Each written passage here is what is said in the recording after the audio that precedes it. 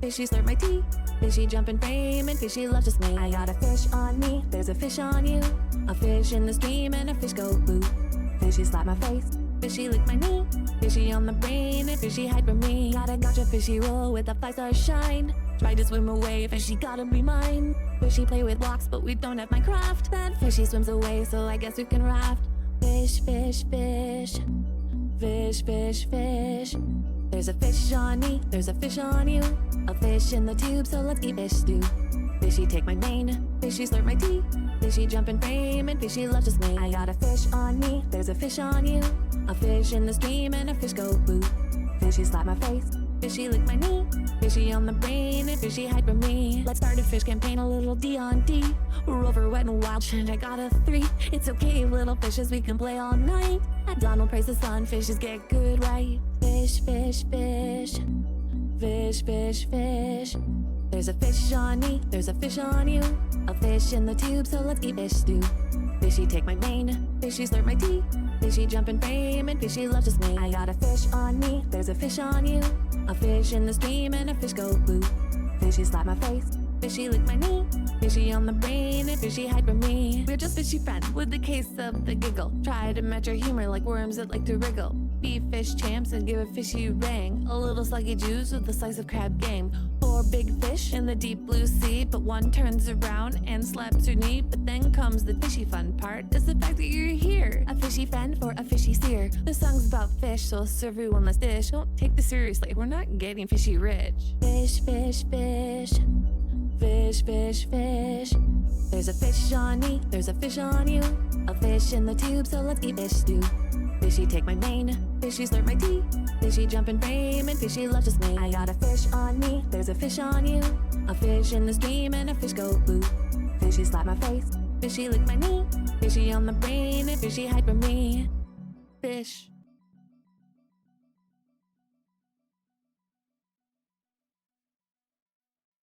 Shiny fish. There's a fish on me, there's a fish on you. A fish in the tube, so let's eat fish stew. Fishy take my mane, fishy slurp my tea. Fishy jump in frame and fishy love just me. I got a fish on me, there's a fish on you. A fish in the stream and a fish go boo. Fishy slap my face, fishy lick my knee. Fishy on the brain and fishy hide from me. Got a gotcha fishy roll with a 5-star shine. Try to swim away, fishy gotta be mine. Fishy play with blocks, but we don't have Minecraft. Then fishy swims away, so I guess we can raft. Fish, fish, fish. Fish, fish, fish. There's a fish on me, there's a fish on you. A fish in the tube, so let's eat fish stew. Fishy take my mane, fishy slurp my tea. Fishy jump in frame and fishy love just me. I got a fish on me, there's a fish on you. A fish in the stream and a fish go boo. Fishy slap my face, fishy lick my knee. Fishy on the brain and fishy hide from me. Let's start a fish campaign, a little D on D. Rover, wet and wild, shit, I got a 3. It's okay, little fishes, we can play all night. At dawn, we'll praise the sun, fishes get good right. Fish, fish, fish. Fish, fish, fish. There's a fish on me, there's a fish on you. A fish in the tubes. Hello. I have to like, I said hi and then immediately look over like, I didn't have a button on my XLR activated, right? Don't accidentally, you know, not mute my sneeze or something. Hi. Hello. Hoi. Hoi. Dude, I have no idea what it is about the Blobcat jam that makes me so happy, or the Blobcat nodders, but I love it and I'm glad you guys like it too. But hello. Happy Taco Tuesday. Sneeze ASMR. No. We're not getting no sneeze ASMR. It is a vibe. I agree. It is a vibe. I like it. It is so friend-shaped. I want to make another one. I might make more. I like making like meme emojis, I've decided. But hello, welcome to Tasty Taco Titty Tuesday. Tasty Taco, terrifically tasty. Yeah, you know all the T words. Except for terrible. Not terrible. I don't want it to be terrible. Hi, hello. I haven't said hi to everybody in a while, so I'm gonna do it. Hola, Drizzle. Hola, Crimson. Hola, UT. Hi, Joan. Hello, Kitten. Hello, Glitchy. Hi, Panda. Hi, Bryce. Hello, Zeno and Golden Gogamba. Konnichiwa, Jimenez. And hello, Klage. I say Klage or Klage. I always say I know it's Klage, but for some reason sometimes it's like My mouth gets lazy. It's like, well, the claw, you know, it's very, it just melts into the eye a little bit, right? And hi, Glitchy. Hello, hello. Titties and tacos and thighs. Yeah, thighs are for Thursday. Thicky thighs are for Thursday. But I hope you guys had a good time. I know we didn't really get to talk about the weekend because we were doing party animals yesterday, but I hope you had a lot of fun with it. I know it can be confusing when there's that many people and you got 2 highs. Just you should. It always happens. At least one person gets 2 highs. That's usually what happens. I know like big collabs like that can be like really chaotic, but they're fun to do once in a while. And it was for Carden's birthday, so I would do it again in a heartbeat. Yeah, it was very chaotic. But it was a lot of fun. One of your online friends call you Klaij for 3 years and you had no idea until I told the other folks in our Link to Comedy group how to pronounce it. Klaij. Klage. I'll just call you Kalege. Kalege. Hello, Kalege. Why are you recuperated from weekend? What did you do for the weekend, Crimson? My shenanigans were very subdued. I had subdued shenanigans. Well, I can't say. I was so exhausted Saturday. Saturday evening, I almost passed out. I like laid in bed for a bit and I was just, as soon as I got home from all the shit I had to do, because I had to do stuff and then I had to go out and take care of shit that I want to do. And then when I came back, I just immediately took a bath and I was just like, I don't want to do anything. Look, so once you've been called Clawgay, ironically anything works. So your name is just like mine, where people are like, oh, I'm so sorry if I don't pronounce it. I was like, nah, it's fine. It's fine. It's spelled. A lot of people don't know that Y's can be pronounced E's. And you might be going, how do you know that? Because I did extensive research. Yeah. Went to a birthday party at an arcade. Oh, I think you mentioned that before. You got 8 jackpots? What did you get? What are the deeds? Is it like a ticket then?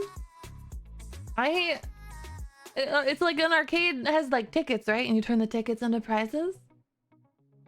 We all know how to pronounce Xylifel. Ooh, what did you get then, Crimson? What did you buy with the tickets?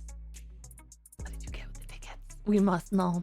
You respond to anything, Kludge, Klug, Moron, hey, you dumb. I'm the same way. Hey, you. Hey, thing. Hey, specimen. Hello. Doof.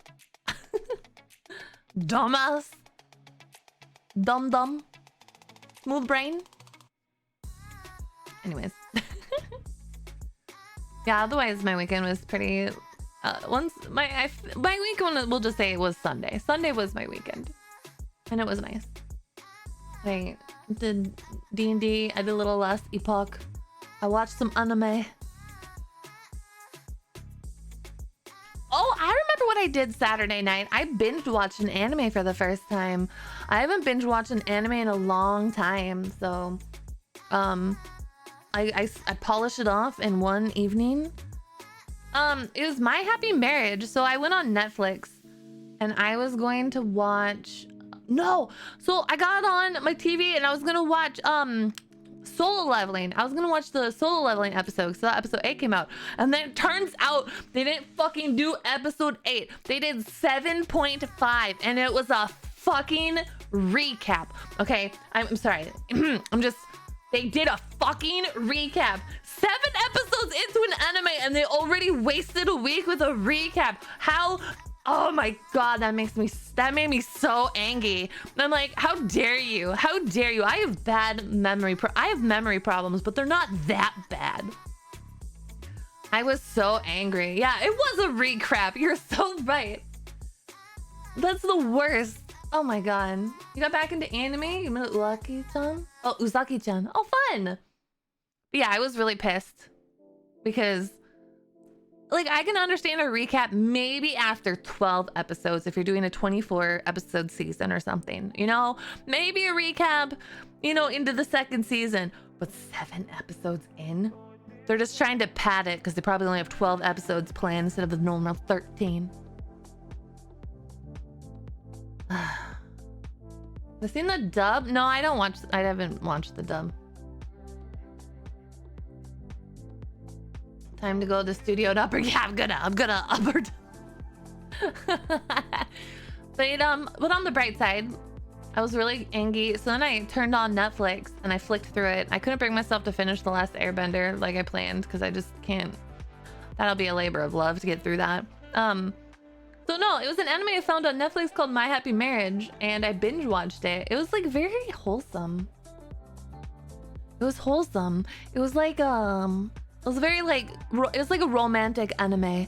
So very comfy feels, but I like it because it has like a bunch of tropes that I love. It's like where the main girl has has a really shitty family and is treated like crap, but then like she runs into somebody who's like got more confidence, and then randomly they throw in like a supernatural angle, which like came out of nowhere, but you know what? I didn't mind it. It was fine. And it was really fun. I don't know. I was really into it. I liked the main character a lot. I thought it was really I liked all the characters. All the characters were really enjoyable. So I ended up binge watching it, and I haven't done that in a while with an anime. So it was very fun. I liked it. And now I'm inspired to watch Frieren. So I think that's what I'm gonna work on, because I haven't been able to watch anime for a while because I don't have time, but I'm thinking, since I watched Solo Leveling, I thought, why don't I just add one more episode of a different anime? So I'm thinking I'm gonna try to like get through Frieren, and then I'll pick a different anime. That way I can not be so awful with anime. When people are like, you're an anime girl, shouldn't you be up to date on the latest anime? Oh, I don't have a lot of time. I can talk about manhwa, but I can't talk about anime as much. Romance animes are really good. Yeah, I think the reason, like, without spoiler alert, My Happy Marriage is like wholesome. It makes you feel good watching it. Like, it's very satisfying from beginning to end. So, and I was talking with my friend, I hope you don't mind, Yudi, but I was talking to Yudi about it. We were just talking about how a lot of, even the romance ones, they always try to do like a bittersweet ending, you know, like there's always like some little twist or bittersweetness to it, and it sucks, you know? Sometimes you just want an anime that makes you feel good. You just want a good ending. Da, da, da, da. It sounds interesting. I added to the list of procrastination list of animated. Yeah, same. I have to watch Jujutsu Kaisen. I saw the first season of it. I haven't watched the last 2 seasons. No. People making things suddenly started thinking that straight up happy is somehow a bad thing. No, it's good. Your rom-com looks like it's gonna get a good ending in the manga. Oh, that's good. I like happy endings. I know that at one point it was like really like super neato keen to make like twisty endings and stuff, but I think writers need to understand that like the majority of people on Earth are depressed. So like we want happy endings. Like dude, I'm fucking just happy if I could pay rent and I could eat something tasty this week. Please just give me a fucking happy ending in my anime. That's all I want. That's all I want. Please let this imaginary character have happiness in my set. Your go-to feels animal is 1,000 years killing slimes. Oh, I saw the beginning of that before. Go ahead, messing shit up all season. Yeah, I don't mind fuck with people all season. Yeah. Take a character and another character and have them. You don't. I'm pretending I have 2 like figures right now, but it was like, yeah, make them fight, make them get stuck in drama. Somebody gets kidnapped. Oh, I fucking love it when somebody gets kidnapped and the other one has to rescue them. But then the one who's strong and supposed to rescue them gets into some sort of trouble. So then the one that was thought to be weak has to be strong to go rescue the other one. And then there's more twisty, bendy turnies, and you're like, oh my gosh, what's gonna happen? And then finally at the end, everything is happy. But they earned it. They earned their happiness. Anyways. He's pretty much like using my little minis like ha. That's what I do when I do my writing. I am the meanest writer. I'm so mean to my characters, but usually I give them their just desserts at the end. Unless their death has purpose. I hate deaths that have no purpose. Like, there are some deaths in anime that I hate, but I can see their purpose, you know, like the writing, they had purpose. But the one when they just murdered somebody and you're like, that had no purpose. There was no reason for that. That was just to be wow, shocking or something. Oh, I hate that. Makes me sad. Makes me sad. Anyways, I binge watch. The lover of Silver Fox mentor figures. You must have had it rough for character. Oh my god. I do like Silver Fox characters a lot. Or like the... So this is...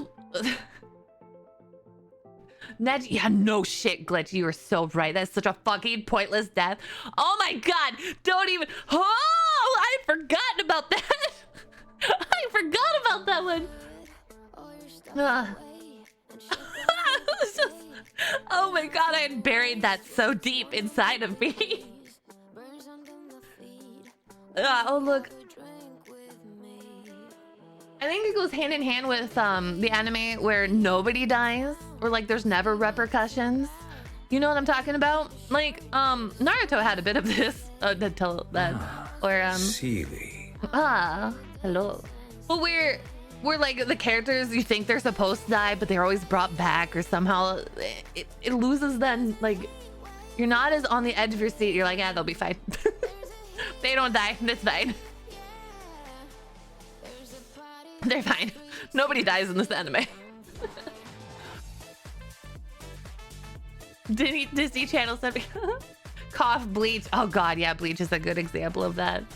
No one dies. Oh, but the stakes are so high. Are they? Are they really? Are they really high? I'm not quite sure. I love how Naruto didn't have any of that, and then all of a sudden, like, except for Neji, you're just like, why him?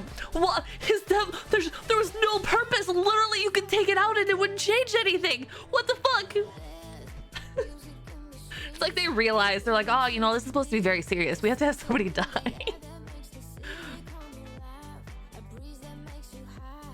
Well, 9% of someone's chest of dust returns to the later new upgrade. Yeah, Dragon Ball. Stinks. Mommy sizzling steak. Yeah, but whatever.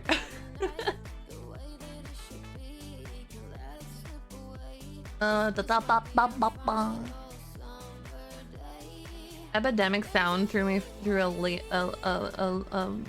I don't know the expression, but it threw me through a loop. That's what it is. They changed all of the icons for their playlists. And let me just say, Epidemic, I love you guys. I've used you now for 2 years, but I am gonna message you and beg you to change it back. These icons are awful. They're so fucking ugly. Wait, I almost want to show you guys how ugly these fucking updates are. They're so ugly. Oh my god, hang on, I want to show you. What oh, like he's dancing. He's dancing. He's dancing. Alright, I want to show you. I don't know, you guys have seen my windows a few times, but hang on.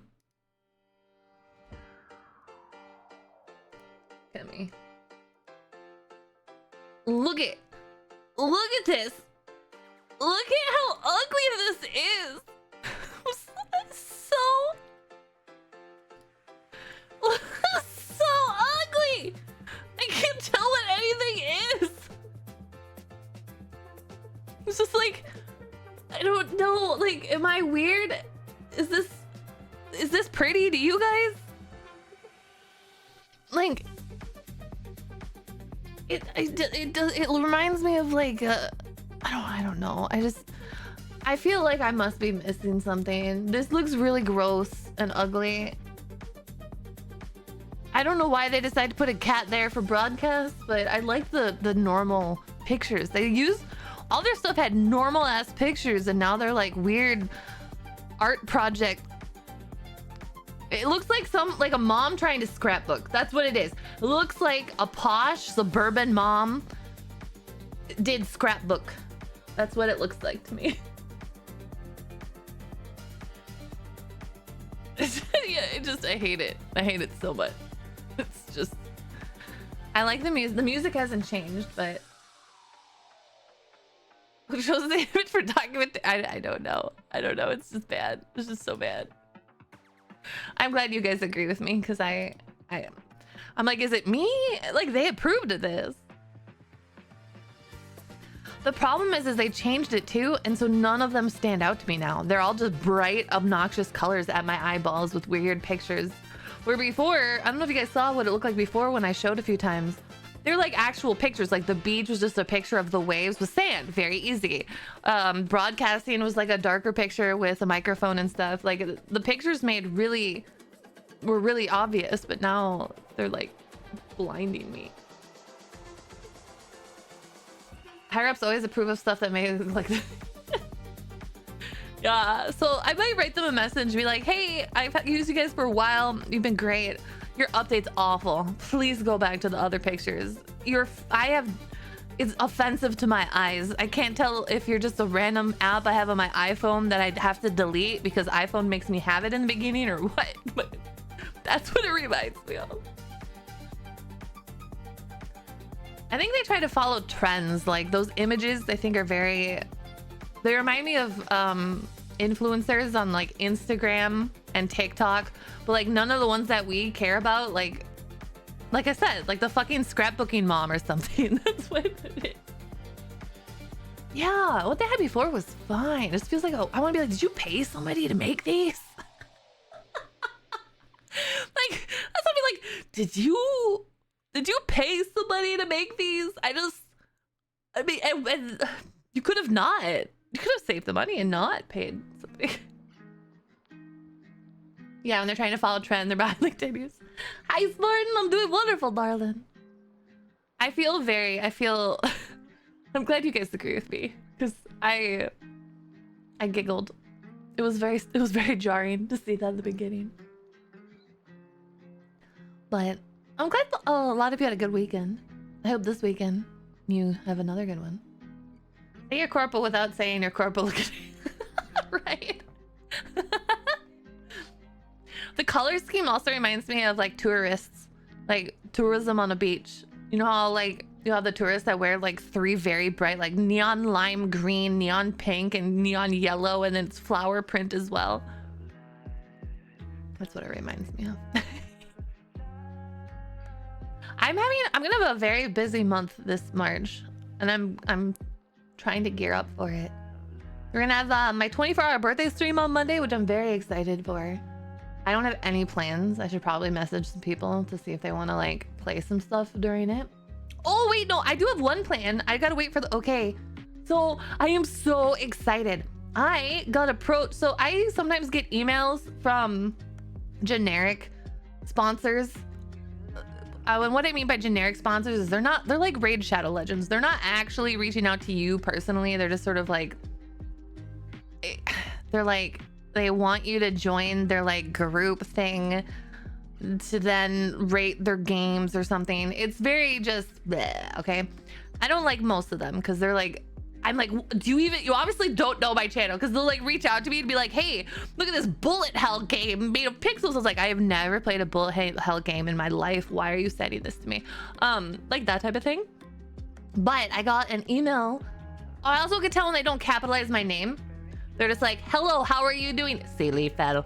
We were looking at your Twitch channel and it looks great. We think you'd be a wonderful fit, silly fellow, if you check this out. You know, yeah, Hello Fresh or Factor is another one, right? No, that is out there. Hi, Nicole. Hello. I did get through Stream Elements. I saw that they have some Honkai ones. I feel though, I think those you have to start a new account or so, but maybe I don't. I should look at it. Yeah. But anyways, roundabout, I got approached by a Japanese online crane game company to try out their product for you guys, and I'm actually really excited. So I'm gonna do that on my birthday, hopefully during the evening. I'm not addicted.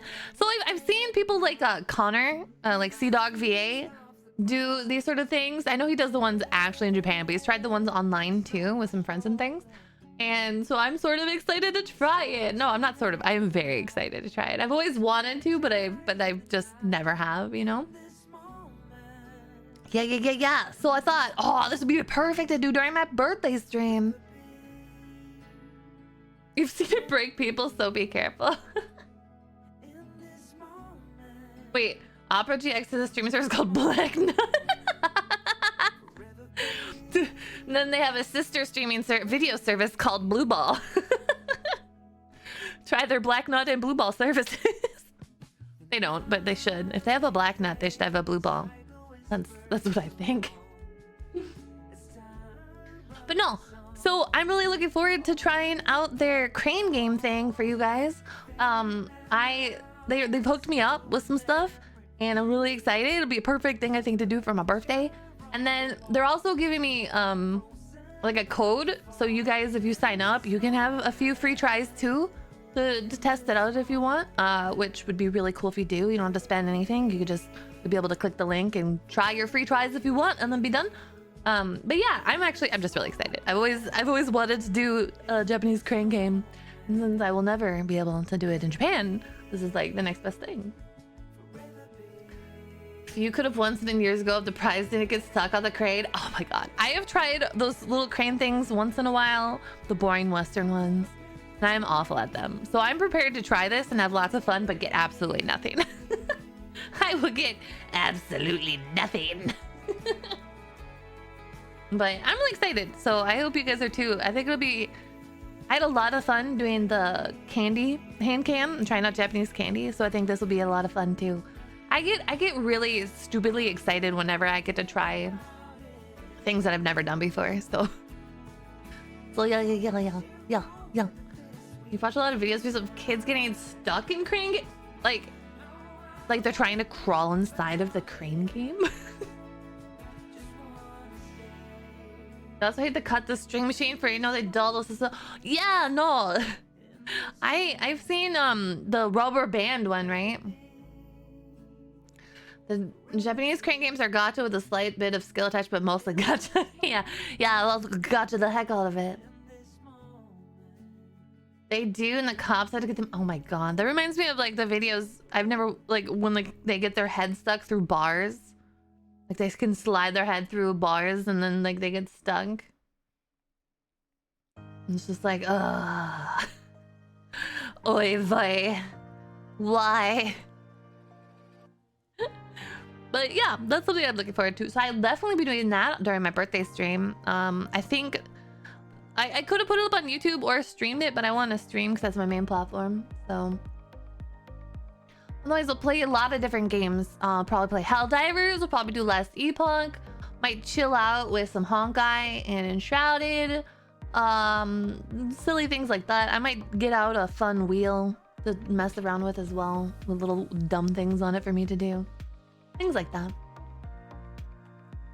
So that's my plan for my birthday stream. But no, and then the reason I'm so busy is because I want to get a bunch of stuff prepared for when I'm gone on my vacation, so that you guys can still get your dose of Sealyfell on my stream days. I was tempted to release something every day I'm gone, but that would be too much. So my stream days, I figure we could do stream days. So I'm gonna try to work it out where I can get a video posted to YouTube every day that I would have streamed normally. So I'll be like, I think I'll be gone for 8 stream days, and then also some shorts and maybe TikToks that can be put up while I'm gone as well. Hi, Monkey. I'm thinking it'll be a mix of like funny VODs, or not VODs, but like a funny compilation of my Helldivers stuff, because we've had a lot of funny moments at those. Some reaction videos, because I haven't done a lot of those. Maybe some Warhammer snippets from stream too. I want to also this month pick a game to play that I can record myself playing for like a let's play. That will be exclusive YouTube only. I just gotta figure out what game I want it to be, so I'll figure it out. I was thinking I could make it Mechanicus, but I don't feel Mechanicus would work well for a let's play. Just the style, I feel like it would not be very entertaining. So I gotta figure it out. Don't worry. I could always pull a Discord for this. I could, but I'm gonna use my own brain. I think maybe we'll see. Very indecisive.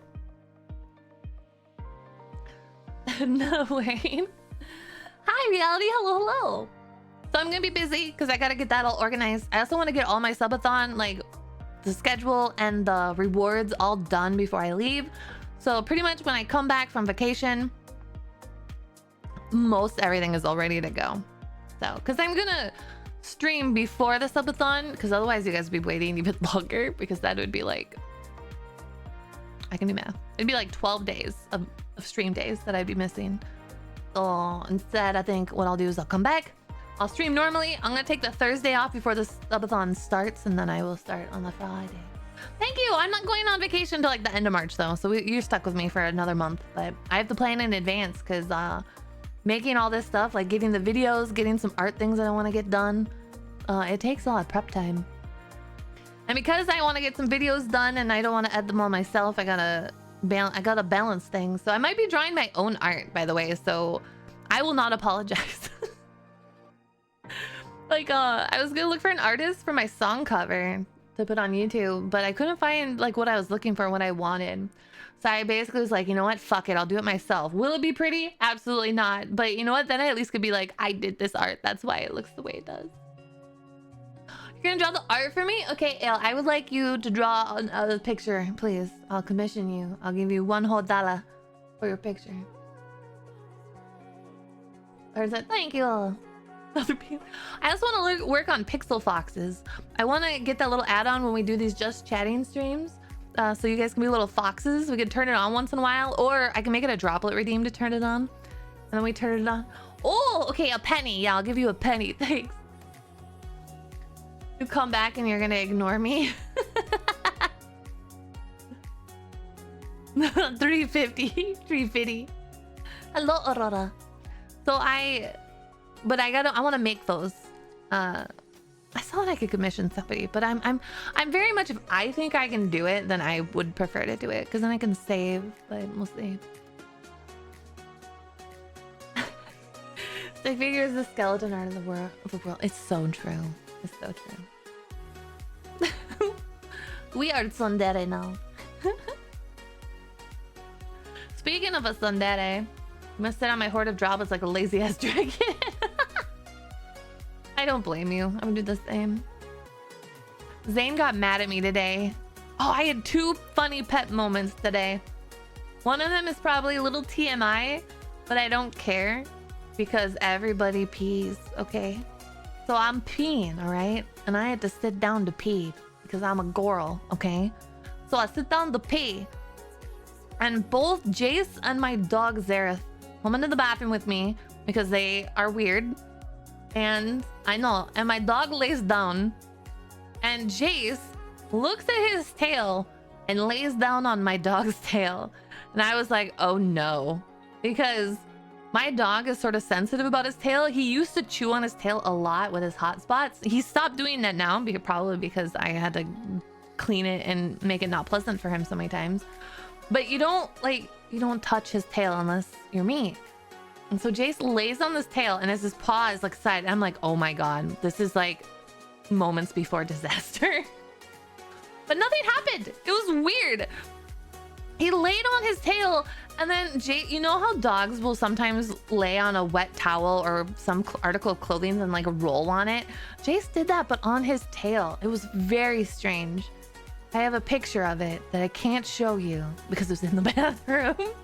But I swear he is like rolling on his back, being all ha. And I couldn't tell if my dog was not noticing or if he was pretending not to notice. Because sometimes my dog pretends not to notice because he's a little scared. Dog likes Jace. More like Jace likes the dog. My dog doesn't know what to do about it. Because my dog has been so traumatized by my older cat Freya before she passed away, because she would like... She would be a bitch to him. I'm just gonna be honest. She'd be a bit of a bitch to him. And Jace is the opposite. He's just a dumb himbo. Jace is big. He's a big, fluffy cat. And I think he's a little fat now. And he's just all himbo. He doesn't care. Pigeon used to force open the bathroom door to come laying down your pants while they're on your ankles bathroom. Yeah, Jace tries to hop him on my lap whenever I pee. Whenever I sit down on the toilet, Jace immediately like stares at me, and if I ignore him, he stretches his paws up and is like, uppies, uppies. I'm like, I'm just peeing. I'm getting up in just a second. He's like, no, uppies. Yeah, he loves his uppies, but only on the toilet for some reason. I think Jace thinks he's a dog. Meow not? No, Jace is actually surprisingly very quiet. He does not make a lot of noise. Maybe he's sitting on my lap because he thinks I need to be protected as when I pee. He does the same thing when I'm taking a bath. He like lays right against the bathtub, and if I get out, he doesn't care. I could rain water on him and he would still stay there and be like, this is fun, this is comfy. I have a really like fluffy rug, and he just like, ah. Like the pets are trying to motivate us to go to the bathroom. He protects me while I pee. Both him and the dog. And then my other silly animal moment was I was feeding Zane, my lizard, his roaches. And so I have like a big Tupperware and I put paper towels down, but the paper towels are folded. And I didn't feel like feeding the roaches one by one, so I just dumped them all in. And the roaches scatter. And he usually can get a few. But one of them he was going after and it crawled under like the little folded part of the paper towel. And so then when Zane went to strike, he got the paper towel instead of the roach. And then Zane refused to let go of the paper towel. And I had to slowly pry the paper towel from his mouth. And then Zane was so mad he wouldn't eat anymore. It's just like, now I'm not hungry. No, I'm not hungry anymore. Such a grumpy lizard. Yeah, he was like, buck up, towel. I knew you were a towel. I didn't even care. I didn't even want roaches. Also, hi, Deadshot. I am not stinky. But anyway. He got a lot of roaches. I put the rest in his terrarium so you can eat them at his leisure.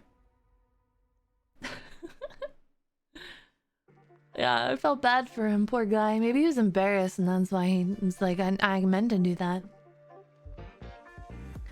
I'm also 2'11". Yeah, you know what? Yeah, you're right, kid. I am taller than 2'11".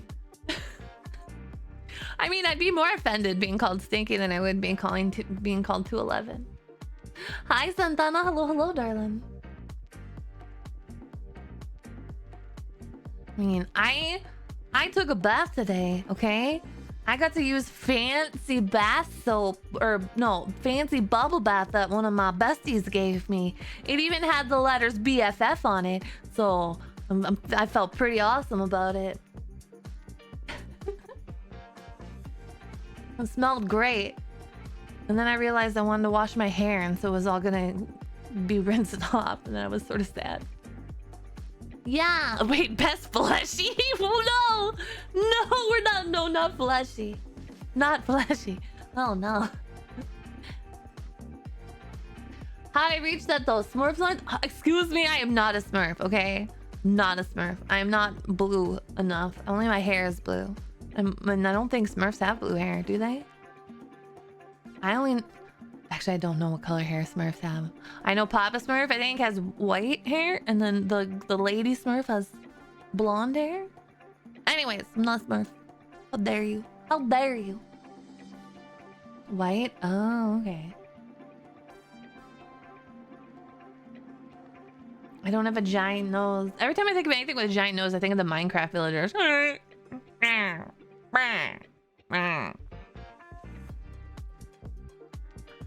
Smurfette is a blonde and Papa is just old. Am I the only one who gets really uncomfortable with Papa Smurf? And the fact there's just like one Lady Smurf and then there's Papa Smurf and then all the other Smurfs are like the same. It's weird. I feel like it's a cult. I feel like it's a weird cult. It's definitely got to be a euphemism for some sort of cult. Some really uncomfortable cult. I don't. Not a good cult, Crimson. Not a good cult. No, bad cult. Bad Crimson. Not that cult. Don't do that cult. So her TikTok me or something. Yeah, it's just the more you think about it, the worse it is. Where do the Smurfs come from, actually? Hang on. You thought I was gonna deep dive Warhammer? No, deep dive Smurfs. Smurfs. Wiki. Let's find out. Smurfs Wiki fandom. No, I don't want the fandom. I just want the wiki. I feel like the fandom is gonna mess with it. Oh wait, no, you know what? We'll do the fandom. Here we go. I'm an adult. Okay, there we go. Okay, I had to tell. Okay, that's always a rough sign when the website goes, are you a child or are you an adult? And I had to put that I was an adult. Are you a boy or are you a girl? Smurfette is a homunculus? What? Hang on. Welcome to the Smurfs Wiki. Smurfs are little blue creatures who live in a village made of mushrooms. Their leader is Papa Smurf, who looks over his Smurf society, consisting of Brainy Smurf, Smurfette, Hefty Smurf, and many others. The arch nemesis is Gargamel, an evil wizard always trying to catch Smurfs as part of his various nefarious plans. Gargamel's faithful companion is his cat, Azrael. Holy shit, I didn't know any of this. The Smurfs is a franchise initially created for Belgian comics and gained popularity in the 1980s television series. The characters have recently made their way to the silver screen in the Smurf. Recently, 2011. I'm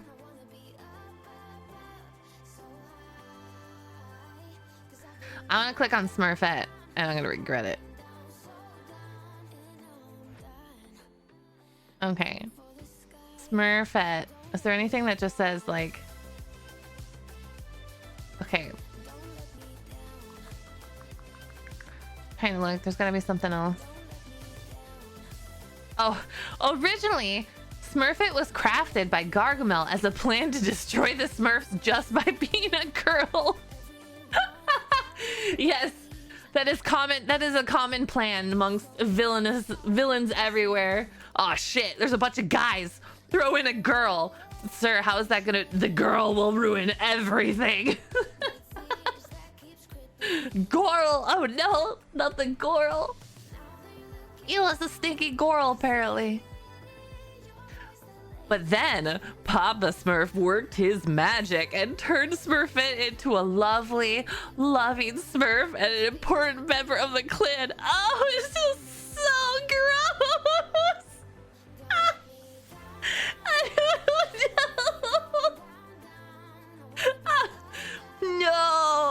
No, I don't like this.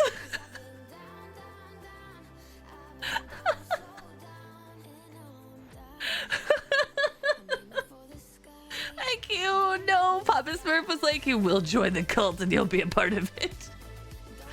You're gonna be part of this cult. Does Papa Smurf have to smack a bitch?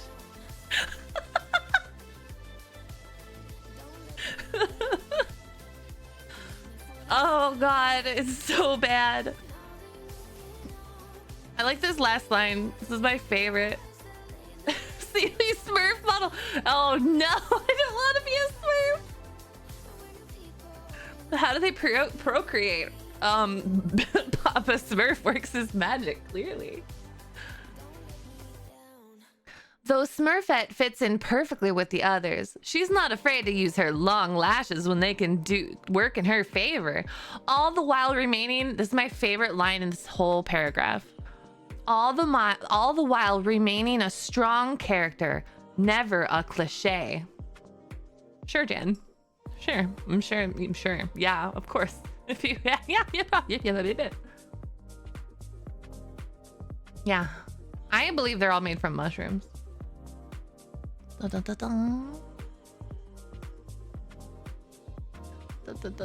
my god. Like how there's a baby Smurf. Where the fuck did baby Smurf come from? Okay, where did baby Smurfs come from? I need to know. We need to figure it out. Here's baby Smurf. We should be able to figure it out. Okay. Oh god, okay.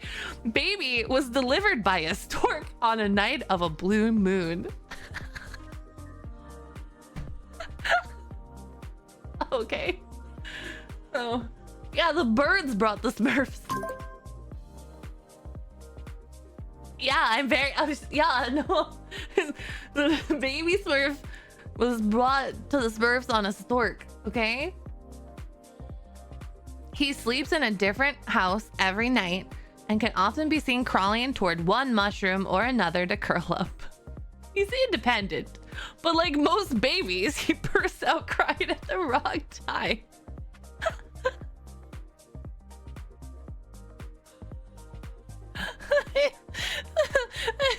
I love how contradictory all this is. Baby is smart as a whip and recognizes right from wrong. But like any baby, he has a reckless side because he likes to play.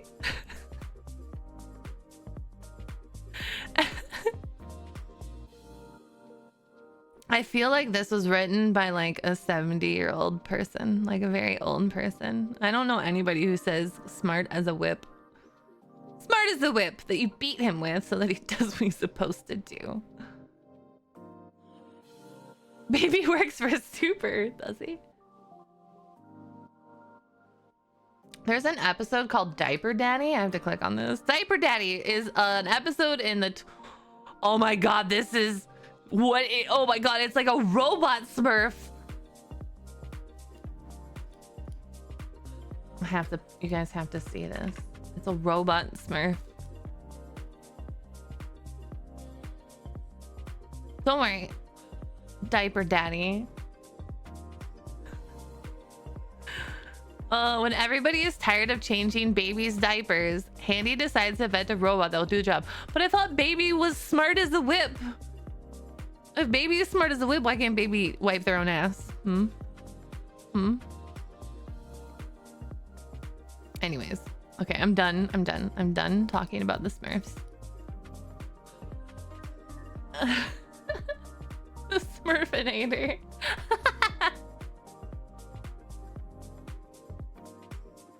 He can't read. Well, then maybe he should try not being a baby. You think the baby Smurf ever grows up in the Smurfs? That is true. Why wipe your own ass when others can do it for you?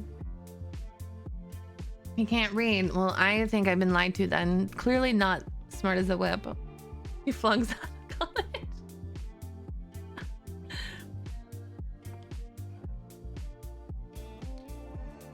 Blah, blah, blah. Sorry, I'm very thirsty all of a sudden. Okay.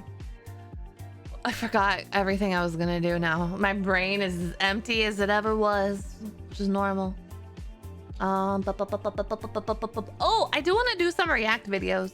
I specifically, the two that pop in my head, I want to watch the Pokemon Direct thing. If you guys are okay with that, because I never got a chance to watch it. But I heard people, I can't tell if people are mad or happy about it, so I'm sort of excited to see. I don't know a lot about it. And then Maxor! Maxor! Maxor! Maxor! Maxor! Maxor! Maxor! Sorry. Released the Baldur's Gate video, and I want to watch that. Our Lord and Savior Maxor has made a video. I want to watch. I want to watch it. They announced something Pokemon related? Oh. I especially like it when Maxor does a video of a game that I know. Like this last one, I don't think I watched this last video. I should watch it. It's important to support. I don't think I watched it. Sorry, I have a hiccup and I'm trying not to hiccup. I'm hoping if I think really hard, the hiccup will go away. Because I only have so much brain space. So if I focus really hard on something, all of my power will have to go to that. And then I'll make the other things go away. Pokemon Dark Souls crossover. Didn't you guys say that there's a Warhammer Power Wash Simulator crossover or thing? That sounds really fucking hilarious. Is that out already? What if I want to clean for the Emperor? Came out today? Oh, I want to look at it. I want to clean for the fucking Emperor. Power Wash. No. There it is. There's my Power Wash Simulator. One of the early games I played. Warhammer! Click on it. What do I get? What do you get? Oh my god.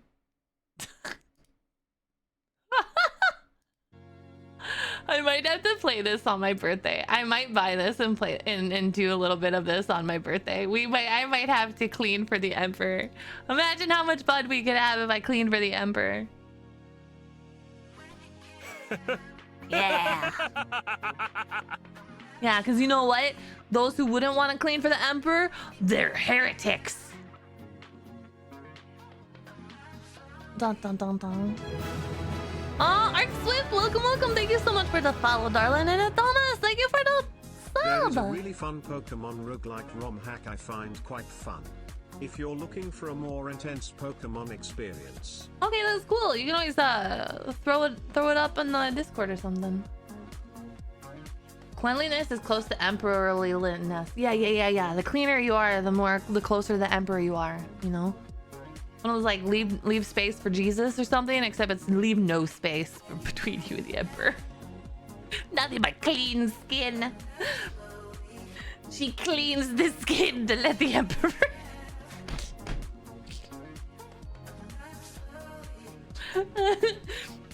I'm fine. What? What? Is it gonna be clean? It's really important. You gotta scrub the heretical ways off of your body. I'm Red Right. Welcome, darling. Thank you for the follow. We're just chilling, chatting, and I'm being dumb as per usual. We're gonna watch some videos in a little bit, and I might look at some Warhammer stuff to teach myself. Actually, I'm gonna do what I did last time. So last time we did the Warhammer, I just picked a random name and then I dove in. It just happened that my first time doing that, I picked Dante, and I didn't realize it was like a fucking landmine of lore I stepped on picking Dante there. I was like, Dante.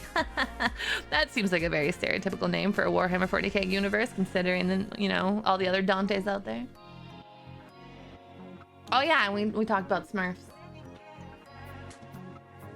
Especially when you clean up the power wash and get rid of all the nasty skin and blood. No, not that clean.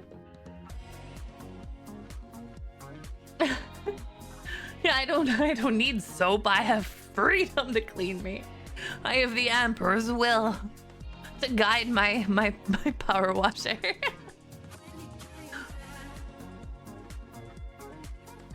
Although that does remind me, they have, we can just role play. We'll power wash simulate, and we can role play that we are one of the Space Marines that have to clean the tanks.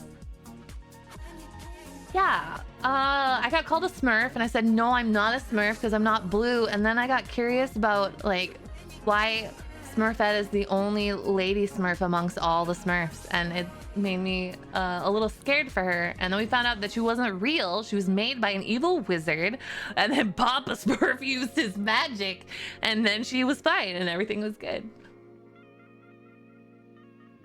Last time, a quick adventure, in and out, 20 minutes. I know, it's like me whenever I go into a store. I'm only gonna take a little bit. Ooh, what's this? Ooh, what's this? You're now sowing chaos on social media by dropping Smurf lore and unprepared vows. Right? Oh. Hello, soul. Thank you so much for stopping by, darling. How you are now scared? Are you scared because of Smurfs? I would be scared too. My outfit is mainly royal blue slime for hair, so Smurf. No. See, Smurfs actually have white hair, except for Smurfette, who has blonde hair. They have blue skin, but mainly white hair. Crazy, I know, isn't it?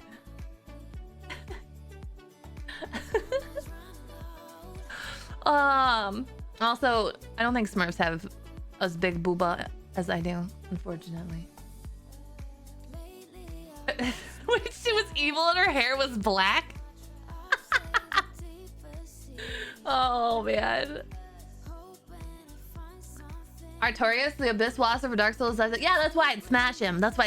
He's big and aggressive, and his armor is sexy as hell. And the helmet stays on, so it's like check. I should make a checklist. I should make a little checklist for everybody, like my smash checklist, and then it'll be a template, you know. So if one day you're like, would Sealyfell smash this monster? You pull it up and go, I know. There was actually a surprise, and was there? I don't think there were any Dark Souls people. No, I think Altair was in there. Yeah, the helmet stays on. There's not much foreplay with a helmet. Not with that attitude. Suit of armor done. Checklist complete. Yeah, helmet stays on. So are you excited for the next Space Marine? I was until Titus took off his helmet and I was like, oof. I'm kidding. I'm kidding.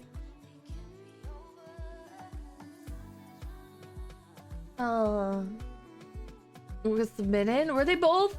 Probably. It was a fever dream for me. The fever dream. I could look through all of them again, but I'm not going to. It was a fever dream. I'm gonna leave it that way. Did it even happen? Who knows? Who knows?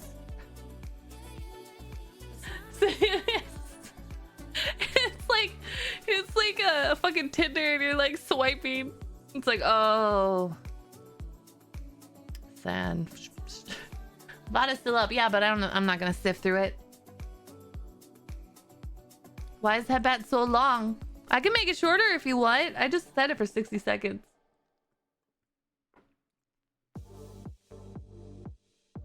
Like a bad one-night stand that you don't want to relive.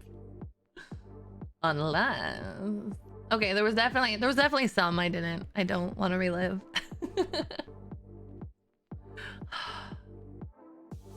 Aurora knows. That's right, I'm still blaming you. Kidding! I wasn't. Make a Smurf head. No! I would try to dodge that. I would be like, no. No, you stay away from me. What'd you do this time? Nothing. I'm just bringing up your past sins. Your past sins.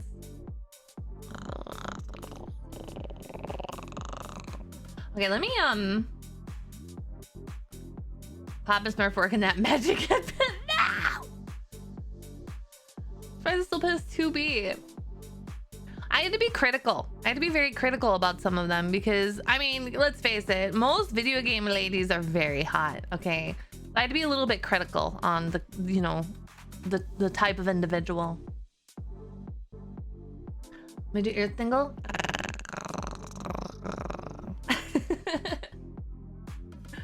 Okay, I'm trying to think. Oh, my nose itches. Gabby thought that'd be the one that would get by. Understood. Yeah, that makes sense. I mean, to be honest, if it was like gratuitous smashing, I probably would have smashed a lot more. A lot more. Would have spent a really close by the time you're going to. They were open for a while, so you're just too slow, Crimson. You're too caught up on, or you're spending too much time catching up on cult activities. I understand. Still mad? You can't be mad. Just view it as more for you, more for others.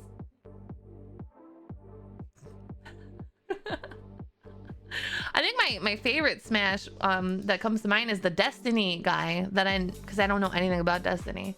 That was like full of Chad energy. And I was very surprised. I was like, wow. What about any anime Smash characters? We did video games last time. So in the distant future, maybe I'll do an anime one. I think I've done an anime one, but we can always revisit it. He did in the picture. He looked so cool in the picture too. Like if I don't know things about them, it actually makes it easier, you know? Well, you can't threaten me now. You can't threaten me. That's not fair. Any VTuber Smasher Pass? I don't think I'll ever do a VTuber Smasher Pass just because this is asking for hurt feelings.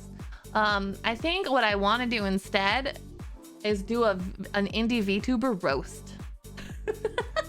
And you would be like, see, like, wait. No, wait, Smash or Pass would hurt feelings, but roasting them wouldn't hurt feelings? No, fam. You gotta listen to me, okay? I want to do a feel-good indie VTuber roast, but we're like, I roast them in a stupid way. Like, I pick what I like about them and I roast them as if it's not a good thing because it's called satire. And I thought that'd be sort of fun. So like, I'm actually complimenting like something about every single VTuber I design, but I'm gonna pretend to be angry about it, criticize it. That's what I thought. It'd be sort of funny to do because I like pretending to be angry. Oh no, I'm not short. You're short, boom roasted. Oh, I'm not short. How dare you? Eat or breed? What? I don't want to eat anybody.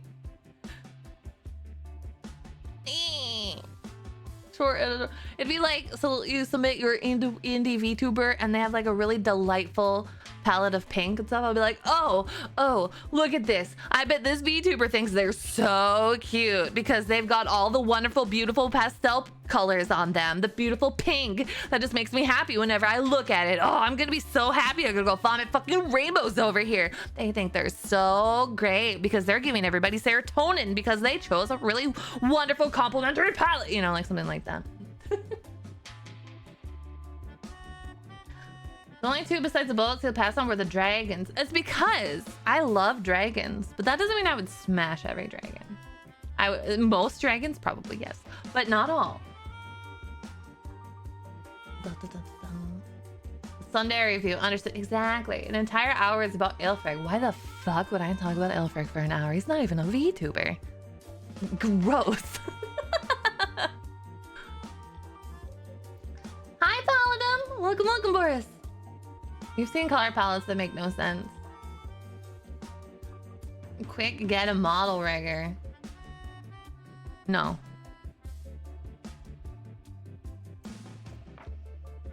It's probably for the best that Aelfric's not a VTuber. I feel like if Aelfric was a VTuber, it would be like... You know the vibe that Sayu and Monarch have? How they're very good friends? And they roast the shit out of each other all the time. That's what would happen. We would be Sayu and Monarch.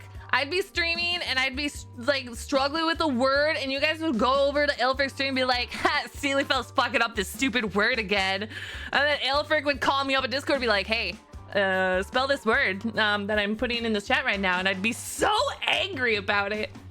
What would happen is that not having enough. No, because he doesn't stream. Thank God.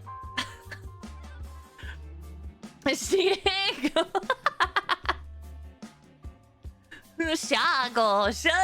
Shiego.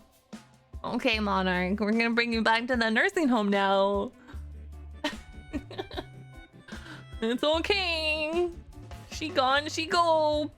Back to the home. We're gonna have to unstack your computer towers again. Dun, dun, dun, dun. Which of you bitches snitched? Which of you bitches snitched on me?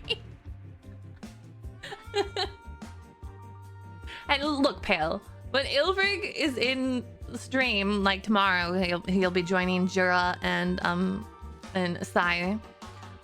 I've chosen that, so it's different. I chose it because I'm a dumbass.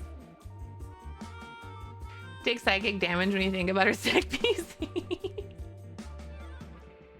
There, Grandma Monarch. Enough of the Shiego. Just focus on Pink and Night. I mean, I would agree that Shiego does sound. You know what? I support Monarch because I got made fun of for saying custodes, you know, like that little flare there, and then somebody was like, every time I have so many stupid comments about that, about people being like, oh, I hate it when people purposely mispronounce something. It's like, I hate it when people get their panties twisted in a bunch. Okay, put on your big girl thong underwear for once, all right? But so maybe, you know what, if she wants to say Shiego, then she should be able to be like Shiego. Okay, Siley fell. Aelfric, I hope you haven't heard anything that I've just talked about in the past 5 minutes. The fact that now you're commenting makes me think you didn't, so that's good. Don't. No, you haven't. No, you've heard nothing. But the big girl thong is too big. Supposed to have thongs, no granny. Yeah, no granny panties. You can have boy shorts and thongs. Or I forgot what it's called, the silky ones that have like the high like the little V cuts. Anyways, I don't know what that's necessarily called, but those are nice too. No granny panties though. Cause stuck up on ammo. No. Helldivers will be fun tomorrow. It's gonna be me and Aelfric and Jura, who've all played a decent amount, and then Sai, who has never played. And I have a feeling she's gonna murder me a lot. Maybe not me. Maybe she'll murder everybody else and not me a lot. But I'll have the power of God on my side, so I feel like I'll be okay. Costco's a great deal. Wait, Costco sells underwear? I've never been to a Costco before, as many of you know. But now I want to look. Costco. Costco. Welcome to the Costco wholesale. All right. Search underwear. No. Ladies underwear. Oh. I like how there's only 2 choices, actually. Holy shit. Carol Hodgman, which makes me think of Hoochman, which makes me go. Ladies Seamless Brief 5-pack. Ladies, and then they have Felina Ladies Thong 5-pack. Holy shit, though. This one underwear goes up to the belly button. Why do they go up so high? Wow. They touch her belly button. Damn. Yeah, it only comes in a pack of 5. It's $14. You can get a 5-pack. These are not granny panties. These are briefs, according to this. Briefs.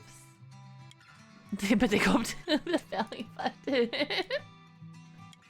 Man, these colors are wild though. Oh, we got like a gray, a nude, a black, a pink, and I think that's also black. I don't know. It's separate from the other black one, so I can't tell. Maybe one's a dark blue. They only have a 3.9, right? Only a 3.9 rating though.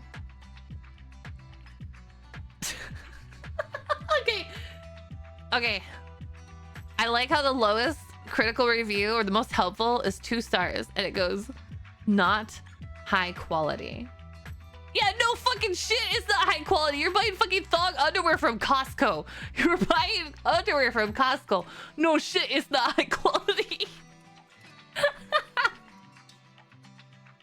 That's like going to Walmart and being surprised.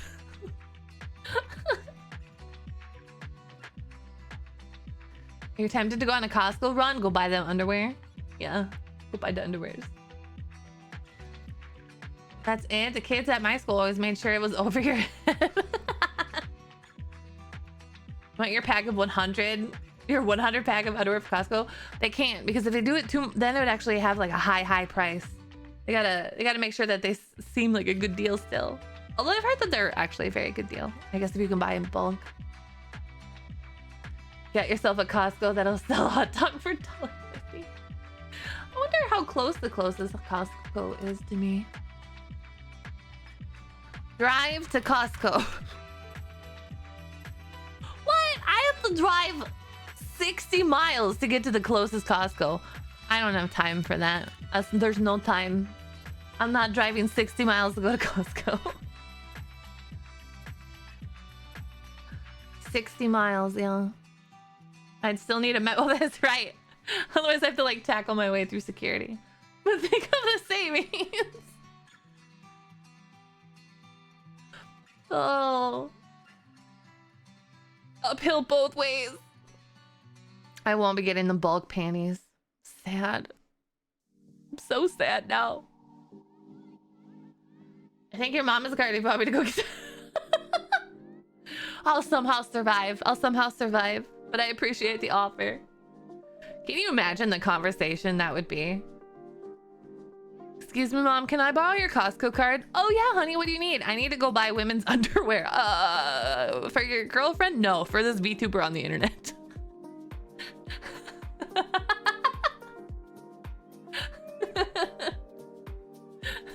Oh. Honey, I'm worried about our son. We truly live in... Does the card keep track of your purchases, or is it not that complicated of a card? Is it really just like a picture on it and the card doesn't do anything else? Yeah, you wouldn't understand.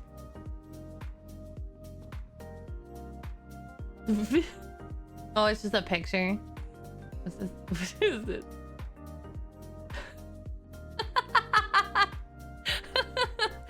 For groceries, right, son? Right? also need to get the gallon of lube.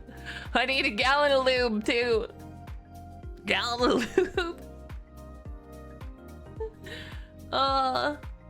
Wait, no, it wasn't a gallon, right? It was like a 10 gallon. What's the big lube thing that was really funny?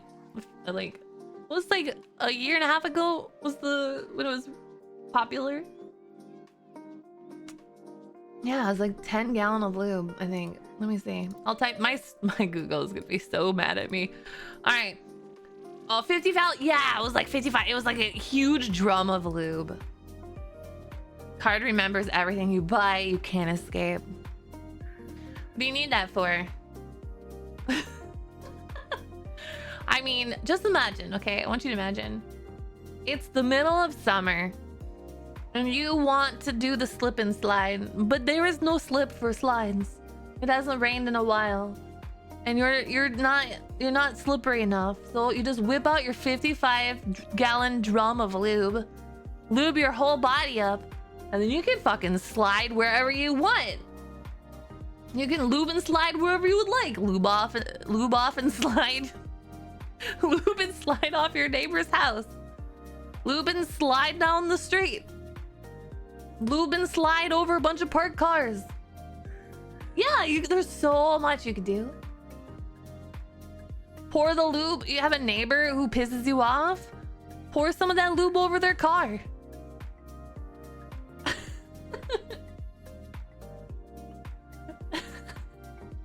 Would they evaporate really fast? No, this is top lube. This is top quality lube. Top quality lube gonna stick to you like fucking aqua whatever that like jelly stuff is all over your body. The Aquaphor. Yeah, the Aquaphor is gonna stick all over you. Just thinking all the things you can lube with it now.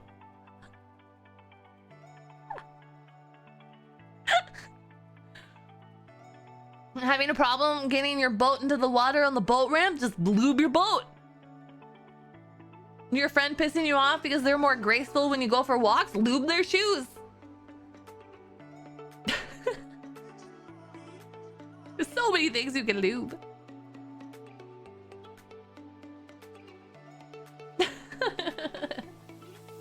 Yeah, you can lube and slide with your girlfriend. You can lube and slide with strangers. You can lube, you can even lube your lube. Your lube will go farther if you lube it. It's the neighbor's dog. No, you gotta leave the dog alone. But if the dog's dumb, no, I'm kidding. I wonder if lube can freeze. Like how fast would freeze? Yeah, if you're not 100% frictionless, what's the point? What's the point?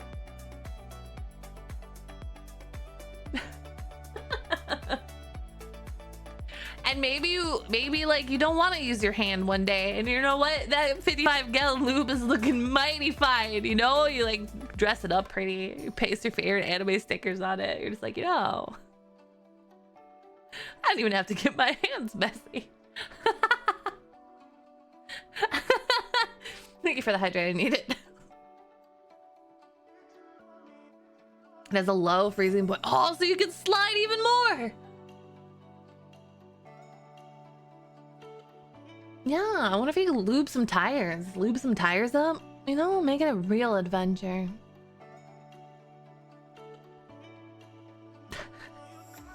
Please lube responsibly, though. Make sure you're lubing responsibly. Hi, Ghost!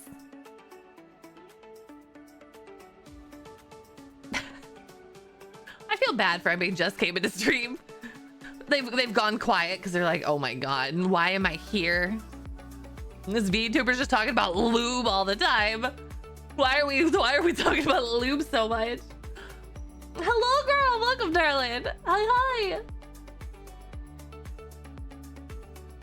Oh, yeah, I'm a lube tuber. Oh, you're a lube tuber? No, I just talk about lube all the time. What are we lubing up responsibly? People's cars that we don't like. The street. I feel like the street in winter could use a good lube. Like a permanent slick ice skating arena, I bet, with extra lube. Hey Siley. Here's a joke to get the lube out of your mind. I sold my vacuum the other day.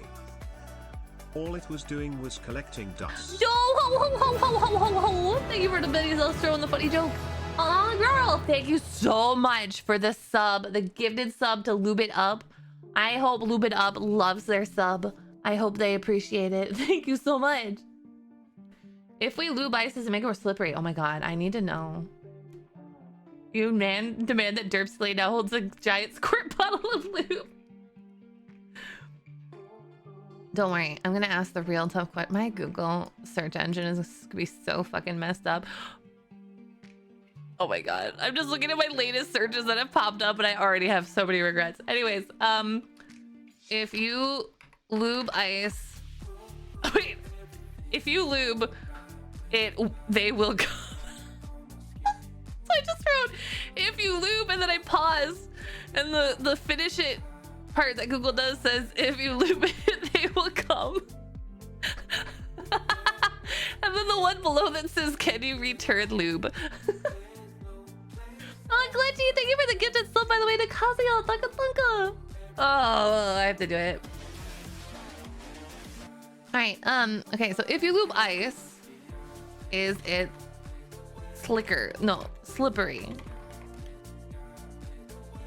Would freezing other liquids like lubricant? No, lube, like literally lube. People are trying too hard. It's such a simple question and everybody's trying to like make it more complicated than it is.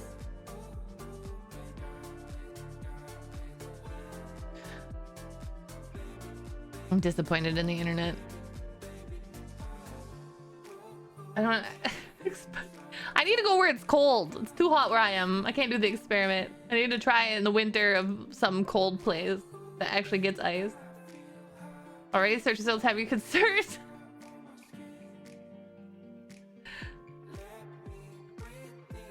It's cold in Canada? What? Just come to Minnesota. It's currently snow. Wait, but how? It's like late February, almost March. I love how my search results are, if you lube ice, is it slippery? Meme maker, drive to Costco. Costco, Smurfs wiki. Oh my gosh. Oh, don't worry, Google. It'll only get worse. Snowstorms always hit late March. Looked up lubed ice?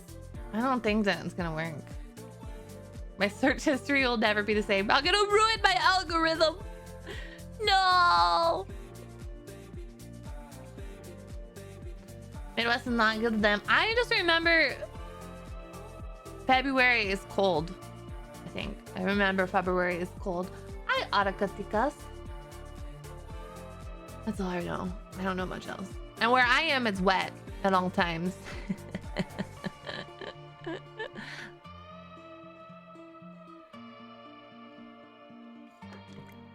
If I get an ad for lube, I will feel like I've won. I will feel like I've won. Not the. What? It's funny. Wet from the lube? Nah, I'm constantly lubricated. I actually don't need to buy lube. It's always wet where I am. Very moist, damp. Lots and lots of condensation all around. So many bodies of water. Very slick and juicy. Just thinking about like all the uncomfortable words. No, alright, how about we take a break from me talking? Oh, thank you so much, girl, for the sub to Blaze. Oh my gosh, I'm just gonna get all of the best people. This is fantastic. Thank you so much. That's true. The ad writes itself. You're so right. So moist. So moist. I'm sorry. I know that some people don't like that. Wait, is there anybody in chat who actually doesn't like the word moist? You know how there's some people who are like, oh, I hate that word. I hate how it sounds. I want to know. You're used to it. Because it's very inoffensive to me. Moist. Okay. What words do you guys not like? It enrages your sister? I think it's so funny how certain words. I don't like the word vagina, if that helps. We can share here. It's a safe spot. The word vagina, it just sounds awful. Like whoever put that, like it's just not a, just, I don't know. It just, there could have been so many other words that would have, like, we could have put the letters together and made it sound good. But for some reason, it just, Hail, thank you for the gifted sub to Slicky Poppy. Perfect. Absolutely perfect. Thank you so much, darling. Adult content, it's fine. Ralakuchi? No, I don't like that one either. I don't know. I feel like we struggle to make like normal words for normal things.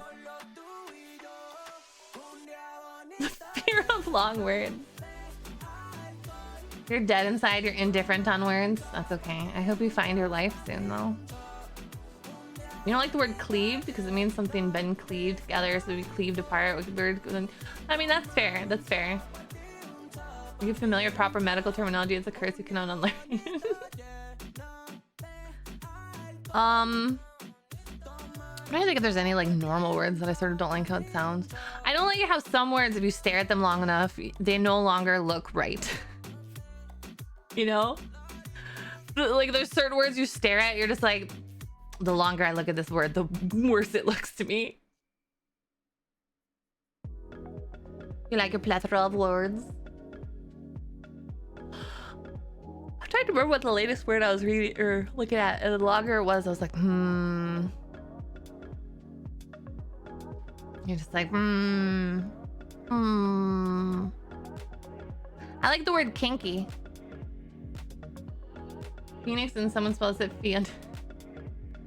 Necessary? Yeah, necessary is an annoying word. I like the word kinky because I like the and I like E. So I don't know, there's certain the consonants that go I like those for some reason. You used to stumble through Urban Dictionary, you wish you could unlearn. Yeah, it's a fun word, I agree. I also like how splash and plash are different words, despite the fact you literally just remove the S from one. They mean the same thing, but they're different words. Okay, I can pulchritudinous. I'm gonna say I spelled it right. Otherwise, I'm gonna say pulchritudinous. I don't know. I'm not good with words. Plash is a real word. It is. You can plish and plash. I don't know if plish is a word, but I know plash is. You have to retype out maintenance at least 6 times. Oh yeah. I sometimes have a hard time with restaurant. I don't know. Not as much anymore, but I used to. Because for some reason, whenever I spelled it right, it looked wrong. And then when I spelled it wrong, it also looked wrong. So there was no winning. There was no right way. It was always wrong. Do you like words that you can mispronounce on purpose? Oh, when you have dessert and then dessert. I always was taught that like you always want seconds with dessert, so you have to remember that has 2 S's. Pizza. Like custodes.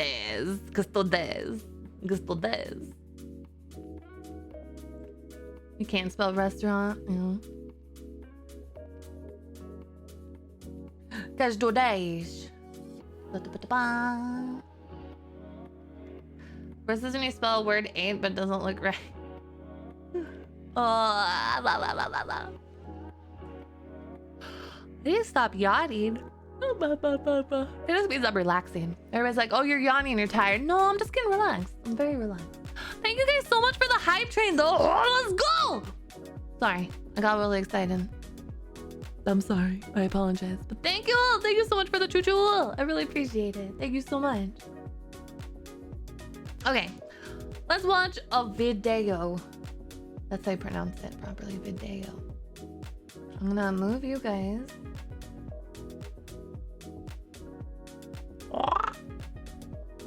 I'm moving you over here.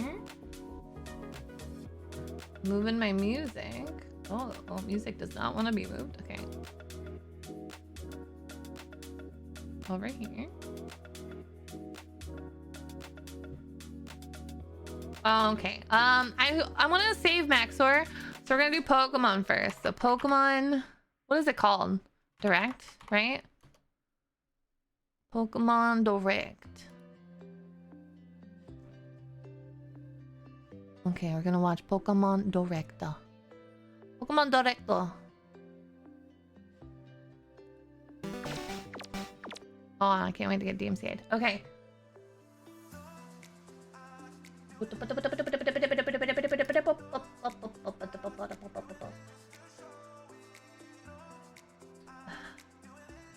can't have a nice thing. There we go. We're gonna watch the big screen. Put myself in the corner where I belong, as usual. Alright.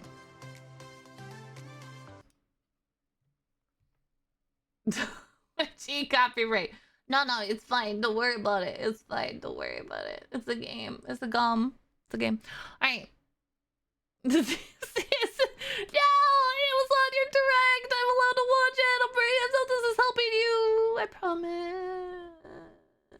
I never know. I think this is gonna be loud, so we're gonna turn it down a little bit. Okay. Alright. I'm excited to watch and see what the hubbub is about. I can't tell if people are mad or happy, so let's watch.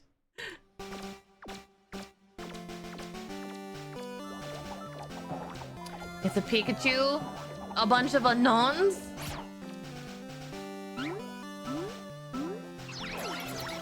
Oh my god, Pikachu's assaulting the unknowns. Oh my god, Pikachu, calm down.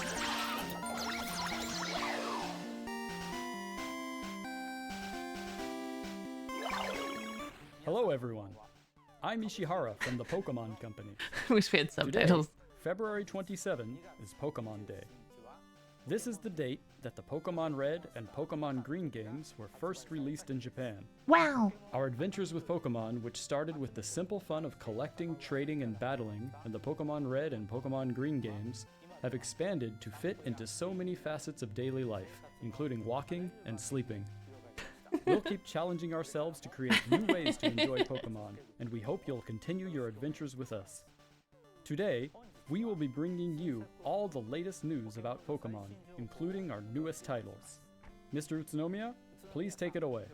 Oh boy, I'm excited. Hello, I'm Utsunomiya from the Pokemon Company. Your voice is different than I imagined. Adventures in the Pokemon Scarlet and Pokemon Violet games so far.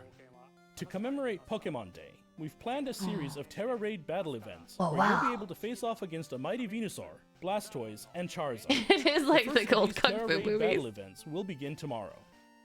We hope you will all enjoy these raids. Today, I'd also like to share the latest updates on a number of our other games. More Pokemon Please have a updates. look at this.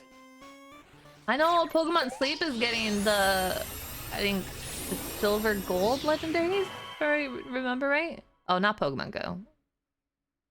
I stopped caring about you, Pokemon Go, when you changed the distance thing. A collaboration event with Pokemon Go is on its way. Cutest cat. Roy. I like how that guy's name is just Roy. Pikachu wearing Cap's hat is making its debut. Oh my Even god. knows an attack new to Pokemon Go, Volt Tackle. You still Pokemon Go? No, that's fine. I got mad when they changed the distance thing because Charcadet, Armor Rouge, and I'm in a very Ceruledge are remote coming too. area, and And so Liko and it Roy really will be sucks. dropping in when you snap a pick and go snapshot. So set out on an adventure with your new friends. They changed it back, not completely. No, they didn't change it completely back. They only did like part of it. We still can't do the things I used to be able to do. Pokemon Sleep. I do that one though. Ah! I sleep so good. I sleep so good. It's Raikkoon, right? Raccoon, I think. Oh my god. I hope he shows up when I'm sleeping.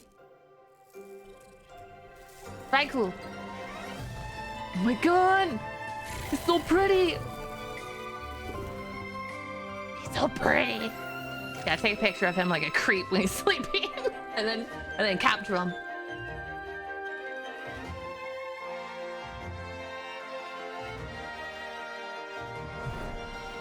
I like them all.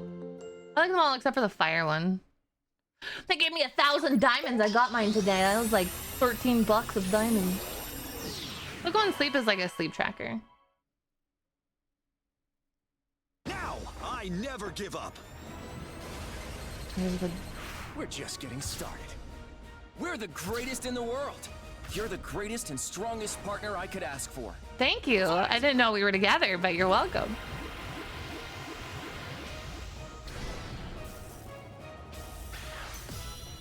Pokemon Masters. Oh, this is another app game, right?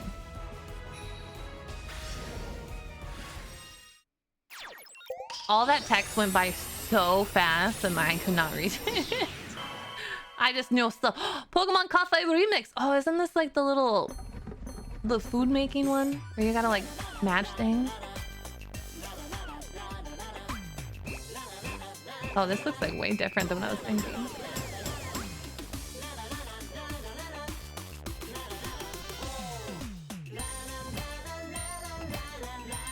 Look, it's Nintendo with all their Pokemon money.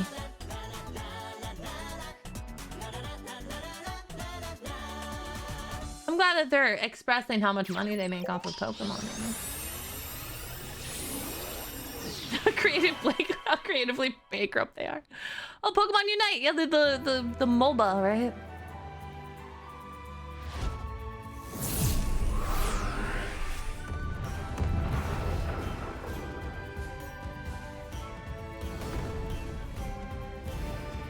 Actually drowns people in their cat. Hi, Shadow Song. I played Pokemon Unite when it first came out. I was really excited, but then when it was pay to win, I got really turned off from it and I stopped. I don't know if they ever like made it better than it was in the beginning, but I don't know.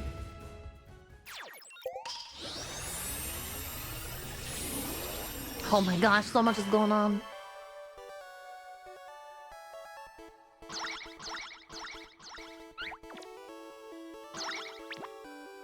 Unite, yeah, I was excited for Unite until I found out that like you could basically pay to win, and I was like, oh, that's sad. Okay, oh my god, Pokemon in the real world? Drinking milk like a loser. I'm sorry, milk drinkers, I love you. You're valid. Oh yeah, who would want to open Pokemon cards in real life when you can just buy pixels and swipe it? This is genius. Pokemon, online Pokemon, they can make you buy for cards without even making a print of it.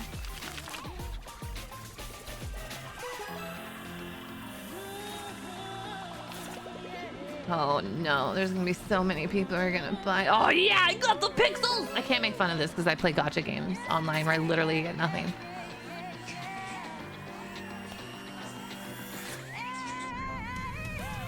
Here you go, bae. I got you this common card. Oh, thanks, honey.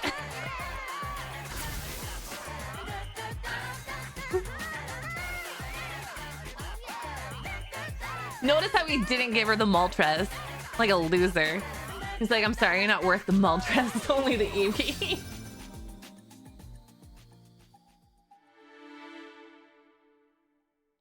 Pretty.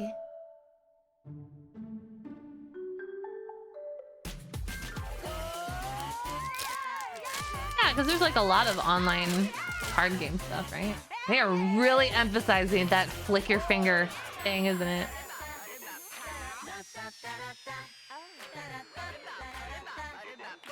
Do you get it? I bet they do it one more time, Jizzle. I bet they do it one more time. Yep, there we go.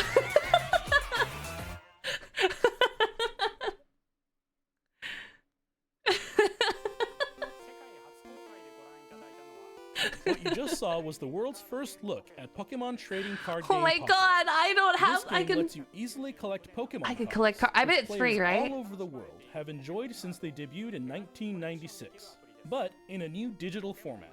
And it's free, right? The Pokemon Company is developing this game as a three-party collaboration with Creatures Inc., the creators of the Pokemon trading card game, and DNA, our partners in the development of Pokemon Masters EX. To mark the launch of this title, here's a message from Mr. Yuji Kitano, and it's free, right? And CEO of Creatures. Mr. Kitano, take it away.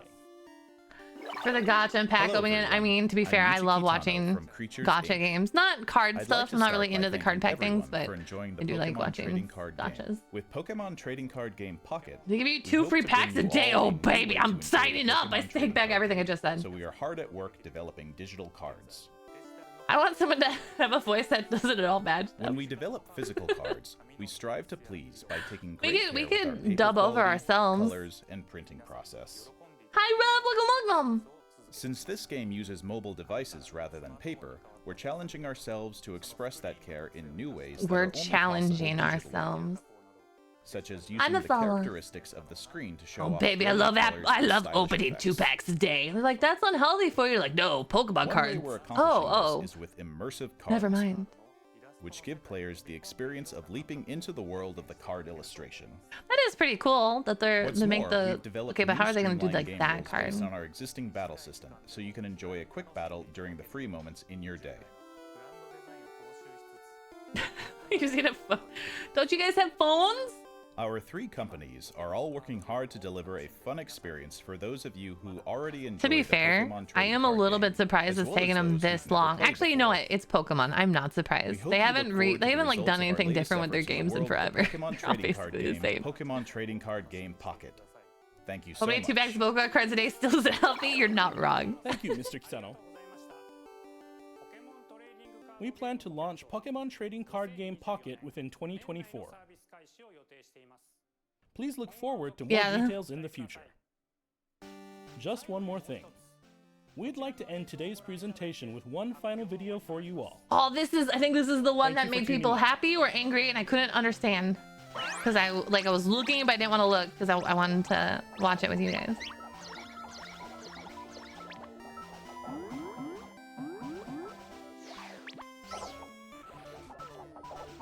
Bump, bump, bump, bump, bump, bump. Bump, bump. That's me on a Monday. Me, right? It's just, yep. That's Pokemon. The unknowns. Yeah, me too. I was like, it's me on a Monday. Game Freak. Confident, not actual gameplay footage. Okay, good to know. Urban redevelopment plan. Flop City. Vision of beautiful coexistence between people and Pokemon.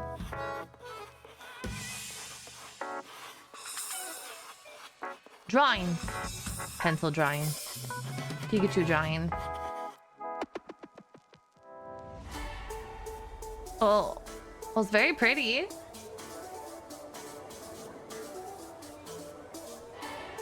Oh no, Pikachu doesn't have eyeballs anymore.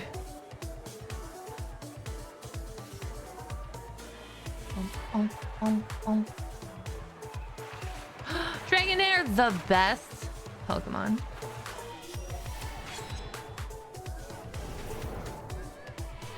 Are we in the dream world in Honkai again?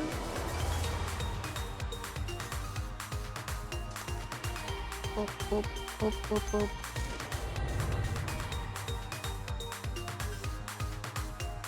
I don't feel like Paris looks like this.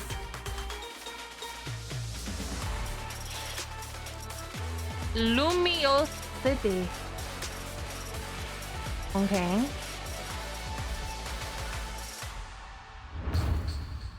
Pokemon Legends. Z. I'm really sad. This tells me nothing. I don't know enough about Pokemon to know if I should be upset or happy about it. What is Pokemon Legends?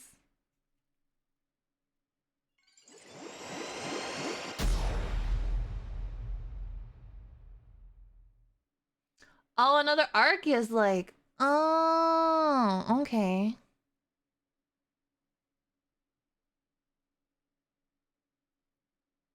So are we happy about this or are we upset about this?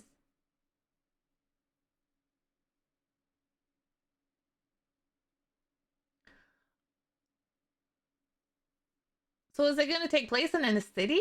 Is it just like you wander in a city the whole time catching Pokemon, you think? Like an Arceus, but with like... Why don't you think anybody's happy about it? I don't know. So it's gonna be Legends Arceus, but in a city instead. I didn't mind Legend Arceus, but I didn't finish it, so maybe that says something. Sorry, my foot itches. I got itches. Pokemon X and Y never got a third game, so we're finally getting more lore. Ooh. Maybe they're gonna be like Pal World now, and they're gonna make it really big, right? Because Pal World should make Nintendo feel like they have to do something different, right? Right. Okay.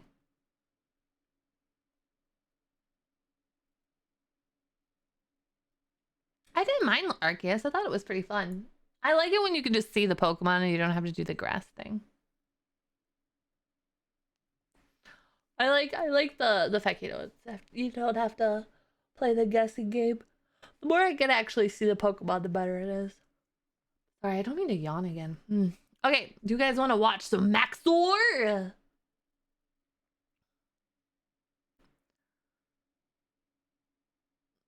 New Pokemon Legends Z and Pokemon. I sort of want to click on this guy's thing quick. I want to see how he reacts though. Hang on. All right, Austin, I know you're sick, but it's your first video of 2024. Yeah, I want to see sure how he reacts. Make sure you don't say 2023, okay? It's a number 4 at the end. We'll use him to gauge how we feel. 4 at the end, not 3. Okay, here we go. What's going on, everyone? Austin John, please here. And today okay, boop. X and Y? This is X and Y. That's our Furfuro. Those are Flabubbas. We had the Pyroars before. Oh, he's looking excited. Yeah, there's the giant Eiffel Tower looking thing. Okay, he knows what are a you lot doing about with X and Pokemon. Y? I don't. Are we getting Pokemon Z finally? A Nintendo stop tuber? guessing Okay. things now. I just want to see it. What's the new Pokemon X and Y?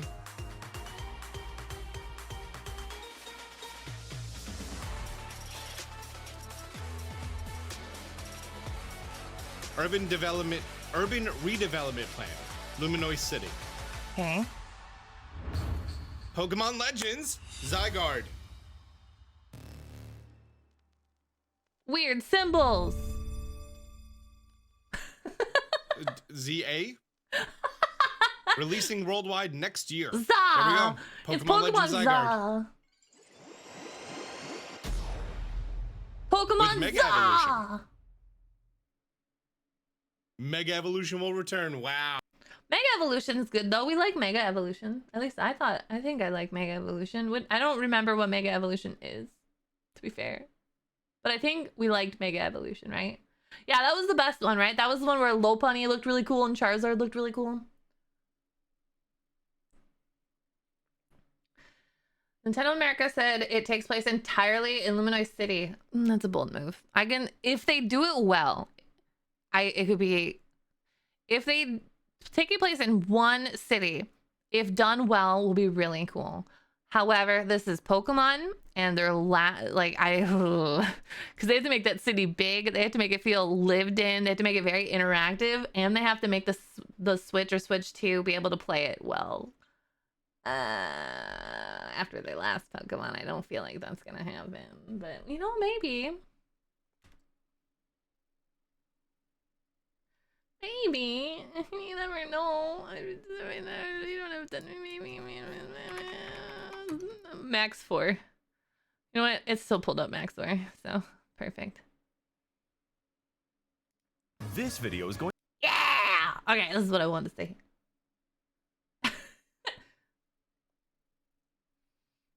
Patty. We're gonna be Patty.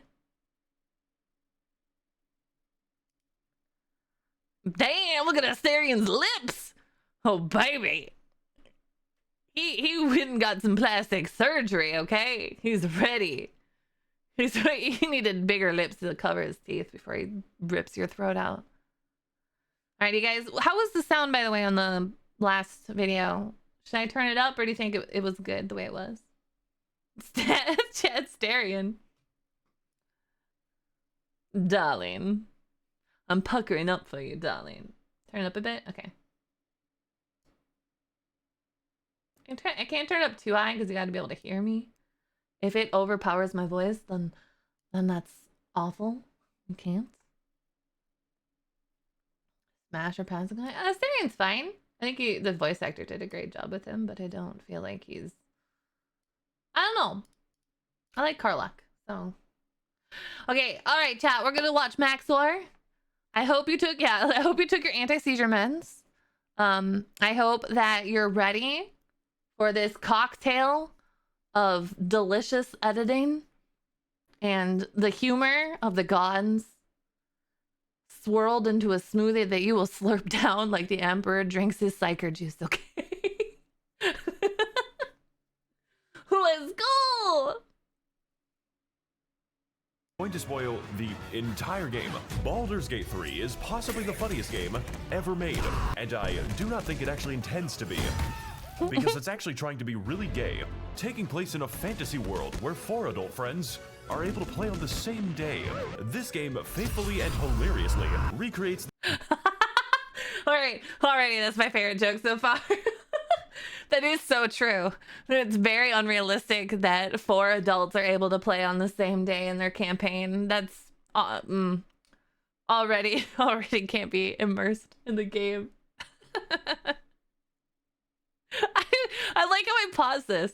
I detect a trace amount of piss in the public pool. Turn purple and foam at the mouth. I scream as a lifeguard ejects me with the piss antidote. What the fuck? The D&D experience, all the way down to watching your friends paint the entire ground of their camp with your combustible blood, which turns out can act as the fuse for a bomb. Hell yeah, it could. is just the beginning of the absolute insanity that this game has to offer. Because in the world of Baldur's Gate, anything is possible, and everything is determined via dice roll. And yes, that does determine whether or not you're going to be transformed into cats 4 turns before the building explodes. I think this is the best game ever made, and I'm not even exaggerating. But before beginning our amazing adventures, we have to choose our characters very carefully. We've got Astarion, the Dark Urge, Squid Game Huggy Wuggy, all the customization you can think of for my human male fighter. But today, we're going to be playing as Ongyat Rizking, a they-them wild magic sorcerer with absolutely unnatural charisma. Charisma so powerful that I convinced a boss to kill his minions, to kill his dog, to kill himself, then convinced him to join me against the forces of Satan 30 hours after I sent him to hell. Coincidentally, Ongyat Rizking is not a smart man. My playthrough was classified as morally ambiguous because I usually did the right thing very badly. You're probably wondering right about now, Maxor, why are you speaking to a sentient rat?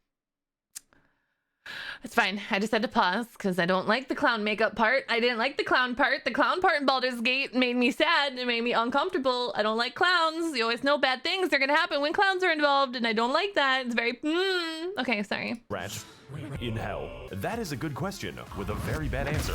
I thought it would be really funny to sell my soul to Lucifer and then break into his house, kill his incubus that he uses to have sex with himself, steal my soul back along with everything worth money, which is the real reason that I'm here. Make a break for it, gotta loot everything. Get caught and be forced to kill Satan, who, by the way, has 666 HP and sings about how he's going to kill you like a Disney villain. Was this the ethical course of action? That is my favorite fight I think in the game. But in retrospect, I did not think I would get caught. So, on top of his immaculate riz and dubious ethical success, the most important detail of Ongyat Rizking is that he is a wild magic sorcerer, which is definitely a class to choose. Imagine for a moment that you and your 20 allies are trying to push past a narrow corridor when me and the fellas cast a swarm of bees, black tentacles, and a goopy fart cloud which kills your entire team before you are able to see anything. I call this strategy the fucked up hentai. Now, if that was to tentacles happen, you would theoretically accuse me of a lot of bullshit, to which I would respond with, yes, officer, I did just disintegrate that child. And what's more, I have committed crimes you can't even charge me for.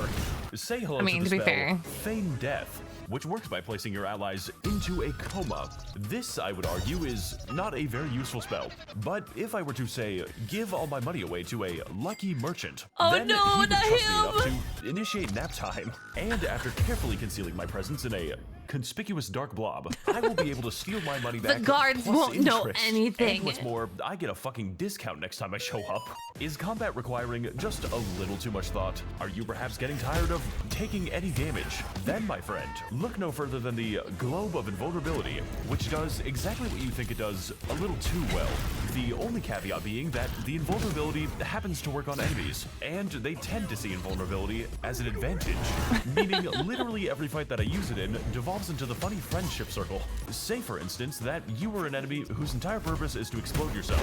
If you happen to wander into the Orb of Comedy, you would be forced to unsuccessfully activate your bomb vest 20 times in a row, hoping and praying for a death that I cannot provide you. Honestly, if you're creative enough, you don't even have to play most combat encounters. I once fought a boss that began every fight by instantly killing me. Now, most normal people in this situation would reload the game, try some other quests, literally anything that uses your brain. But I am not normal people. I'm autistic. How else do you think this video gets made? The neurotypicals couldn't do this shit. So instead, we are going to cleverly sneak up on him with my entire party, then cast Fear on him, forcing the man to flee while me and the fellas beat him to death with hammers. Another time, I was stuck in a difficult combat encounter with a invincible doom spider. Oh, I don't like At him. which point, I transformed him into a more reasonable animal and forgot about him for the rest of the fight. Of course, magic doesn't always have to be used for combat or stealing. Sometimes it can be used for productive things, like remote detonation. Imagine for a moment I love that you the were tasked with explosions solving in a murder Baldur's because Gate. the elephant police are being racist. Not So against OP. non-elephants, mind you, just immigrants. My guy is a reactionary rant soda. You would be able to quickly resolve this situation by performing necromancy and asking the murder victim who killed them. Alternatively, if I wanted to say That's kill what I everyone in did. the goblin camp without conventional straight to methods, the source, I could baby. simply cast Speak with Animals and gently convince the local spiders to begin an arachnid race war. I did that as well, and that was that was probably my favorite part of Act 1. I loved they're like, get into the spider bit with you. And then I talked to the spiders and I was like, hey spiders, let's be buddies. You wanna be friends? And they're like, yeah, let's go murder everybody else. I was like, yeah, let's go do that. That's what a good person would do. Yeah, but then my problem is when I play video games like that, I get immediately attached to any animal, whether it be a giant fuzzy spider or not. And so I was super, super attached to giant fuzzy spiders, which were my liberators, and we became friends. And so I like defended them with my life. Like one of my party members, like Asteria, would be absolutely getting shanked. I'd be like, I could save you, or I should save the giant fucking spider that I absolutely love now. Sorry, Asterian. Goodbye. Hello, spider. Yeah, it was so good. In fact, you can use this on any animal in the game, including threatening rats into revealing their cheese location, or the cat that narrates like a noir detective. Although I do think it is very strange that I don't have to cast it before speaking to gnomes. But honestly, out of all the magical items you can obtain in this game, my favorite was definitely the Gamer Sups energy drinks, because it gives my character enough Oh my energy god, to I leap love the 50 feet Gamer through the Subs air energy and drinks. Take extra But actions mine per were the turn. advanced It, GG will energy mail drinks, to you with know? this It's cool so alchemy weird how powder they're so like you can differently save on branded. gold Like, and oh, craft it into useful consumables. They're so Gamer Subs good. has Gave me all so kinds much of cool spells, energy. like Grandpa's Ashes, Guacamole Gamer Part 9000, and my personal favorite, Lean. These are actual flavor names. We're also working on getting you guys an official Maxor cup. This is not the official Maxor cup. I would put boobs on it. But if you want other cups with boobs on them, you can find the shop for them here in Description Alley, right next to the subscribe store. And use code Maxor for 10% off all spells. I am not responsible for what comes after. so many explosions. Wizard Baltimore. Ooh. Dude, this car kicks ass, and I can watch Madagascar while I'm driving. Jesus fucking Christ. Just saw a wizarding duel outside Walgreens. One wizard cast a bullet at the other and stole his magical herbs. Turns out Gale wasn't actually a crip. Or maybe now he is. Wizarding life truly is amazing out here in Pennsylvania. Because when you join the Wild Magic Gang, you aren't just making a character. Wild Magic You're making Gang. a mistake. Wild Magic Sorcerers have a random chance to select an effect from a list of 100. Hell yeah, that's As the long best as you part install the about mod being a that has wild magic sorcerer. Every spell my character cast was a guarantee that something will happen. Yeah, it's a and whether or guarantee not for I wanted chaos that and to a happen party. is It's like a different party story and a half. entirely. Consider the scenario that you and your heroic part. Mod makes it way better. Oh, so I never did wild magic sorcerer. I did the dragon blooded sorcerer, which would clearly be a surprise to everybody because I mean I know you. Anyways, so it's 20 for wild magic, but the mod makes it 100. Maxor has the mod. Hell yeah, he does, because it's got to be like D&D. D&D has 100, damn it. We need 100.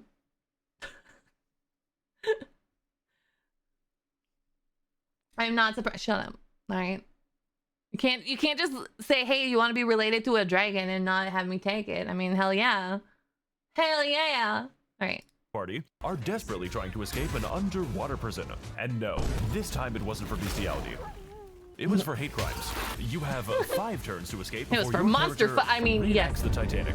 This is when you make the critical mistake of casting a spell, which triggers the random effect of lock all doors, magically transforming this exploding prison into an exploding coffin. That is a reload. Or how about the time that I was tasked with holding onto a torch under penalty of death, whereupon the game decided that it would be really funny if I was banished to another dimension, because it would be even funnier if I happened to reload the game and immediately get petrified. Okay, that is look, amazing. I am exaggerating a little bit here. After all, the chances of you transforming into an ovine on your 3rd try would be pretty low. Of course, wild magic doesn't always have to ruin the game. Sometimes it can do really helpful things, like permanently inflict my character with the clown curse, which is, by every metric, an objective upgrade. I had an emotional cutscene after I got this, and I'm sure it made everyone feel better. Here we have the fight with the giant robot, where that'd be the worst. That'd be a game over. Myself into a cheese wheel. This gives us all kinds of new abilities, like cheesy smell, which would be really good if the robots could smell. Now, due to the obvious limitations of my class, Baldur's Gate 3 provides a myriad of options for customization, leveling, and companions, who, by the way, can be respec'd into any other class, making strategies like the 4-man gambling squad and Jurassic Park completely possible, but not exactly viable. Personally, I find it completely bullshit that I do not get an intimidation bonus for walking into the bank with 3 fucking velociraptors. Like, do you see this very often? So, to get at the true heart of the Baldur's Gate 3 experience, we have to make some friends, and eventually have sex with most of them. Honestly, it's pretty easy to forget that this game has combat. Personally, though, I didn't get with any of them. Mostly because I can't show it, but also because I was interested in a more acquired taste. Yeah, that's the right, tentacles, baby! Oh, yeah. I always dreamed of touching Eat those my brain, baby. as I played his clarinet. Also, if you don't have sex with anyone human, the camp skeleton just insults you for having no bitches. And thus thou art alone. And thus thou art maidenless. Just as you were in Elden Ring. Shadowheart, more affectionately referred to as Shart, is a cleric of Shar that I spent the entire game gaslighting into a religious fundamentalist. Then, as soon as that became slightly inconvenient, beat her to death with my entire party so badly that I could not revive the body for round 2. Now, Shadowheart could have survived if I actually trusted her, but unfortunately, she is a white woman. And I don't trust those. Gale is an aggressively bisexual wizard with a nuclear bomb inside of his chest. And, it wants me to feed it boots. Now, Gale claims this is because of his relationship with an actual goddess, but I don't believe him. Not because that's completely insane, but because I've seen how Gale behaves around me. This motherfucker is gay. And since I've covered all this game's wacky and funny spells, I decided that I was going to respec Gale into a barbarian and give him a gun. This wizard may be out of spells, but he is not out of shells. Will is a daring and noble warlock who is constantly told what to do and treated like a dog by a demon girl. Yeah. So I don't understand why he doesn't enjoy that. This game's writing is unrealistic. Lae'zel is a Githyanki fighter who, within 3 seconds of speaking to her, made me decide that yes, I am going to do a racist character today.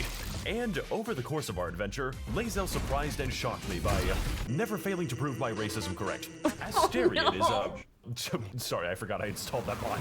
Asterion is a devilishly handsome rogue that specializes in giving enemies the devious backshots. This is mostly because Asterion happens to be a literal vampire, which becomes relevant when I sacrifice 7,000 children to him to create the ultimate life form. I promise the scene isn't gay. Unfortunately, this did basically nothing, as Asterion proceeded to walk down the hall and get his ass beat to death with hammers, because out of all the abilities our sacrifice could have given us, Asterion had graciously received the power to continue being useless. Though, to be fair to Asterion, no ultimate vampire twink is going to kill 5 full-blood Texans on their 5th Modelo. And Karlach is a very hot barbarian that I use throughout the game as a punching bag. One time, I mean, Karlach she's got sexy so as mad fuck. that she randomly destroyed every box in a 10-meter radius, repeatedly setting the entire party on fire until we fucking died. It was at this moment I decided that Karlach was going to be the one to disarm every trap in the game for me. Make sure to grab the treasures, Karlach. With our powers combined, we are the world's shittiest polycule. We're having so much fun without Shadowheart. So, I think you mean as Chart. the world's shittiest polycule, it naturally falls to Karlach us to is the combat best. forces She was of my Gage tank. Strain I did the and same thing. Stop the So I was like, if anybody's gonna survive, it's gonna be Karlach. Mostly by accident, because if there's one thing that motivates me more than protecting my potential investments, it is stealing from them. Yes, sir, it is certainly bad if the only bank in the city gets robbed. But Man, don't don't worry, rob it. I've conducted a thorough investigation in my camp, and I have found no evidence of wrongdoing. Quests in Baldur's Gate 3 are, for lack of a better term, fucking insane, both in their scope and in content. Mostly the content, with multiple contingencies for failure, partial success, or the classic unrestricted Japanese war crimes. Truly, the sky is the limit in Baldur's Gate, and the only thing preventing you from achieving your dreams are the consequences of your actions. If, for instance, you were to ride the Calamari Carousel, a future character will roast you for your crimes against God in front of your friends. Your choices matter in Baldur's Gate 3. One time, I decided to visit the circus so I could piss off the local genie so badly that he sends me to Jurassic Park. But that's not important right now. Exploring the non-insane part of the circus, we find ourselves enraptured by the performance of the clown. The only problem being that while investigating a series of murders by shapeshifters, I had already met Dribbles the Clown, and I was carrying his severed torso in my inventory. Safekeeping. So, of course, despite I knowing kept the his body parts as identity well. of It's my important. gang stalkers, I decided to send Astarion to the stage anyways, mainly because I thought it would be funny. And I was not disappointed. This guy should open a YouTube channel where he promotes an energy drink he intentionally poisons. Now, you're gonna want to be careful after doing this quest, because unbeknownst to you, one of your crewmates has been replaced by an imposter. And worst of all, I am kind of into this. Can you shapeshift yourself pregnant? So, whether you know it or not, you are going to be playing Among Us for the next 10 hours. And honestly, playing as the imposter is so much more fun, which is why, instead of stopping the killings, I decided that I was going to do them myself, and eventually join the blood cult by bathing in the blood of the racist elephant to bring about a new future of crimson despair.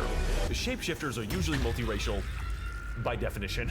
What I'm trying to say with these long anecdotes is that you never just go to the circus in this game, or God forbid, speak to a clown. Though you are watching this YouTube video, which is close. That is so true. I like self-roasting. Good job, Maxine.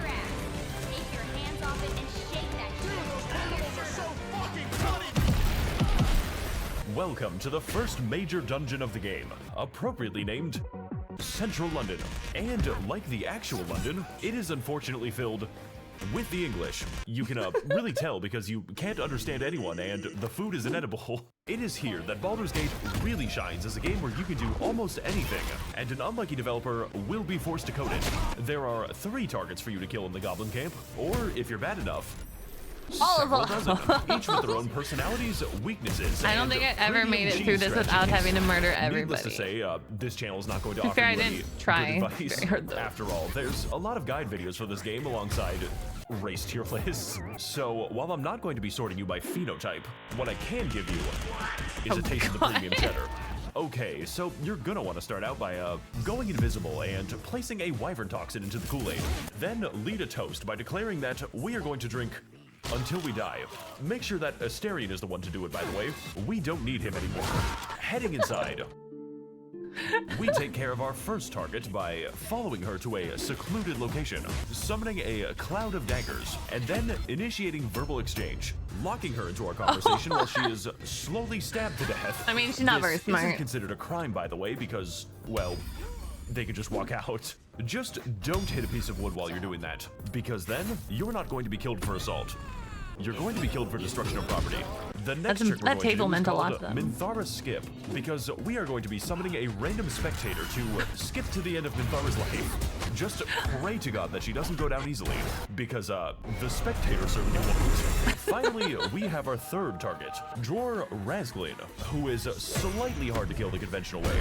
So instead of that, we're going to do something significantly harder. I know, really original strategy, Max. Animals are so fucking funny, they make me want to... Welcome to the Underdark, home of the spectator boss fight. Oh, Because, those sexy yes, eyeballs. In addition to having a giant underground area filled with interesting flora and fauna, Baldur's Gate 3 dares to ask the question of, what if people in the Underdark had a different skin color to me?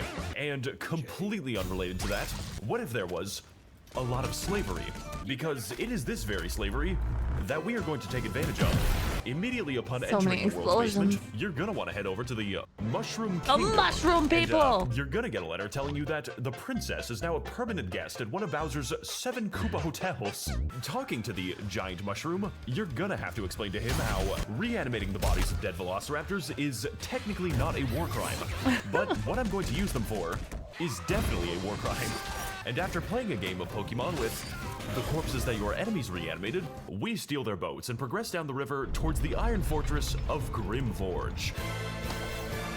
This place fucking sucks dick. I'm gonna kill myself. Welcome Don't to jump in the lava. home to many different kinds of people, whether they're enslaved or enslaving. You really only have 2 options here in the Grimforge. Eavesdropping in on the local Minecraft Let's Play. We overhear rumors of an ancient and powerful I love explosive, how his character which looks like an purchase my child asshole. labor at least 30 minutes of Roblox time. As he's doing all of And after this. gently ascertaining the location from their bodies, we carefully confiscate the nuclear weapon using a refined negotiation tactic where I lie to them. Now equipped with the most powerful bomb in the game, we are presented with a choice. We can either use this bomb to help the gnome slaves finally achieve their freedom, or we can use it to kill Dror Razglin. So, going back to the Goblin Camp, we discover through some experimentation that Dror Razglin doesn't actually die to the bomb that I just placed. So, into the hole you go, I guess. And that is how you quickly and efficiently speedrun the Goblin Camp. Make sure to subscribe Wow, it's for so more efficient. convenient time saves. Wow, Maxer should make more of these guys. What the fuck? Okay, so the point I'm trying to get across, really badly, is that this game is utterly massive, and it absolutely does not stop you from destroying it. Because in Baldur's Gate 3, every single mistake you can possibly make is going to come up again. And most of the time, it is in the form of racial conflict. For instance, do you want to be a good Samaritan and free the Deep Gnomes from their unjust imprisonment? Well, congratulations. You just happened to free the Deep Gnome clan's Grand Wizard. I hope you're ready for a race war in 20 hours.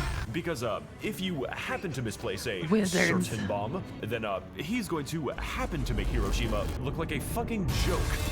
Personally, this kind of stuff is the funniest shit I've ever seen.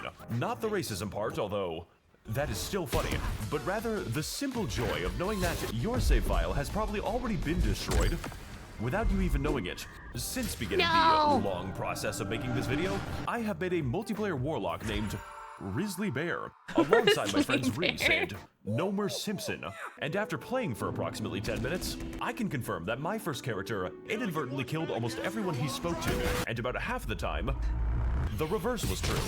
A good example of this is the time that I just so happened to water my character into a literal god, who then offered me a pivotal and important quest, prompting me to raise the reasonable inquiry that if she was a god, surely she would be able to kill anyone she wanted.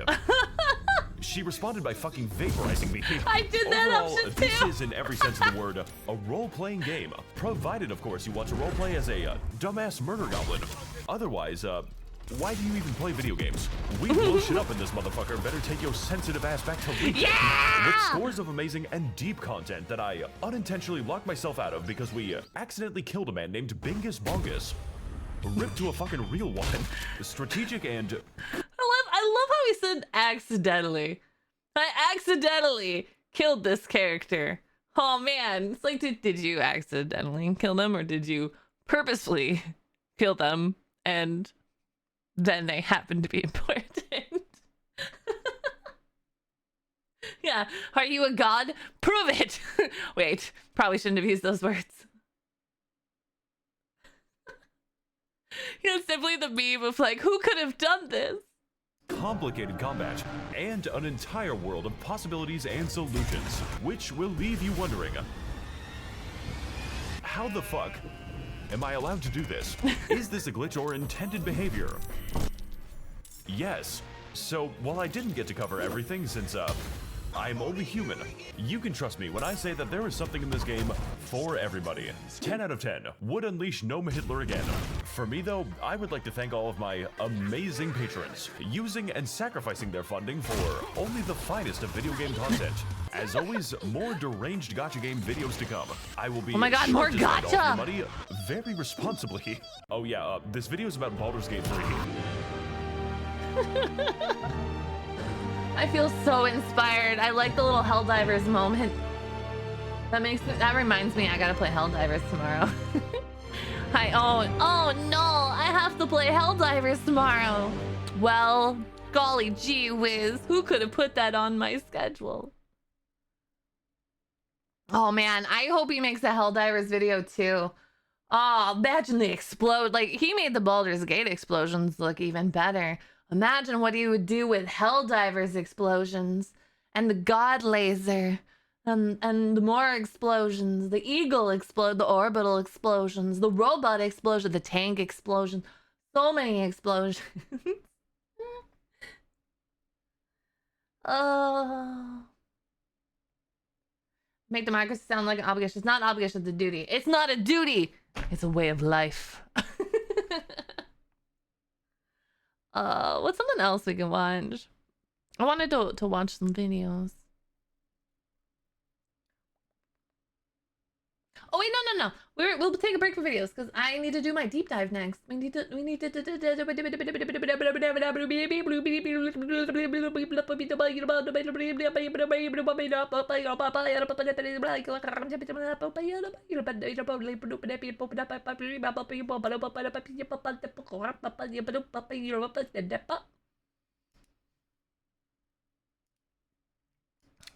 Okay, sorry. It was just, thank you for the hydrate. I was just bum. I already watched Let's Game It Out with the Pal World actually. Oh, I gotta stretch. I like how stretching shrinks me. Why does stretching shrink me? Don't shrink me. All right.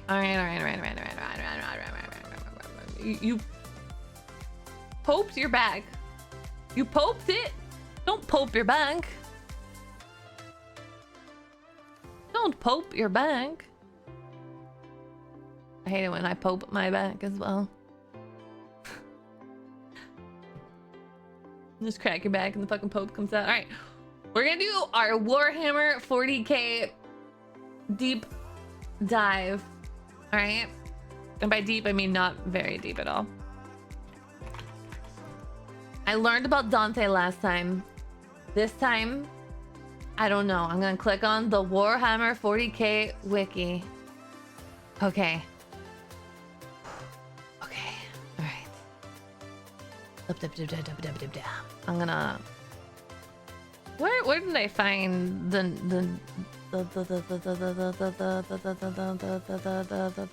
like list of random noms?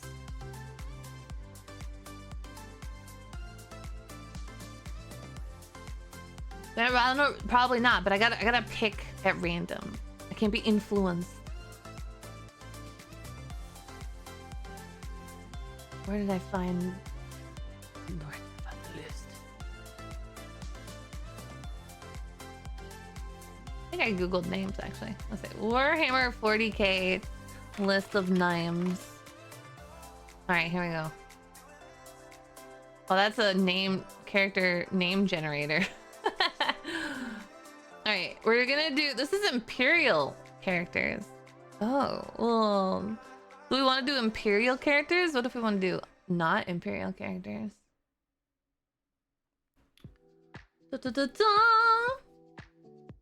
Hi, one. Check out if I want to deep dive 40k lore. I might look at some videos later. But what I did before, which I had a lot of fun, is I went on the wiki and I just picked a name at random. And then I read the stuff about them. I made the mistake of picking Dante last time. And I jokingly say mistake. I was thinking it'd be simple. Simple. It was not simple. All right. All right. Commissar Yarrick. Okay.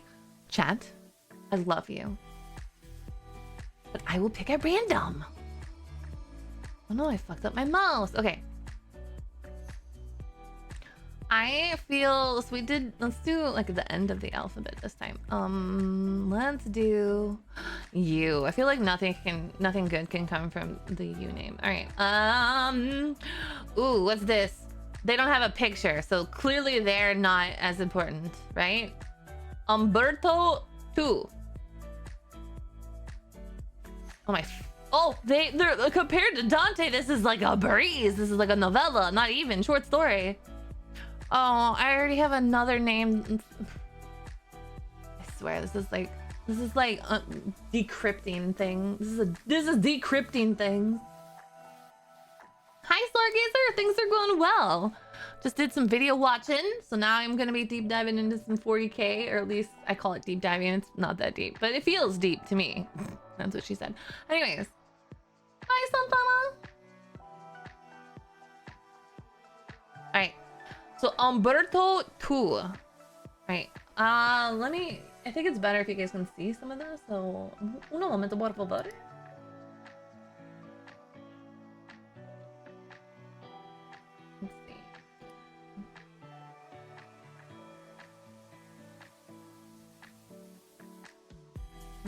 Let's see. Let me.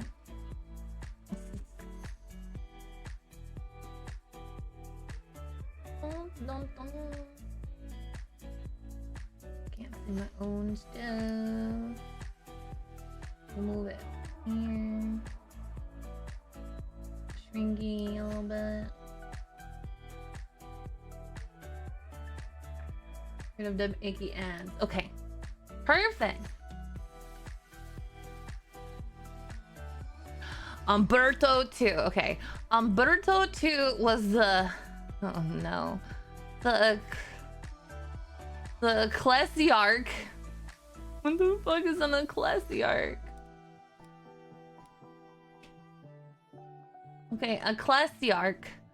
There can be but one emperor, one god, one savior, one deliverer. Without him, a billion souls are not but fodder for their ever-thirsting evils of the warp. Ecclesiarch. Yeah, I said it. Definitely said it the exact way I was supposed to say it. Hi, Ben. Welcome. Alright. They're a priest. Okay. It says, is a nominal high priest of the imperial cult and a chief administrator of the Adeptus Ministorum, elected for life by the Holy Synod, a gathering of the most prominent cardinals of the Imperium of Man.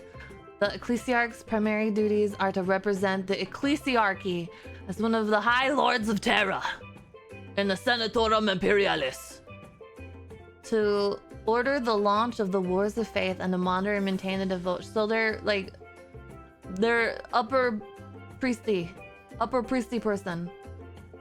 They rule, which is alarming. The whole priesty people, the priestydom, I'm calling them the priestydom. The priestydom rules over the imperial cult galaxy spanning priesty. It says priestly. That's close enough. Hierarchy from massive continent size. Ecclesiarch, you know what? They just like their ecclesi, whatever word, because they just keep adding. Look at how fucking long this word is. They have a palace? Oh, it's just like real religion. You like my music? Alright. Enough of that. Alright. So Umberto II was the priest of the Adeptus Ministorum. Cheer 200 ecclesiarchical. Ecclesiarchical. Exactly. Thank you for the biddies. Say Space Marine voice change every team. Space Marine. Also, hi, Cardin. Welcome, darling. Sorry, I was like enraptured by the Maxlore video. Under Umberto's leadership, the common faithful of the Imperium of Man rose up and took the fight back to the corrupt followers of the ruinous powers, standing shoulder to shoulder with their brothers and sisters in the Astra Militarum and the Space Marines. Okay, who are the ruinous powers? The Chaos Guards. Okay, that makes sense. Oh, okay, so it's just another name for the Chaos Gods, also called the Dark Gods, also called the Ruinous Powers. Okay, that's... I don't need to read more about that. All right. Plus, they could have said of the Chaos Gods, but they decided to be like, no. The Ruinous Powers. I wish I could do that. I'd be like, today I'm not Seelifel. Today you shall call me Her Highness, the Goddess of Elysium the Lost. Okay, I gotta add like a lot more to that, but make it feel the same. I love this is my favorite thing about 40k, by the way, are all of the names and the fanciness. Feels fancy. Old stuff feels fancy if used correctly, and 40k definitely does that. Ancient Terran scholars ascribed the near 2,000 standard years of uneasy peace between the 11th Black Crusade and the Gothic War largely to the legacy of Umberto II's efforts and wars of faith in the Segmentum Obscurus. Okay, what is the Segmentum Obscurus now? All right. I'm gonna guess it's an obscure segment of something. The Segmentum Obscurus, also known as the Segmentum Obscura, the region of Imperial space to the galactic north of Terra. This segmentum of the Imperium of Man is the home to the vast permanent warp storm and warp rift called the Eye of Terra. Oh, okay, yeah. It would make sense that it'd be obscure then if it's warpy. Okay, boom. Again, there's so many different names for the same thing.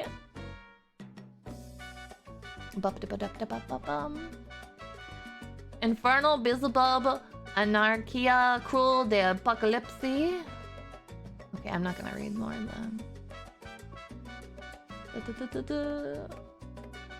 Saying corn a bunch, it's like Beetlejuice. Yeah, but they only give them 3 different names then, if that's the case. Then they're like Dark Gods, Old One, or whatever, Ruinous Powers. We should keep making more. No, we should treat it like a password. So you don't say corn, you say corn 1, and then corn 2, and then corn 3, and corn 4. And you just keep adding the numbers so it's different every time. Just like everyone does with their passwords.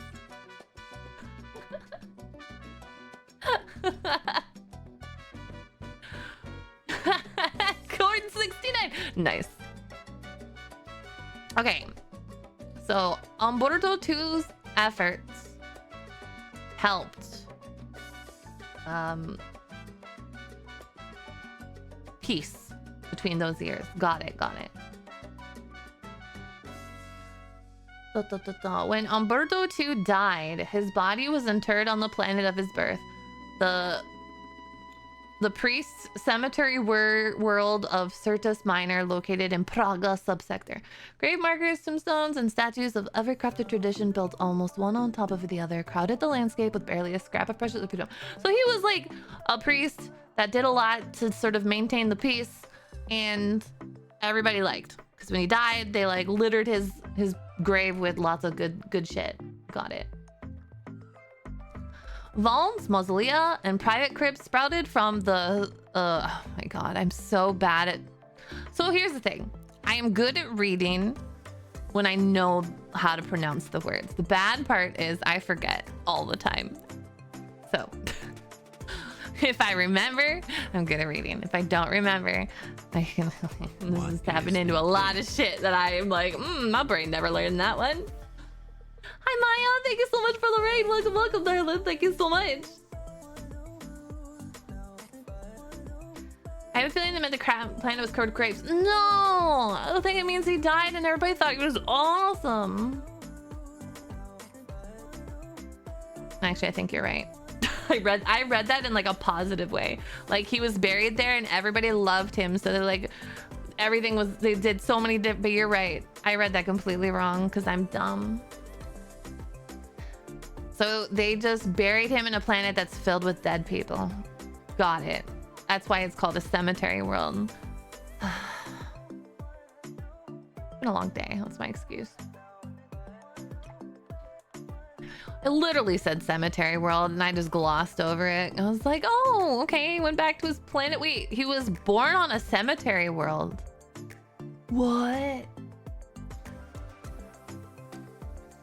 No words about it with that. Joke's on you. I never went to school. I'm an anime girl. I hope you had a good stream, Maya. Thank you so much for the raid. I'm trying to learn about Umberto too in 40k. I've chosen it random. He died on a he was born on a cemetery world?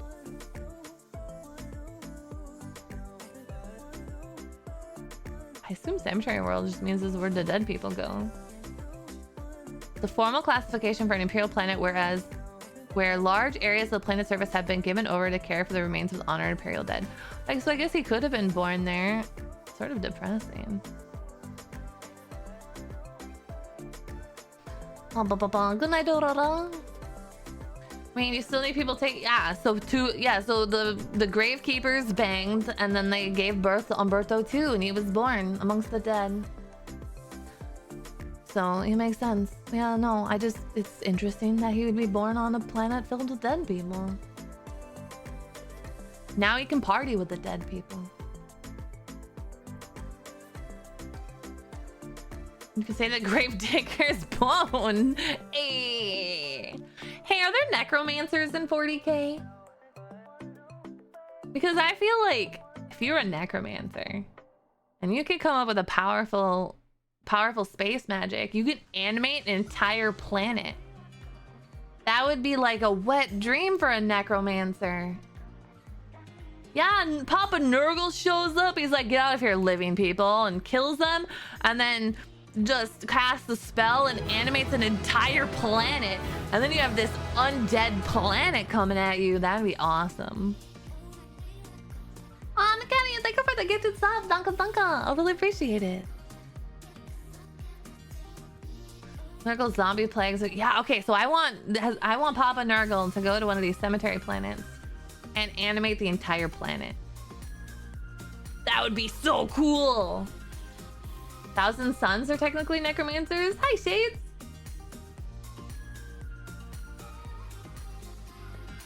Oh, I just read it wrong. Sorry, I'm distracted a little bit. No. Thanks, Panda. Like you were to get this up to Nakari, and I really appreciate it. Sorry, I said it wrong. What a waste of biomass for the Star Children. I mean, the desecration of the Emperor's holy death. I'm not saying that we should encourage this. I'm just saying it'd be really cool. Like, I sometimes like to tweet a bro. I know, Panda. I'm sorry. I appreciate you. I see it. I just read it wrong. You ever had that where you read something and your brain is reading it the right way, but your mouth is saying it the wrong way? That's how it was. That's technically encouragement. Okay, look. I'm just saying. If I sometimes like to read 40k stuff and then imagine this stuff like a movie, okay, or an anime, and it would be a really cool scene to have a giant planet under the effects of a necromantic spell, so like the whole planet becomes undead, you know. And there's space magic in 40k, and if I've learned anything about space magic, is anything can be made to work.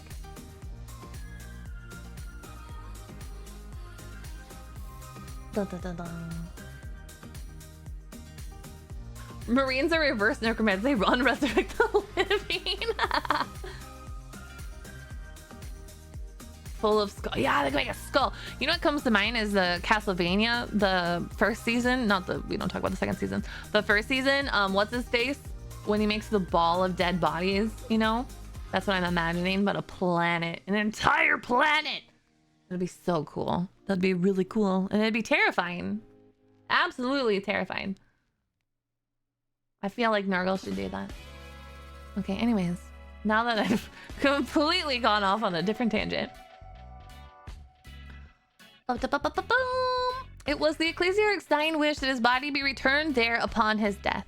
Such a prestigious burial ground was secured at a premium by the great and good of the Imperium.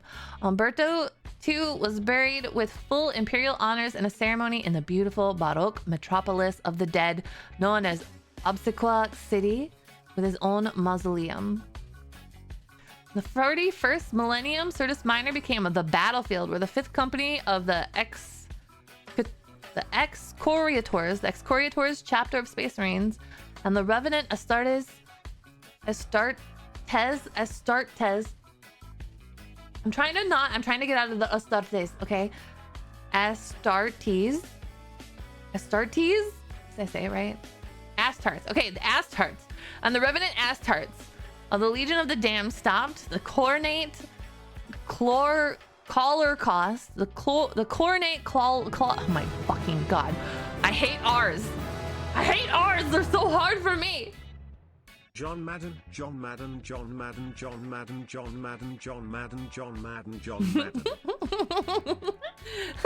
so much for the sub trail. Holy shit, 30 months. What's wrong with you? Thank you so much. All right. Is it Astartes or Astartes? Hold on.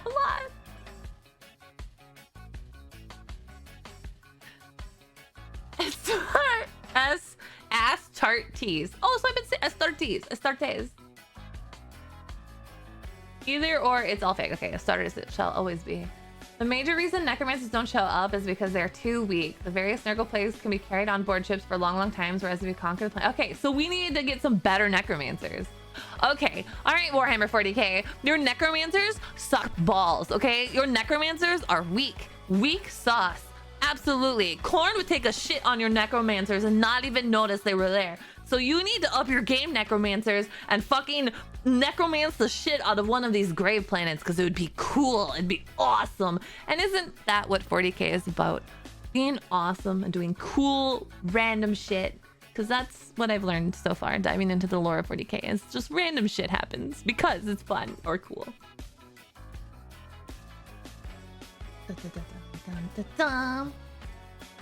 The Necrons are technically necromancers. Can they raise the den? Can they animate the skulls and bones of the pre-living or whatever? Because hell yeah, do an entire planet. The Emperor is sort of a necromancer. I'm just saying. Okay, then the Necron. I like the Necrons better than Nurgle anyway. Sure, Necrons, go to the cemetery planet and make raise a planet. Raise an undead planet. There's a whole legion of dead space marines, basically ghost zombies. They show up and burn shit with undead fire and then go away. I want the entire planet to be undead. I want the whole planet to turn into like an undead planet, a living undead planet. And I want that planet to devour other planets. I want that. I want that visualization of one, like the cemetery world, which has been reanimated by some powerful force, slowly approaching another planet, and everyone on the planet is like, oh my god, and then when the planets collide, yeah, the undead planet just slowly consumes the other planet. That'd be so cool. That'd be fucking sick. I want that. That's so cool.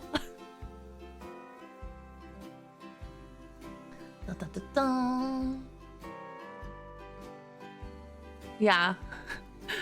Raising a single undead, I sleep. Raising an entire undead planet to consume other planets, real shit. They're all just Ghost Rider Marines. Are we still on this? Are those the, what are they called? Legionnaire of the Damned? Or they're just like on fire.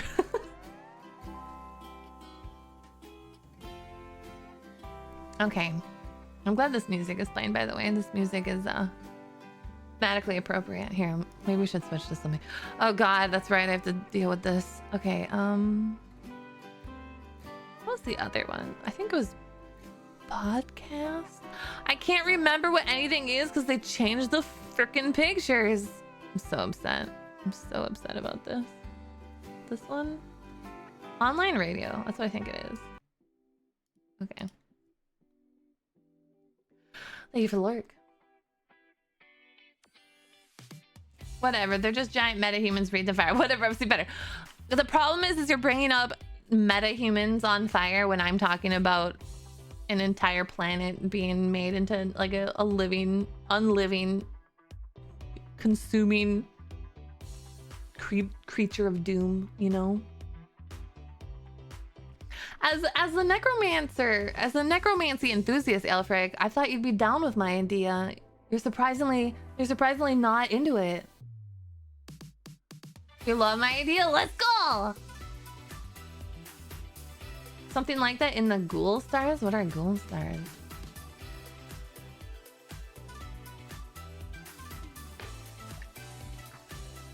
Ghoul stars a bunch of places. People are too scared to go. Weird shit happen. Yeah. That's gonna be in my head then. In a ghoul star is where undead planets roam. And the space sharks help. The space sharks have seen it. Mortarian's home planet was full of necromancers before he killed them all. Yeah, but you see, this is the thing. You're saying the planet was filled with necromancers. I need the planet itself. You know what I mean? Okay, I gotta get off my idea now. I'm just I'm easily excited, and like part of me now wants to like write up some sort of world now that has that as a real thing. And draw it like a very gothic style. Okay. Now it's just Umberto II Memorial Mausoleum. Oh, let's just talk about the mausoleum now. I like how they're like, all right, yeah, we talked about Umberto II, enough about him. Let's talk about the place he was buried now. Syrtis Minor's surface was a vision of towers, steeples, and spires, stained glass and rockcrete, dark with age, thrusted forth towards the heavens with reverent majesty. With nearly every square meter of dirt on Syrtis Minor devoted to the dead, even the capital city, the center of the world's administration, was considered an extravagance. See, this world would be perfect for making an undead planet. Like a tiny ecclesiastical hive city, Obsequious City comprised basilicas and cathedrals that were built tall and tight. The narrow alleys and passages were steep and cobbled, leading up to the crowning monument, the heart of the city. Nestled at the heart of the devotional architecture and adorning the metropolis-like crown was the enormous roof dome of the sacred vault that dominated the city skyline, the largest and tallest building.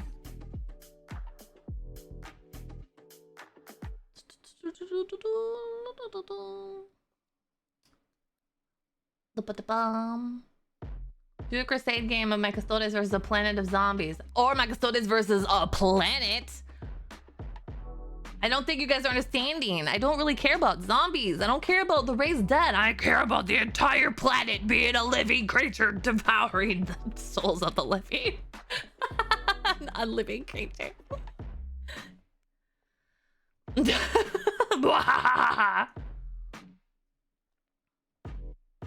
I'm thinking the theme.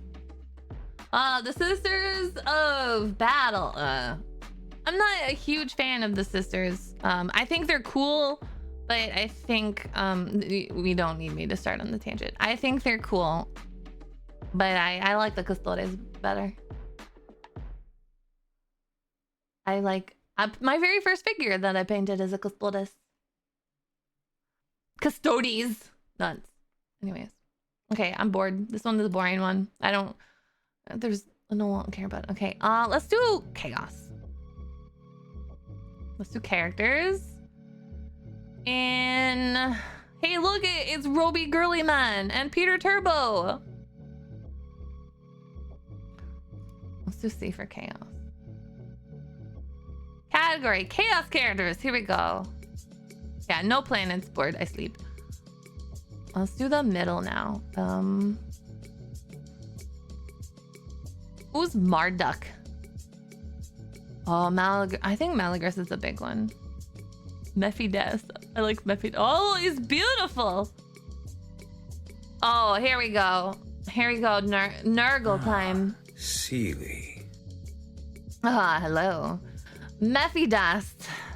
Mephidas is the demon prince of Nurgle, also known as Mephidas the Plague Reaver. He proudly bears the title of Artisan of 1,000 Plagues and usually commands a powerful Chaos Warband composed of Plague Marines, Demons of Nurgle, and Chaos Cultists of the Plague God. Mephidas calls Jericho Reach home and is currently seeking a way to disrupt the operations of the advancing Imperial Achilles Crusade in the sector. Fabius Bile, he is fabulous. Look at him. He is a special specimen. Look at that face. Look, he's reading. He's very literate. And he's clearly reading about wonderful things. The artist did a very good job of drawing his skin being slightly translucent. It makes me a little uncomfortable. Bye, kitten. Pain and Custodes, the Custodes combat troll. That's so many. Yeah, he knows what the ladies. Yeah, look at it. You can just. What do I think he's reading? Well, there's a skull on it. And an eye. There's an eye behind a skull. So maybe he's reading about the Imperium. He's studying up his enemies. Either that or it's like he's pretending to be studying, but he's actually looking at a hentai. Like he's actually looking at like porn or something. Yeah, literally cookbook. Yeah, he's looking at a cookbook, sure. Yeah.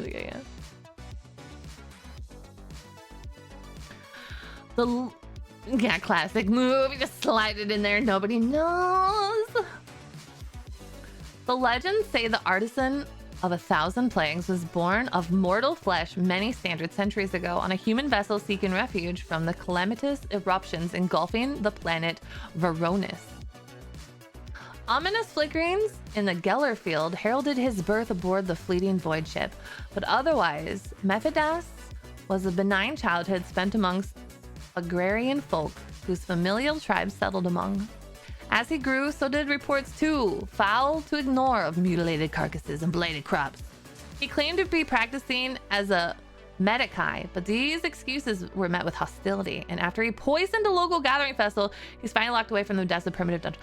I like how he had apparently a normal childhood and then was drinking the Papa Nurgle juice early on. I not only studied his herbology.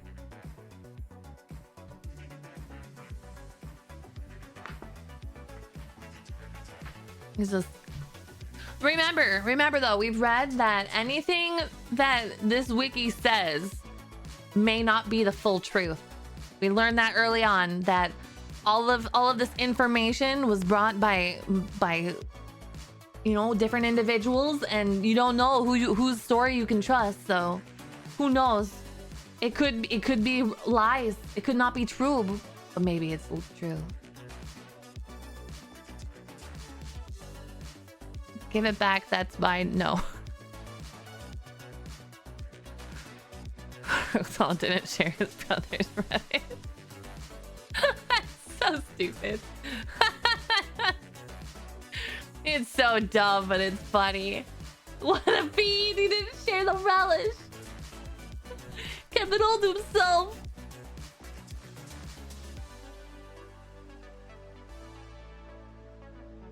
I think the wiki for Sir Water Spirit is the goddess of zombie planet.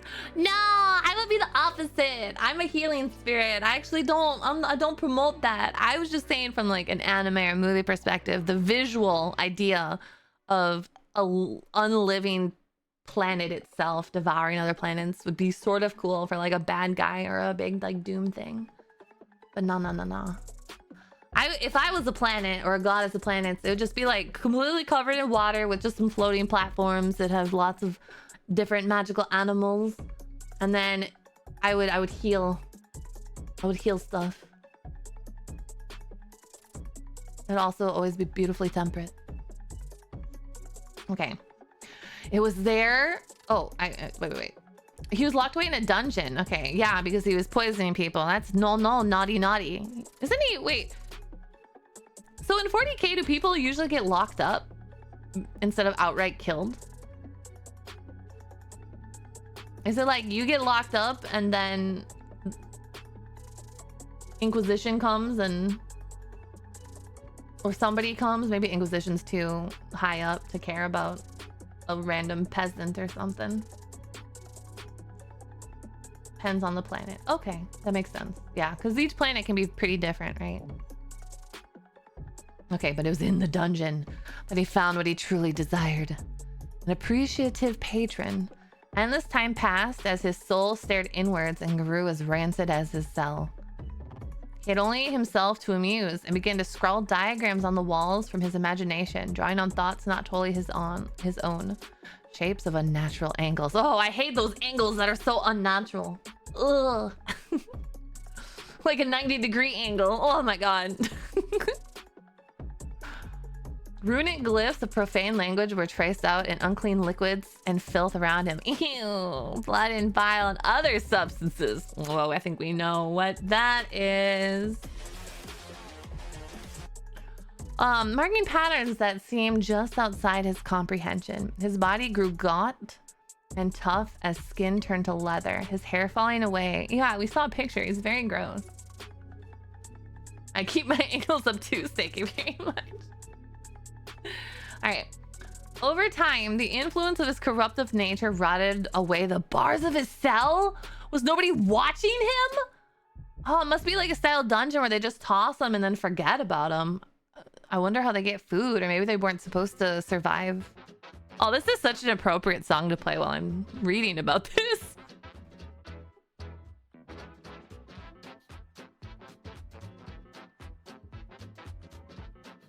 Okay. The food shoot, yeah, just throw a loaf of bread down. He was free to contaminate and blight the land at will, and he said doing so gleefully. So he busted out of his dungeon because his aura was enough to rust the cell. That's bad body odor, basically. His body odor was so bad it destroyed the area around him.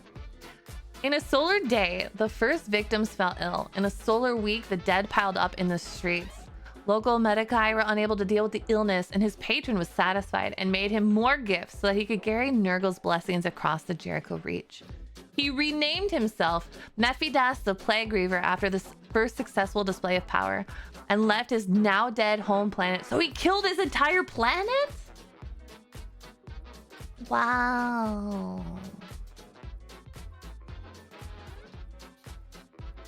He probably played League of Legends to get that toxic. Oh, wow. So Mephidas had no need for conquest. Spreading the influence of Nurgle was his goal. He nurtured infestations of ravenous insects and created scores of plague zombies within huddled hive masses. He even lured a particularly critical Adeptus Ministorum preacher to his doom in a taunting ambush where his flesh was made unclean and rendered down into new blight grenades. What's a blight? Do I want to know what a blight grenade is? Oh my. A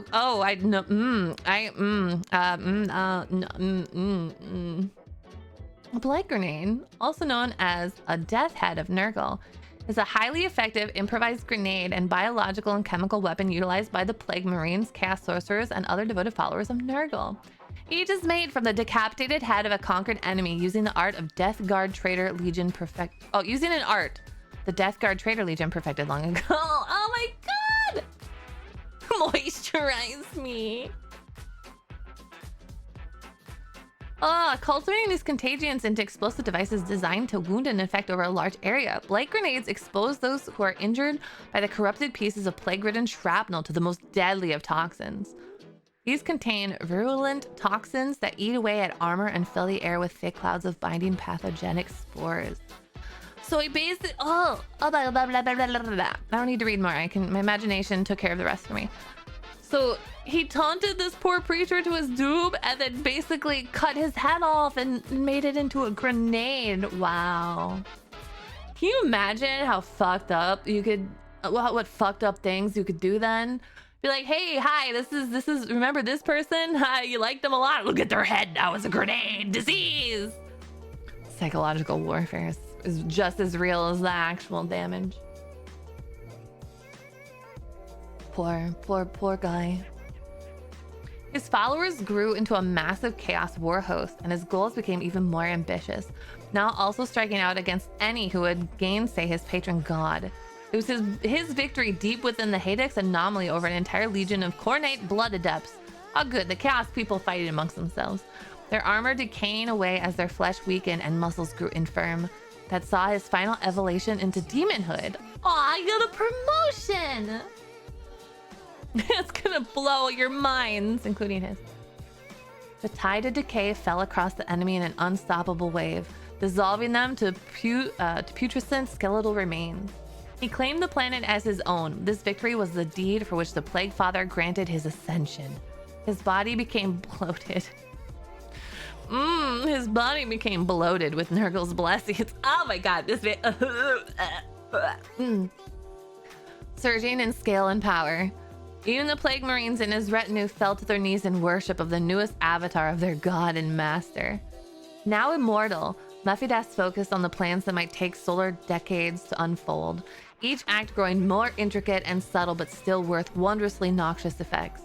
He has grand plans for the Jericho Reach, and the Achilles Crusade has begun to interfere with them. He is clever and patient, but his temperament is growing shorter as the time spent quenching this invasion by the servants of the Corpse Emperor reduces the time for him to achieve his true goals. This is surprisingly like, okay, not to bash the Imperium stuff, because I know the Imperium has a lot of like their high Gothic vocabulary and stuff, but this was one of the better written Wikipedia or wiki articles. Whoever wrote this did a very good job. The bad guys have always been fun. Yeah, it had less like confusing shit in it, and it was more like, oh yes, this makes sense. But yeah, the bad guys. Thank you for the switch and the hydrate.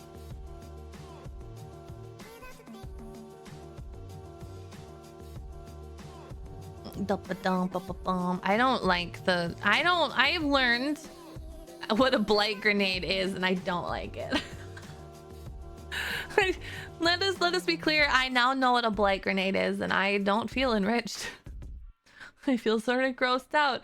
And then the whole description of Nurgle's blessing bloating his body. No, Papa Nurgle, no. Hello, cool, awesome dude. Unless something's really, really messed up? Probably not. Blow me, daddy! Ah! No! I don't want no! Also, if you guys can hear like crunching in the background, let me know and I'll tell my dog to stop doing that. You're so glad of learning the glories of Grand Gunnar Nurgdad. No!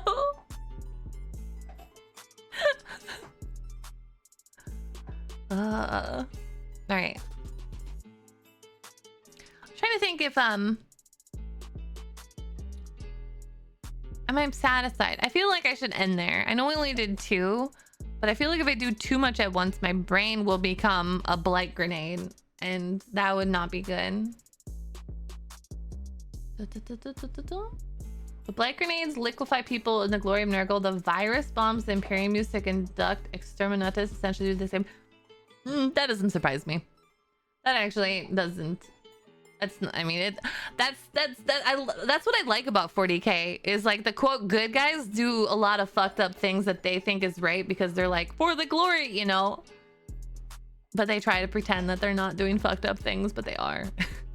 It's just like how they think that a lot of what is it, like changes to the body are like heretical, but yet they do changes to the body. Oh, but this change is okay, but the other change is not, you know. Snake Adam, thank you for the follow. Bunka. They don't use them as much because they realize maybe turning a whole planet into goo with viruses might make Nurgle more powerful. Who would have thought? That's crazy. All right, hang on. My dog is being a naughty boy. 1 second. Zareth, come here. Come here, buddy.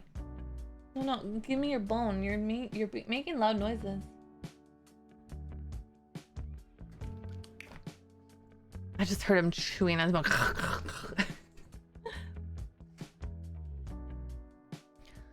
Hum, bum, bum, ba-dum, bum. Are there any games coming out that you guys are excited about? Oh, didn't that Pacific Drive game come out today? Or was it yesterday? It was called Pacific Drive, right?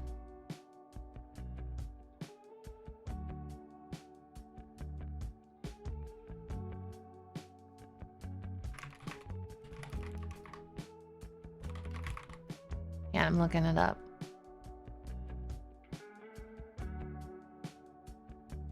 Waiting for March releases. What comes out in March? What comes out in March? Oh, I will say, speaking of Honkai, so I'm not sure if I want to roll on Sparkle or not. There's a part of me that wants to roll on her because I really like her design and everything.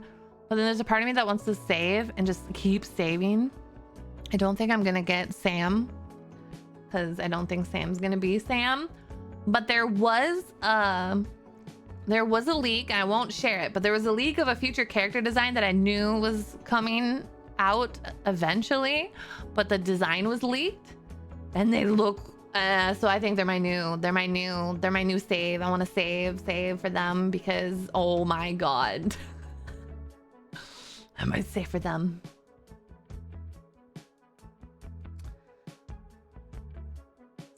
5 Skyrim Ultimate Hyper Turbo Edition. Oh my god! Who's on the other banner? Sparkle and Jing Yuan, I believe. I do because yeah, I'm tempted to roll on Sparkle. She's really good for Dawn and Bibbidi Bobbidi Looney, and she's also really good for Jing Yuan. I haven't heard her being optimal for Jing Liu, but I did hear because Bronya is better for Jing Liu and Blade than Sparkle will be. That's what I've heard so far. But I heard Jing Yuan. What patch were they? They don't know what patch that this character might come out. But I'm excited because they look nice. They're not a robot, but they are as close as I'll probably get. Dragons, Dogma 2, and technically Ender Magnolia, but that's early access. Oh yeah, I'm not gonna do the early access. Funny thing, someone sent a friend request, but their friends list is full, so I don't know why they did it. You know what? This is my PSA. PSA for Discord, everybody. All right? Set your settings to not let people message you unless they're your friend, okay? If you're on big servers, set that server settings that people on that server cannot privately message you unless they're your friend. And then, don't accept friend requests from people you don't know. And if somebody sends you a link all of a sudden that you know and is your friend, but it's weird and out of nowhere, don't click the link. Talk to your friend a bit and be like, hey, is this legit? Or you know, because I've also seen people accidentally click on links because their friends get hacked. And their friend's like, man, I found this really cool site. You should totally click on it. And it's like, what? You meant in Honkai. I was thinking of Discord because of the conversation earlier today. Crimson, they're trying to get into the cult. Happened to you on Steam? Yeah. But how else will you meet hot single graphic artists who want to design? I know, designing beautiful art just for you. Okay, I want to check out this Pacific Drive. I showed it. Release date trailer. Let's watch the release date trailer. I was curious about what it was.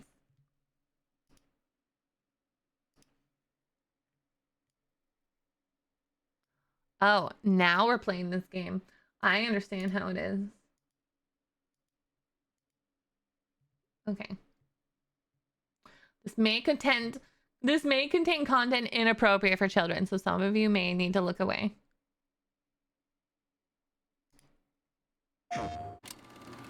The Olympic Peninsula, the crown jewel of the Pacific Northwest. Wow. Its unmatched views and quiet solitude offer everything you need in the most beautiful place on Earth.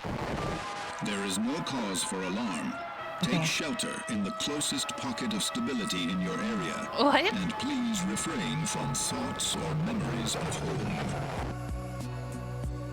The chain of events were in plain sight. Strange accidents leading to the government's claim of eminent domain and subsequent seizure of the peninsula. It looks like something went wrong. Of 100,000 people, and the attempt, an abject failure. at containing the rumors that spread like wildfire. Chart the zone. It was hours before Arthur came to extract us. Some zone secrets are best left secret. I don't feel like that's... Oh, that's creepy. 7. I don't even look up at the sky anymore. 6. Was she a myth, martyr, or monster? 5. Nothing had more potential than limb technology. 4. And look what it did to the Olympic Peninsula. 3, 2, 1. Oh, I don't like it when I don't like the dead bodies part. I have the distinct honor to introduce to you Oh, I don't like the body parts. a new scientific frontier with a raw power. The potential is limitless. They probably are zombies. We welcome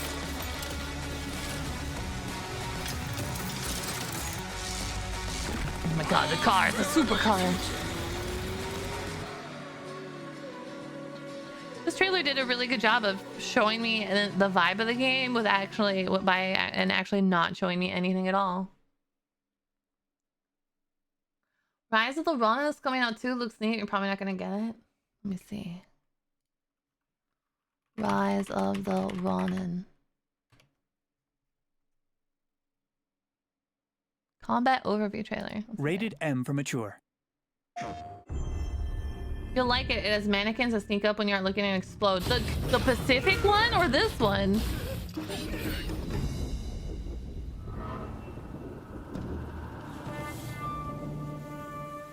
Combat.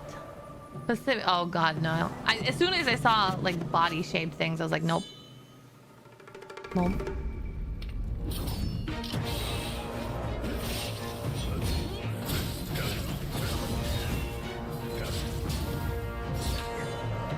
What fucking graphic setting? This is... Okay, this is just... Okay. You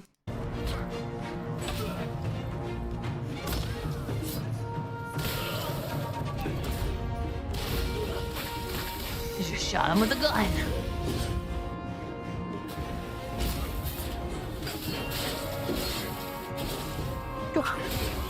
A spear.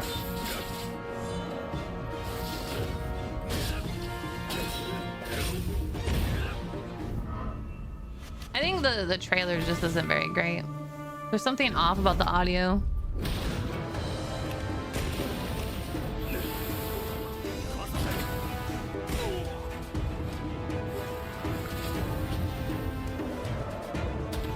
So sneaky.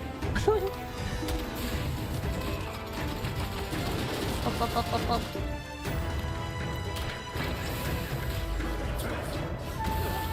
Ancient samurai flamethrower.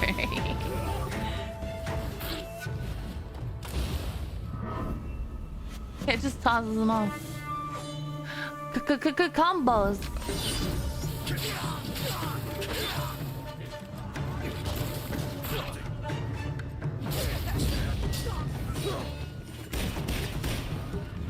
Power of gun.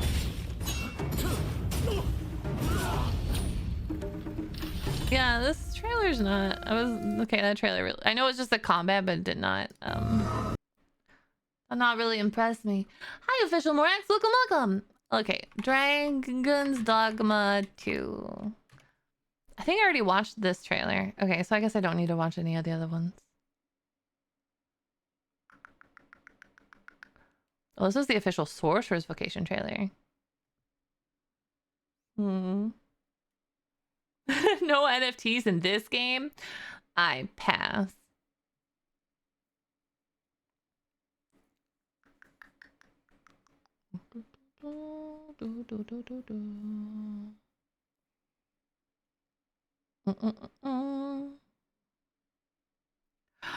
Oh my god. 15 things I need to know before I buy. Is Gaming Bolt decent?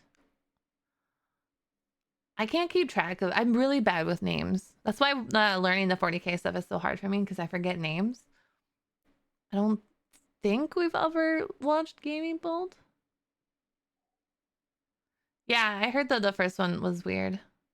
But apparently 2 is going to be better. They're supposed to fix it, like modernize it so it's not as painful as the first one. You don't know any. Well, let's watch. We'll gaming bolt. 15 things you need to know before you buy. Or do we do mug thief? It could be divisive. Here, let's You might just have heard of this little game called Dragon's Dogma 2. see what he There's a says. lot of hype around it, and a lot of that hype is painting a picture of the game that I think is dangerous to people who aren't familiar with the series. Oh my god, I've dangerous. already Okay. made videos on basically everything that you need to know, and if you know what Dragon's Dogma is, you're familiar with the series, you want to play the game, you don't need to watch this video. Especially if you watched my most recent video where I talk about Okay, so you guys can leave. I'm gonna stay here and watch it, but the rest of you can leave. You don't need to watch this video. He said it, so you can leave.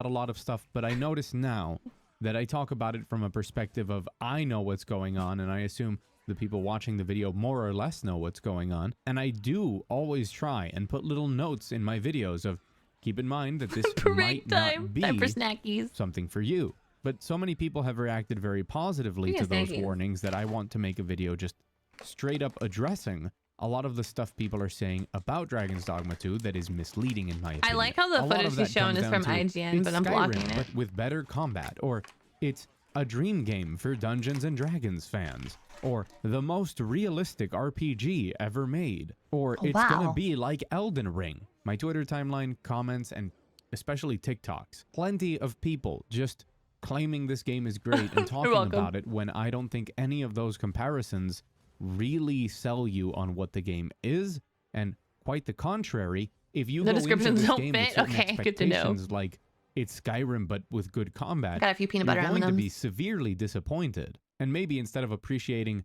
how unique and creative the vision behind Dragon's Dogma 2 is, you're just going to be sad because of those expectations. Come on, joke's for on as you, much I'm as always really sad. excited for Dragon's Dogma 2, That was a joke. I'm actually very rarely sad.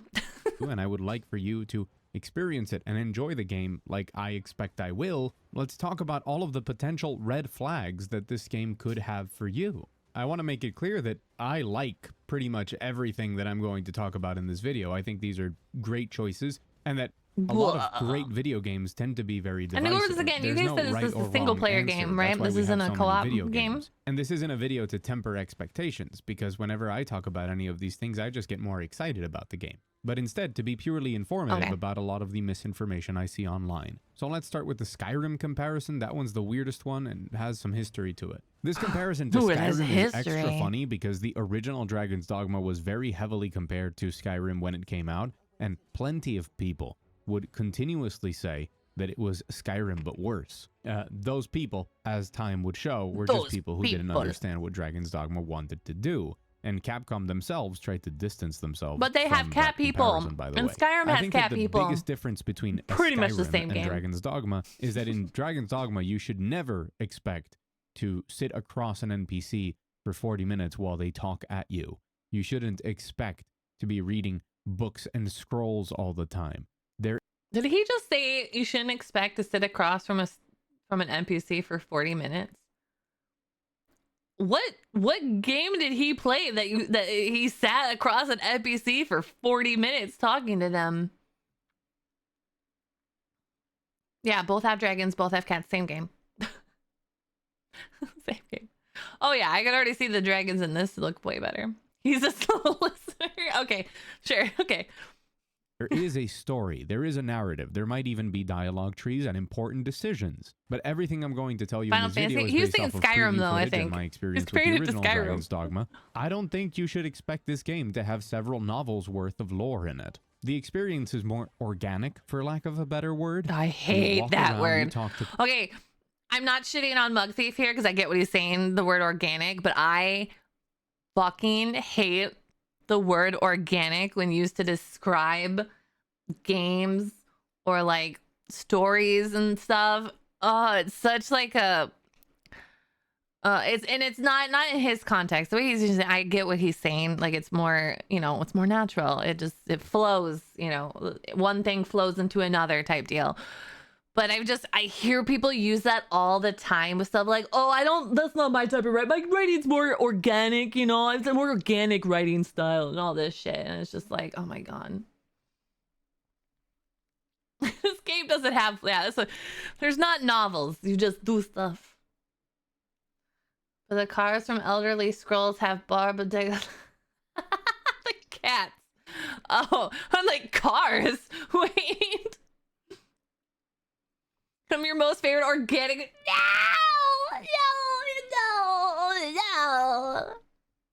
Organic, aka I made it up 1 second ago. We don't use pesticides in this game. Yeah. So again, I get what Mukti's saying. So like, I understand. So I'm not saying like, oh, you know, shitting on him. No. I get it.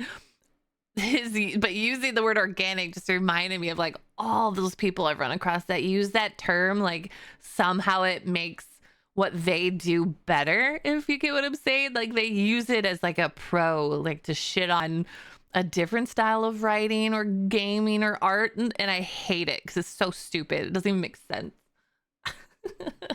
People, things happen. When you reach places, they are just places. I don't expect big thundering drum sounds because you reached a new location. There's no real quest markers. There's not even little icons to indicate that an NPC has a quest to give you. You just have to walk up and talk to them. I guess you could say it's less gamey, less transparent in how it presents those systems. The game is less gamey. Even if they do on the surface still contain quests, an open world, and dragons, I guess.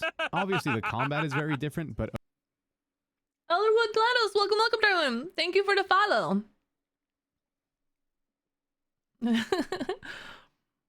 On one hand, I can see myself liking a game that doesn't tell me when I enter a new area or when I've completed a quest and stuff like that. But on the other hand, I can see myself... Depends on how it's done. Because on one hand, I like not having like everything being categorized because it makes me not focus on it as much, and then I can enjoy the game more. But on the other hand, if I'm lost and get frustrated because like there's not at least like a little bit of like organization on that aspect, I can see me not liking that. Less gamey followed by a large level up. I guess, wait, did it really do that? I would see. As a quest to give you. You just have to walk up and talk to them. I guess you could say it's less gamey, less transparent in how it presents those systems, even if they do on the surface still One-eyed interloper, proceed to Vernworth. I mean, that does tell you where to go. So I guess there's some direction. They're rolling out AI menus that'll change prices dynamically during the day based on time and demand. What? Oh, you're talking about Wendy's? Ale Frank. The rule of the stream says to try to stay on topic. That is completely unrelated to what I'm currently going over and talking, and you confused me. Talking about it now, easy. Fuck you! You're supposed to be my mod. You're supposed to. How can you tell people that they have to listen to the rules and you don't listen to them yourself? Oh my God!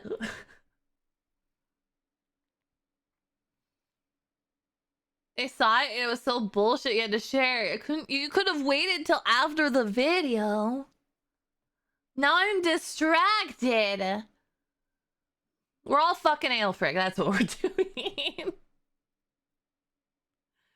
My turn. I hear this is not game has surge gaming where it games harder when you game. Wait, what? Are you just saying that? I'm so confused. When am I not distracted? That is true. You guys should be proud of me though, because now I've tagged myself. You see, one of my tags is distracted easily, so everybody knows what to expect. Good thing, yeah, good thing we got the 55 gallon of lube. See, we've come full circle. Full circle. So wait, did Wendy's implement that, or are they talking now that we're there? Or they're going to do it already? Oh my God, that's so gross. That's so fucking gross. I won't ever eat at a Wendy's ever again if they do that. I will refuse. And you might be like, you'll eat there, Steely. Feels there. Nope. I've boycotted other things. I've boycotted other places for less. Yeah, that's so stupid. Here come $1. Yeah, their prices. Wait, if they roll it out and we just never go to Wendy's, then the AI should take that into account, and then we can get like 50-cent nuggets. I like their the Frosty and the Nuggies are okay. Does anyone give IBS after eating Wendy's too? No, but I feel for you. I feel like that's the White Castle effect. Okay, let's continue. So he's saying, you know what? When I'm done watching this video, Joe and Pale, if you guys know more about it, I'd be curious to like how much you agree with this or not, because I'm thinking I might try to buy it, but I don't know. Okay, here we go. Contain quests and open I world. saw it. There it is. And Wow, he world. cut that really quick though, didn't he? Even if they do on the surface still contain. You barely see that little blip right now. He just said it's not gaming. You're so right. He quickly like moved past the giant sun. Level up. It's so arcade. Level up. Quests, an open world, and dragons, I guess. Obviously, the combat is very different, but of course, the quests, how they develop, how you explore the world, everything about this game is very radically different from something like Skyrim, while both of them still being fantasy RPG. Radically And that different. same point about dialogue trees and exposition and lore should also tip you off that this is nothing to do with a lot of other Dungeons and Dragons style properties, which this is heavily inspired by, but not a Dungeons and Dragons game. Yes, you have a part. I can see he doesn't play. I don't think he plays Dungeons and Dragons. Because I think with people saying that this is a Dungeons and Dragons vibe, they mean like the whole, like in some campaigns you run, your characters just go out and see what shit they get involved in. But he's comparing it to like literal games that are already out there that of course have structure and quests and shit. But a lot of like my favorite campaigns I've been in have no like guided quests really. You're going out and finding shit. I feel like this guy likes Skyrim but loved Dragon's Dogma. Got really annoyed by his friends comparing the two. Party of 4, but you're not going to be forging intimate bonds and deep relationships. It's into the Skyrim night without like this fast is travel. Baldur's Gate Oh no, 3. Joe, he doesn't like that. Party factors more into the main part of the game, which is combat.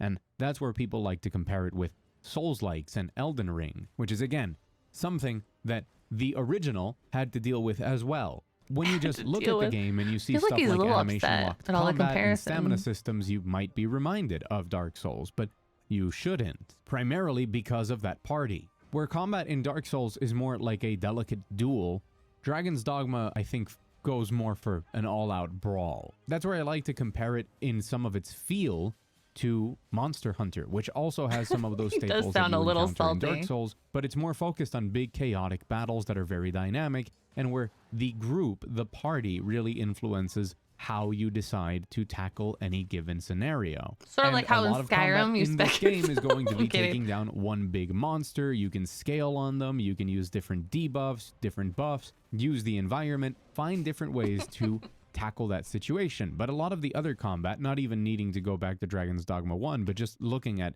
preview footage for Dragon's Dogma 2, are large mobs. What are you saying? Check out the biggest spells from the first game. And then there was a spell that prevented you from physically seeing anything. Oh, wow. I think it's weird. So when I clicked on this video, here's why it might not work B for you. I thought he was going to give like points about what the game does that people might not expect or might not like. But instead it just sounds like he's rambling about how the game isn't like other games.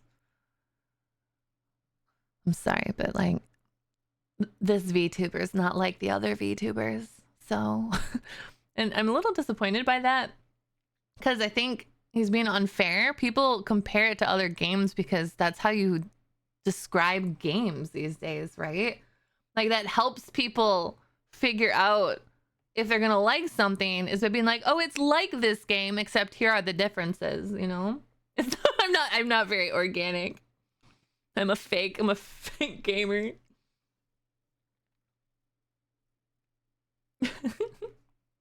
This game is quirky. I'm not like the other games. I wanna look sometime. What's this? Dragon Dogma Dark Prison. Oh, is this the first one?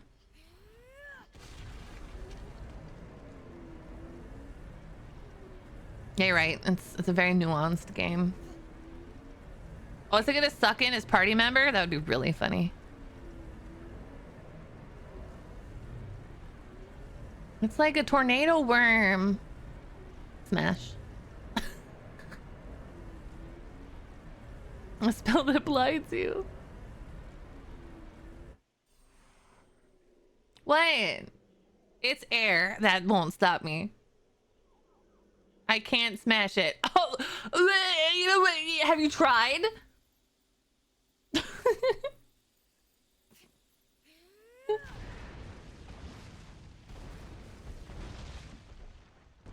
I bet those rocks could smash you. Yeah, it's called hip thrust. It doesn't. Wait.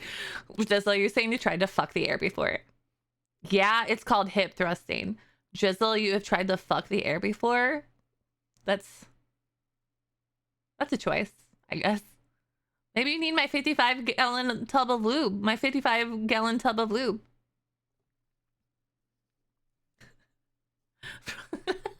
It's so work. Have you ever seen? No, I don't watch people trying to fuck the air. I don't really want to see that whipping around, okay? It's not exactly like calling. That's not a good time for anybody involved, I feel like. All right. You're a party of 4, and you might be fighting 8 or 9 goblins and a troll in the middle. And that sense of chaos as you improvise and find the best ways to deal with stuff is a big part of it. And it's very different to a Souls-like. Even Bro is never. Bro doesn't. Man, he says this and I was like, I was getting PTSD to the Dark Souls 3 DLC when all of those ice guys in the forest fucking came at my ass.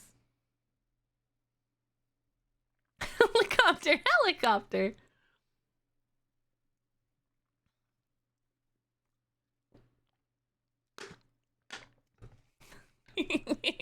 Elden Ring, which increased mob density by a lot, in that game having 3 or 4 different Came enemies at my ass, is not on very my ass. I killed and them. That is not It meant was to not a be good the time. case in Dragon's Dogma 2. That is meant to be relatively normal. At the end of the day, even if there is no multiplayer, by Multiple the way, someones. 0 multiplayer, it's all AI-controlled companions, you're still a party of 4. So it'd be kind of pointless. He is. if Now I'm sort of they living off of presented it. I'm a sort of meteor eating the goblin popcorn. There's as so a much big salt, threat, so I'm because eating the it's popcorn. not going to be. You're 4 people. Even bigger than all of that is that this is a class-based game. You choose a class, and that will limit.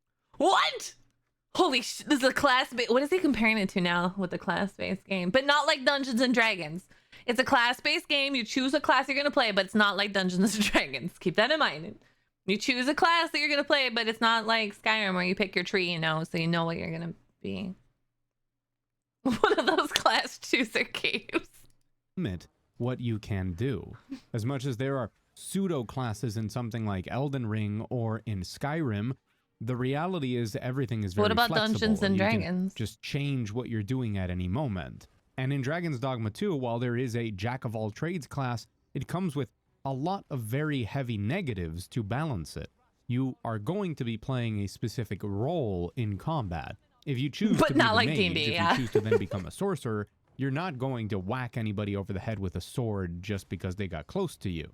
If you're a warrior, you're not going to be able to dash around and even wield daggers. So you have to commit to a certain playstyle in a Hi, way Mango that is very Nego. Hello, like darling. Welcome. class-based game. I guess we haven't had many games that do that recently. So Has dude never played a JRPG before? Bye, Yuri. Thanks for hanging out, darling. I appreciate you. like the weapons in Monster Hunter, I guess. They have ragdoll physics? it's something Oh, that- nice. Yes, you can say that they are open world games with a heavy emphasis on a combat system, But that doesn't mean that Elden Ring and Dragon's Dogma 2 are the same game, because Oh my they god, have that open NPC called worlds you a and dragons master. like that. I would have too much fun Very with that. similarly, Be like, it's yes, important for you peons, to do as keep I in mind say. that Your a master focus of commands this it. game, according to the developers, and I guess we should take their word for it, is exploration. Like I mentioned, that NPCs don't have little quest markers above their heads to be like, hey, talk to me, I have something I need done. Very often you'll be sent in a direction, not to a location. You won't be told, hey, go to this location, here's the optimal path. You'll be told, it's somewhere to the northeast, and you just... Oh, so like Monster Hunter, right? Where you know that there's a location, there's a monster you gotta go, but you gotta go find Monster Hunt. You gotta go find the monster. But you don't know necessarily where the monster is gonna be. So you gotta hunt it and find it. Yeah. Like that. It's like Monster Hunter. Got it. I was hoping the figure out guy a would way fall to off the get there. bridge. And that is something that a lot of people don't like. I think an apt No, comparison seriously, point would be like Zelda Monster. Breath of the Wild and Tears of the Kingdom, that I personally know a lot of people that don't like that general philosophy of, hey, go do these 4 things. That's the game. Figure it out. They want to be more guided. They get overwhelmed easily. They don't like that feeling of being lost and just kind of end up disconnecting, and they just don't keep playing. And I think that's something that could happen with Dragon's Dogma 2. You could end up in a situation where you have no clear objective. You're not sure what you're doing. You're not sure how to progress. The game But you know that you leveled up. Just talk to No, people and you're not trying to progress. It just said level up. figure out where you want to Good. go. But He cuts very quickly after the level maybe up, you though. just don't like that, and that's fine. You should know that this game wants that from you. But also, compared to something like Elden Ring and Zelda and even Skyrim, this game intends for that exploration to be a very big part of it. In Zelda or Elden Oh yeah, you're so right, Panda. He said it's not like Dark Souls because of the fighting, but Dark Souls is totally, you don't know where the fuck any quests are. There's quests in Dark Souls? No, there's not. You don't know where fuck anything is in Dark Souls. Hi, Mango Nungo. No, I was curious about Dragon's Dogma, and so at random I clicked on a video to see, because it said like it's apparently said like there's a lot of controversy and this is why it's not for you, but it sort of just has turned into a video of him talking about how Dragon's Dogma isn't like all these other video games is being compared to, but it sort of comes across as a little salty, and he cherry picks parts of the games to compare to while ignoring the other ones that they do have similarities to. It's pretty. I'm amused by it, so that's why I'm listening to more of it. Elden Ring, your inventory is practically unlimited. You can have as many stuff to help you out as you want. You can stock up on things to go and fight something very difficult. And in Dragon's Dogma, things like your inventory limit is very important. Preparing for a trip is a big Like deal. in You like in need Baldur's to make Gate. sure you have Like in camping Baldur's supplies, Gate. because if you don't, how are you going to spend the night? Yeah, If like you Baldur's don't Gate, spend you know, the night and D&D rest at game. camp, the night is very dark and very dangerous. Monsters are stronger at night. There's also mechanics that are very like Final punishing Fantasy if you 15. don't prepare adequately, like how your maximum health can consistently decrease, and the only way to recover that chunk of health that kind of goes away is to rest. Hey, stats, But like camp Dungeons supplies and is very Dragons. heavy, so you need to prepare your inventory with a good balance of resource management of how many times do you think you're going to rest on the way to your destination that you're not sure exactly how you're going to reach. I and will how say many the potions monsters and that I see weapons so and what far are you gonna look carry? scary. Like And if I'm I was in pretty the sure forest it's and I gonna saw feel that really giant bad guy for some come at people me, I'd be to prepare for a terrified. trip, have it go sideways, and feel like they wasted a lot of time. And that could be a Look, he's huge climbing the sticking monster point like for a lot Shadows of the people. Colossus. So I just want you to be aware of that. Another big sticking point is how much they've harped on missable content, which might be the thing that makes me the most excited about the game. They talk about how there's plenty of things in the game that are really big, impactful, important, but that are completely off the beaten path, not necessary like for Dark the main Souls. quest, completely missable. You could play the whole game and never see them. I love that, but some people think that if a game has cool stuff to show you, Yeah, they like Baldur's should Gate 3. show it to you. Maybe not The put monster it designs and straight yeah, up it looks front and really good. center and say, please look at all the cool stuff we made, but at least easily hint at it and tell you, hey, maybe you should do this because there's cool stuff in that direction. It's important Besides to how note the monsters that sneak up, some especially of the that flying missable ones. content is something that you can't go I'm gonna back and scream a do, lot, aren't I? because this game only has one save it slot happens. and it does auto-save. So there will very probably be things in this game that if you miss out on, There will if very you make the wrong probably. choice, or I feel if bad you for do him. something in a certain order, might just be locked out of it for that. Like Dark playthrough. Souls. So, like Dark Souls. keep that in He mind. said it's I not know like a lot of Dark people Souls. don't have It a sounds a problem with lot this like in Dark Souls right Elden now. Ring, for example, but maybe you have a problem with it in general, so you should know that. This is a very particular game, and I think it's going to be a very special experience. It's also a game that I know, I because feel it's bad now a little shrouded in bit. so much mystery, we don't know a lot of the stuff about it. Here, we here. don't know the quest. We'll stop. I love the sponsors just dropkicks the world. Here, we'll stop. He was trying his best. I understand the point he was trying to make. He was trying to make that he doesn't want people coming into Dragon's Dogma thinking it is just like those games. But his points weren't very, they just sort of came across as like salty a little bit. But wait, my dragon thing didn't work. There, oh, hello, Zane. Also, hi, 26 unit. Hello, darling.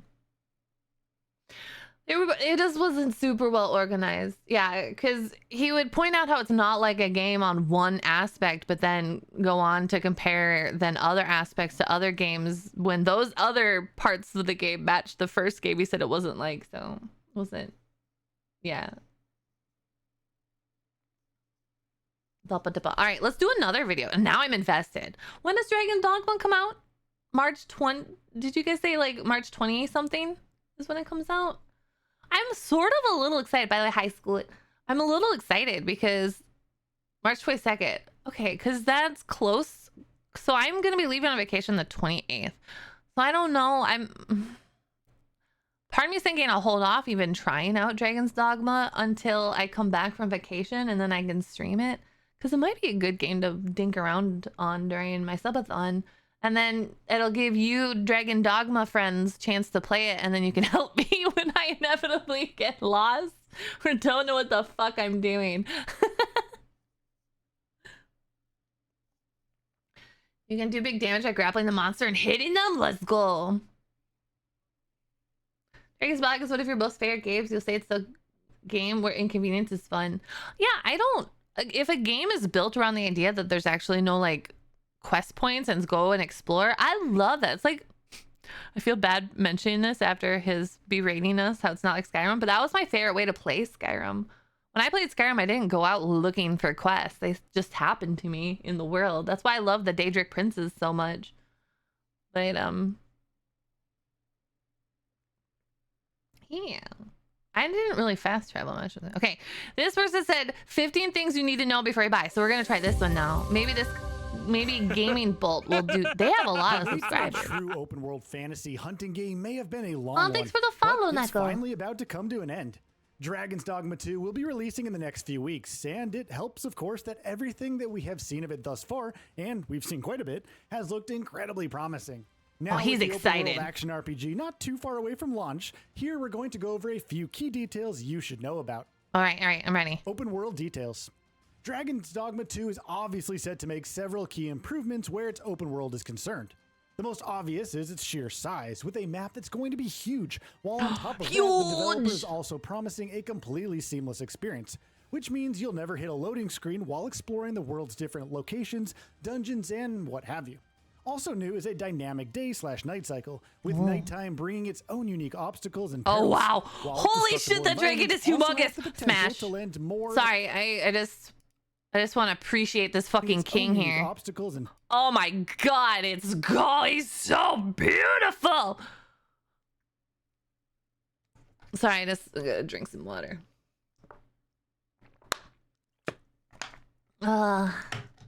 Sorry. Look how ginormous this specimen look. Yeah, fucking smash. I don't want to kill this. I don't want to kill this beautiful, beautiful king. I want this king or queen to smash me.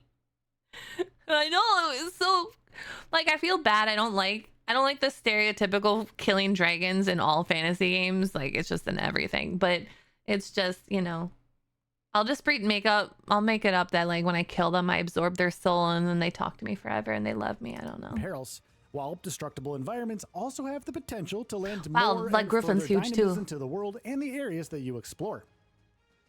Side content. From everything the developer has said and shown so Yeah, far, why can't it's they clear that romance the Dragon's dragons? Dogma 2 is putting quite a bit of emphasis on optional content.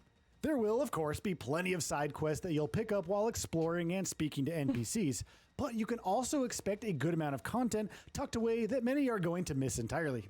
Speaking to IGN, the developer said the map is just so big, and while there is I level love all design the with big places we want monsters. players to go in a certain order, there are still characters placed all the way off in a corner. Weapon types. Variety in combat is going to be the name of the game in Dragon's Dogma 2. That will manifest in several ways, with weapons being among the more prominent So many ones. wolves. From melee weapons like swords and daggers, to ranged ones like bows, from magical ones like staffs, to ones that combine different types in unique ways. But it's not Dragon's like Dark Dogma 2 Souls. is set to feature a variety of weapons, both new and familiar. Which of these you can use will, of course, be tied to what your vocation is. Vocations.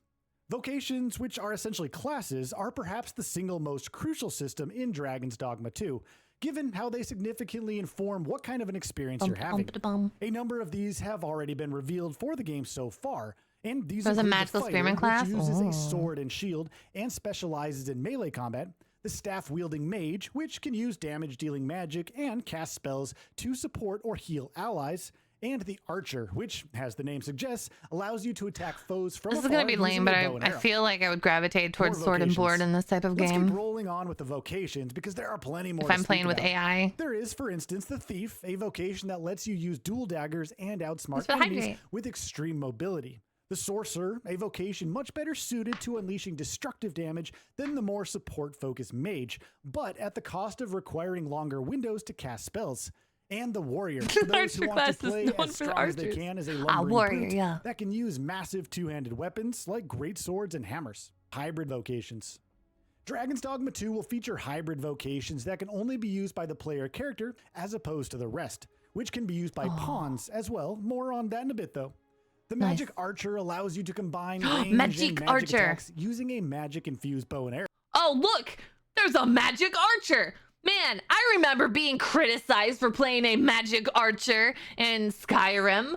I remember somebody being like, why would you use magic and be an archer in that game? That's dumb. Why would you do that? Huh. I see. Arrow. Then there's the Trickster, a new vocation that focuses on fighting enemies by conjuring illusions and smoke by using a unique weapon called the Censer. There's also the Magic Spearhand, allowing you to combine melee and magic with a unique new weapon known as the Duo Spear. Okay, Finally, never there's the mind, Joe. entirely That's new the class I known as want to the play. Warfare, which has the Take it unique back. ability to use skills and attacks from That each twirl is vocation, so good. but I'm gonna at the turn cost of myself lower on base when I do stats. that. Vocation Meisters. For those seeking mastery in whatever vocation they decide to pick, Oh, Dragon's there's Dogma nothing 2 hotter will than a allow you to twirly seek out spear. Vocation Meisters, who are characters who have fully mastered their The specific Balbo is amazing. vocation. Why wouldn't I? Players will be able to You're deepen right. their Why wouldn't I? relationship with And individual yes, Meisters, and doing I was so made will fun not of. only allow you to gain access to their mastery of the vocation, but also help you learn special exclusive skills for that vocation. New race. While creating your character in Dragon's Dogma 2, you're going to be able to pick from one of 3 races as Just you pick play. up a dog and though throw humans it. and elves are obviously familiar ones, an entirely new race is also being introduced in the form I'm of gonna be the cat Beastren. person. As their name suggests, Beastren are humanoid beast-like beings covered entirely in fur. Hailing from the nation of Battle, He does thanks to just look its like a harsh regular environments, the dude with a Beastren have lion mask, completely different though. culture to humans and elves that revolve around their empress and doesn't hold pawns in the high regard that others in the world might do. He just looks like a regular dude with Pawns a are, of lion course, mask, going to be though. a critical part of Dragon's His Dogma body 2. looked so, These like, fully normal. customizable AI-controlled party members will serve as your companions throughout your journey, with one of them being entirely your creation, and 2 more created by other players also joining your party. This time, pawns will also have specializations, a new feature that will give Are them the unique pawns the one that attributes, call you masters? Like, for instance, being fluent in Elvish and helping translate it should you need it. The developer has said it's putting a greater emphasis on the personality and Perfect. characterization of pawns as well. Hell yeah, I want. They're gonna call me master all the time. To even their regular Yes, chatter. master. I'm like, yeah, that's right. Dragon's Plague. Another intriguing new mechanic that's being introduced in Dragon's Dogma 2 is Dragon's Plague. Essentially, every time a pawn created by you is used by another player, they'll contract the Dragon's Plague disease, which not only makes them stronger and more effective in combat, but it also changes their personality by making them bolder and more brazen.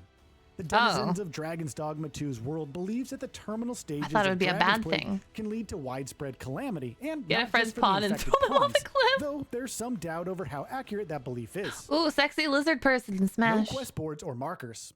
Dragon's Dogma 2 is going to try and ground players in its world. It matters too in the game. Taller people can't be carried by things like harpies and smart people can get into speeds. Oh, that's cool. Gamified tropes Fuck of you, the open Elfring. world genre.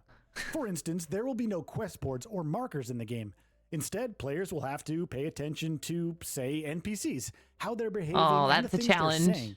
Paying attention to your pawns, who can lead you to different quests in a variety of ways, will also be. I know. I'm gonna have. How many pawns do you get? You get 3. Man, I'm gonna have to merge 2 of you together to make room.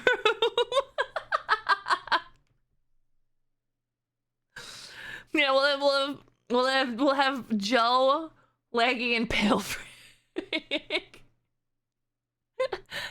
I'll make you guys my pawns. It'll be fantastic. Oh, you get 1 and then you get 2 others from online. All right. I require you guys to name your pawn, one of your pawns after yourselves, so I don't get eaten. Be important. Just one save slot. Creating multiple saves is almost a habit for a large number of those who regularly play open world games at this point, but sadly, Dragon's Dogma 2 will not allow that. Dragon's Dogma 2 is going to have just one single save slot, and that slot is going to be shared by both manual saves and auto saves. Enemies I'm and gonna name bosses. mine Jura and make him Enemy cool. variety is looking like it's going to be another one of the game's pillars. Already, the developer has revealed a startling amount of creatures of all shapes and sizes that players will be able to fight in the game. Like Witcher. Each coming with unique Like The Witcher strengths and 3. weaknesses and demanding different strategies. This will include the likes of dragons, minotaurs, wights, griffins, ogres, undead, golems, chimeras, goblins, and much, much more. You can, of course, also expect plenty of massive, ridiculously large-scale battles. That guy's One that has huge, already that's what caught she the eye is Talos, a monstrously huge bronze giant that towers over mountains. Dynamic events. Emergent gameplay is going to be the name of the game in Dragon's Dogma 2, with the developer What? promising a world where its many systems and mechanics will constantly be interacting to Oh, create Manticore. entirely That's dynamic cool. events that will feel Or not a almost scripted in Manticore, nature. Chimera. Speaking to Edge magazine about one such experience he had while playing the game, the developer said, "It felt like a scripted event, but Dragon's Dogma 2 doesn't have scripted events. There are no invisible flags or triggers that can cause certain events to occur. Everything that happened that day happened dynamically because of how the game's rules and systems interact with one another." I like the word dynamically better than organic, I've PC decided. requirements. Now, if you're planning on playing Dragon's Dogma 2 on a PC, you're going to need a pretty beefy rig. On minimum settings, You're which will run gonna the game need the Game Fucker 9000.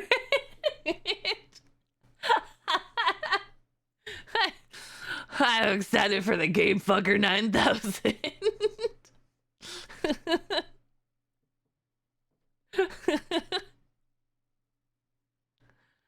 Like dynamic because it flows more organically. Yeah.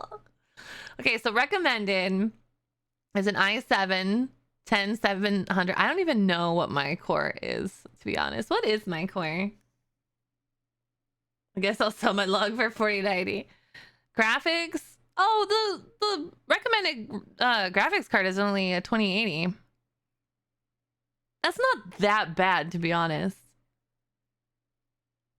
I was thinking the minimum is 1070. Phew. That baby's gonna be, you know, that's all lies. Don't joke. I thought we were trusting them. We're supposed to trust them. It says estimated performance. Frame rate might drop in graphic intensive scenes. The NVIDIA GeForce RTX 2080 Ti or AMD whatever is required to support the ray tracing. Was the 12 higher? Let me see. Like properties.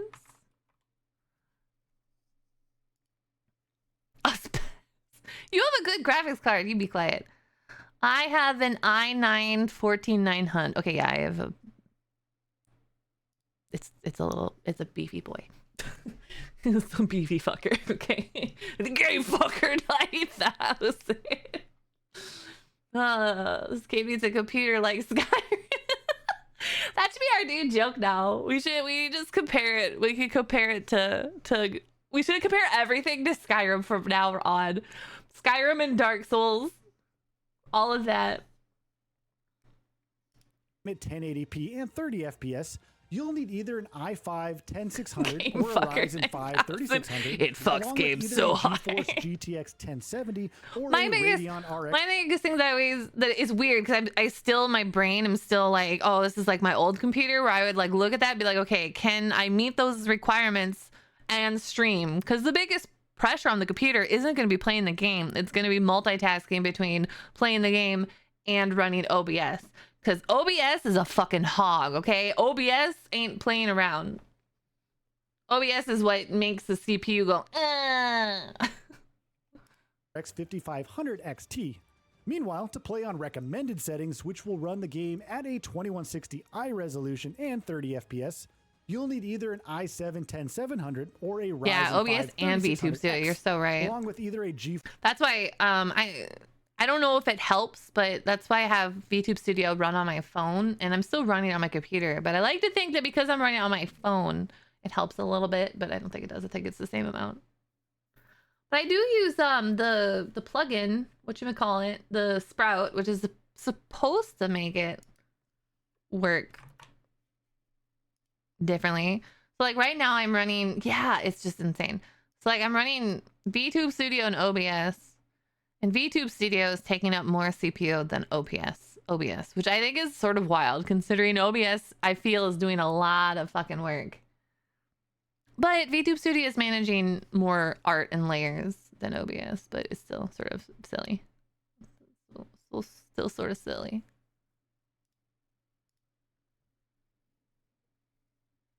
Someone's going to release a system requirement scale that allows you to flick if you have OBS, PNG, or VTube Studio. Yeah, that would help. Totally help. Thanks. GeForce RTX 2080 or a Radeon RX 6700. Finally, to all right, this was a nice video. Play with ray tracing enabled, you'll need either a... This was a nice video. I appreciated this video. He was excited for the game, and he literally said every single thing that the other guy said in the other video, but like with enthusiasm, you know? He's like, there's no quest boards or quests. You have to go out and find it for yourself. Isn't that exciting? This is really cool. I like this guy. Gaming Bolt, which is a company, I believe. I appreciate your person's enthusiasm. Yeah, we got to see a hot dragon and a spinny spear. Also, this gave me like a completely different... This gave me like a completely different feel about the classes in the other video. The other video is like, you pick a class and you're stuck with that class. It's not like those other games where you don't pick a class exactly. And this guy, I didn't even realize that they had like cool special classes or cool, you know, like a different cooler classes. He made it seem like none. Yeah, a positive attitude is more appealing than a negative one. You can change classes at any time too. Can you? He said that you can't do that so easily, that it's hard. You just go to an inn and change. Oh, I was lied to. He made it seem like it was really difficult to change classes if you don't like your class, and that you get penalized or whatever. You could. He lied to me. He lied, just like that character in Skyrim, just like that one guy in just like Patches in Dark Souls. You totally can't change. We watched a video before this where the guy was sort of salty about how people were comparing Dragon's Dogma to other games for comparison. And in his thing, he made it seem like you have to pick a class and you stick with it. You can't like, it was weird. I can't believe they would lie on the internet. Okay, what else is coming out? Do you guys see the Rune Factory Dragon? Was it? Maybe it's not called Dragon. Oh, what was it called? It's coming out and I just can't remember. Liar! Liar! Liar!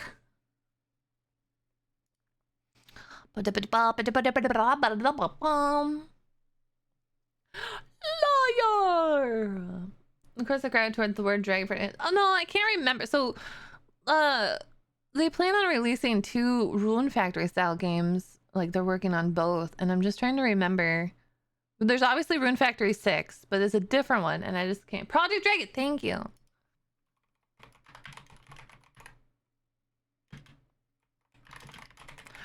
it's weird. I put Rune Factory Dragon Day pop up and probably Dragon. Oh, we're gonna watch this. You can't stop me. Mossy Fox, welcome, darling. Thank you so much for the raid. I hope you had a wonderful stream. What were you strumming? My name is Silly Fell, and I'm gonna make chat watch Project Dragon trailer because there's dragons in it, so you have to watch it. The trailer is very pixel. You have to deal with it. Look at dragon! You're riding a dragon. So anime.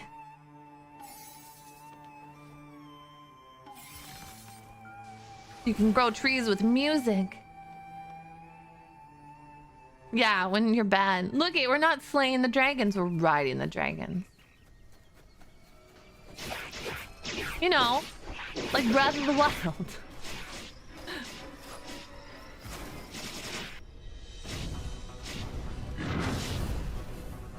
I'm interested. By the way, this is not the official trailer, so that's why it's a little low quality. Oh, it was your anniversary stream. Happy anniversary, Mossy. I hope you had a wonderful time. And hello. Hi, Nekaris and Ridley. You played Okami? Aw, that's such a fun game. It's so painterly.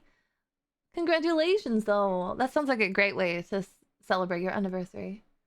Here, the last guy went on about classes wrong. When you pick a new class, you're basically starting over and have to build the class. Oh, okay. So you can build multiple classes and then switch between? Is that what it's like, Apple?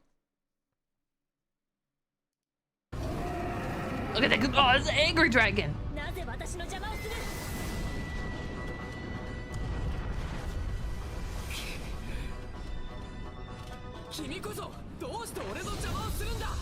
Oh, man.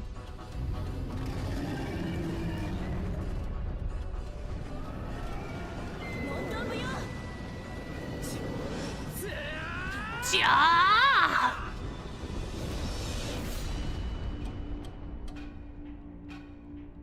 Do I think this game is going to be great? No. But do I think I'll like it anyways? Yes. And I'm not saying I want a dragon dating simulator. I am just saying in fantasy games, dragons are always the bad guy. And I'm just saying if they could do a game, oh my God. Okay, you want to know what would get me super excited is if they made a game. It's hard to like. No, I'm being genuinely honest. If they made a game that was maybe in the style of Elden Ring or Skyrim or even Baldur's Gate, something, you know, like that fantasy feel, but the story beat was more like dragons are the good guys and the humans are bad, but you play on the side of the dragons, that would be fun. Like, let's say you were playing a Dragonborn or somebody who just has dragon blood in them, and you could say that the dragons were decimated and they're trying to and you're like, your character's the main character and you're looking to like restore them or help them out, and so you have to fight against like all these nasty, it's like the reverse of every fantasy genre ever.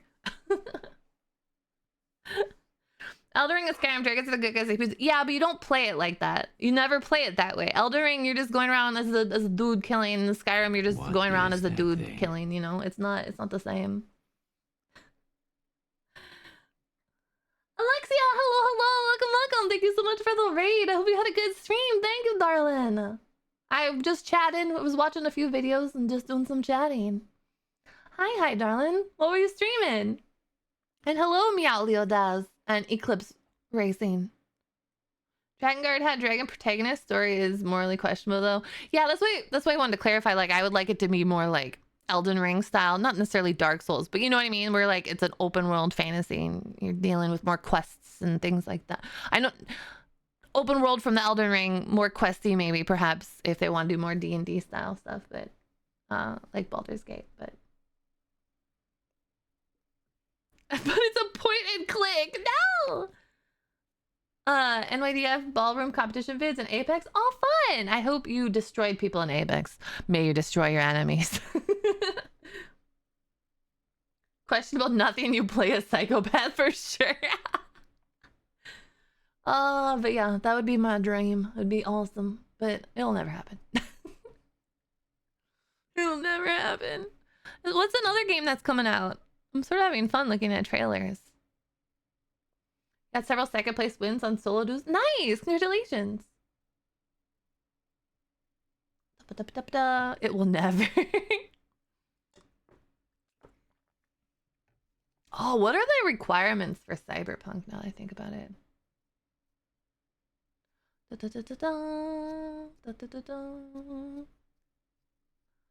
Deadpool, that probably has music that'll get DMCA'd for. If you're gonna talk about actual movies, they use movie trailers tend to use music that's DMCA trademarked.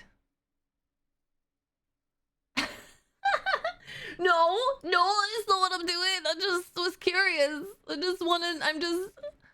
just curious.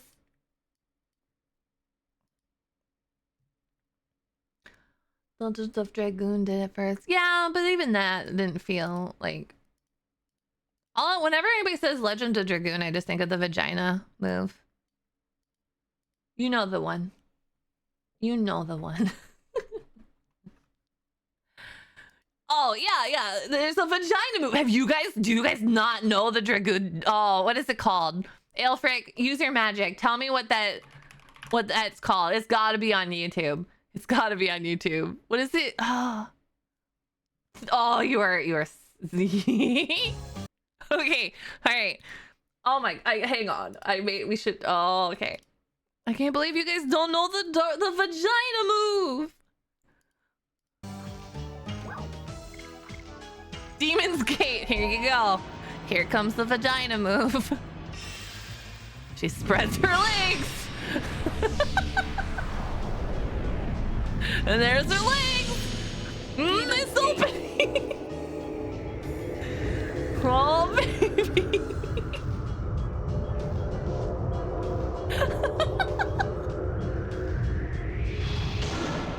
And she kills them with her vagina.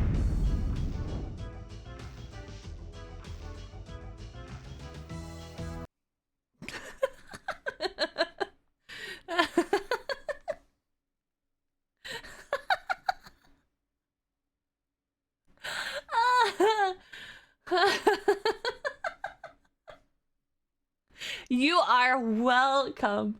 You are welcome. I told you. You guys were like, what the fuck is Sealy on now? What is she talking about? But now you know I was talking real shit. How did I find this? What is wrong with me? My wrong with me is I have friends who play retro games and they're playing this. And I was like, this seems like it'd be relevant to my interest. And I saw that lady do that move. And I was like, oh my. Oh my.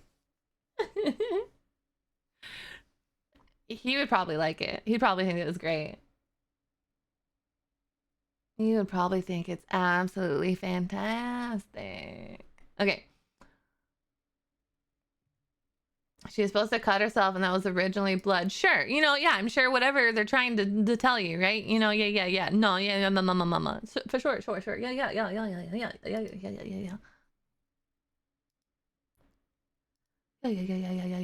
I'll make myself bigger now. What was I checking? Oh yeah, I wanted to check Cyberpunk's requirements. Okay. Cyberpunk system requirements. I want to compare it to Dragon's Dogma. I will never look at this the same. Thanks. You're welcome. You're welcome. To be fair, they're the ones who made Blood Drip and then had her spread her legs. Okay.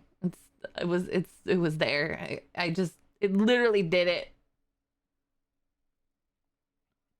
Okay.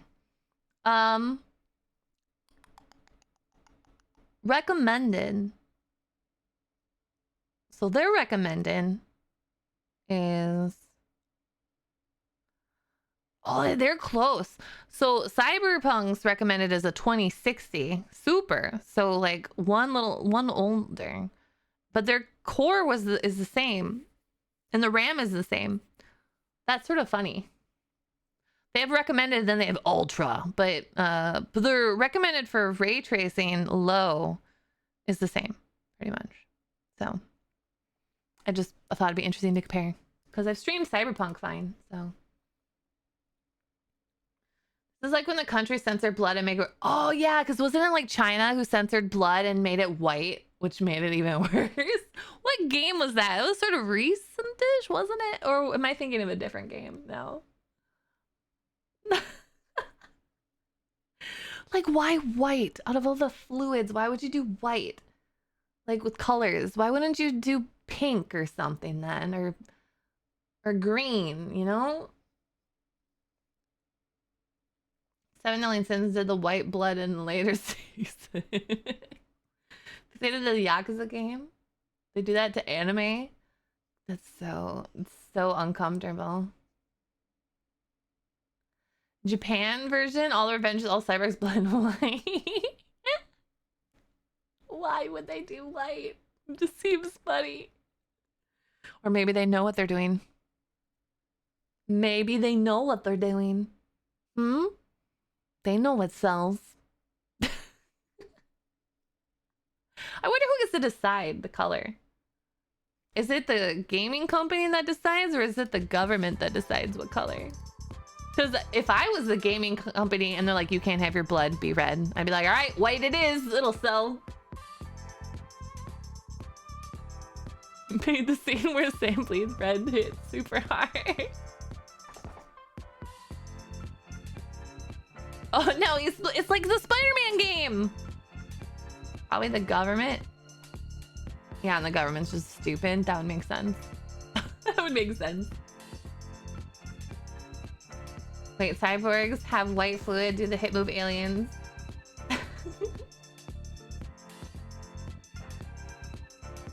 You're sorry you're not chatting? You know, you don't have to be sorry. I welcome lurkers. People can lurk as much as they want. I like talking to people, but if you want to lurk and vibe, that's really cool too. I wanted to mention for those who maybe joined it late, just to go over my week. So tomorrow I'm playing Helldivers 2 with Jorah, Ilfric, and Sai. Sai's never played before, so it'll be a good time full of chaos. Thursday, I'm gonna be playing Last Epoch by myself, just so I can sort of chill and vibe with you guys, because I find that type of game actually sort of relaxing. I'm not sure if I'm gonna play my Spellblade to level them up more, or work on my Druid. Maybe both. Sort of depends how the servers are. And then Friday is gonna be chaotic in a fun way, and I hope you guys have a good time with it as much as I think I'm going to. I will be playing Mods versus Streamer, which is a game I made up where the points don't matter and the games don't make sense. It's basically a bunch of random mini shitty games that I put together for us to participate in. And my goal is to score higher than my mods. They don't get to put their points together. They're all scored individually, but my goal is to score higher than all of them. We're gonna have so much skill involved, like picking pictures, answering obscure sport trivia. I think it's obscure. I haven't let myself listen to any of the sports trivia questions because I don't want to cheat. Rolling dice to see if who RNGesus favors. I'm seriously thinking of us playing GeoGuessr briefly. Just a bunch of random shit, like we're at the fucking Olympics and we're like at the Olympics for things that don't fucking matter. Looks like servers are whipping. Yeah, they were pretty decent when I was playing a couple days ago, so hopefully it holds true. Hey, Ilfric, what's your favorite Red Bull flavor? Yeah, what's your favorite Red Bull flavor? I'm not saying that's on the question. If we do a speed test typing, that would be hard for me to stream, all of us doing it at once. But I could see. I don't know. That would be unfair, Drizzle, because I would kick all of their asses. I'm a very good typer. It's like a stupid superpower. It doesn't really matter. But I feel like that'd be unfair. Because then I would drink. Because apparently the more intoxicated I am, the faster I can drink. Or the faster I can type. Because I can't fucking talk. We know that much. I can't talk, so I have to communicate some way. Nailed it. Thanks, Sarah. Did you guys know that the more that I drink, the more that I drink? They're both technically right. The speed is the result of reduced accuracy. My accuracy actually does not go down too much when I type fast. I'm a perfectionist, so. Typing of the dead stream through Discord stream. It's not wrong, right, Crimson? We won't be at words on stream.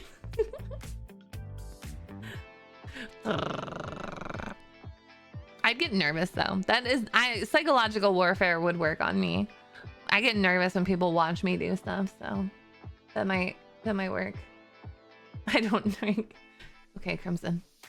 And then my birthday stream is next Monday. I'm gonna be doing a 24-hour stream. I'm gonna start. I don't know what time I'm gonna start on Monday. I probably start earlier just because. I'm gonna do 24 hours. And I got approached to do a Japanese online crane game. So if they are okay with me streaming it on my birthday, I'm going to stream it on my birthday. It'll only be probably like an hour because I get like 100 pulls that I can do on it.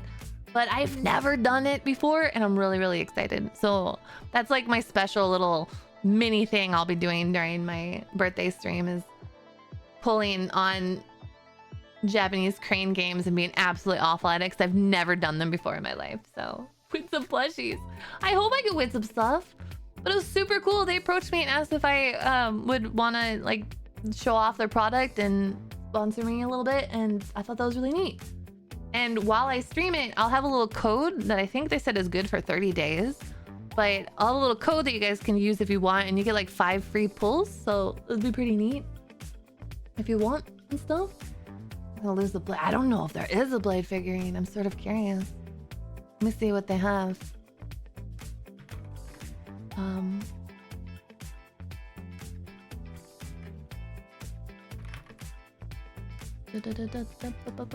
I'm very curious now. I want to look. I'm gonna look.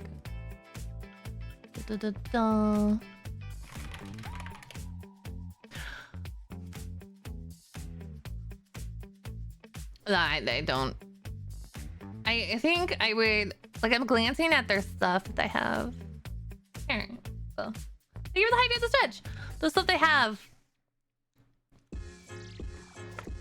They have Sanrio socks. Those are super cute. They have a cinnamon roll dressed up as Jujutsu Kaisen. Oh my god. They have an Anya figure. It was really cute. They got a few Anya figures that are really cute. Oh, they got a Rurouni Kenshin figure. I want the Rurouni Kenshin figure.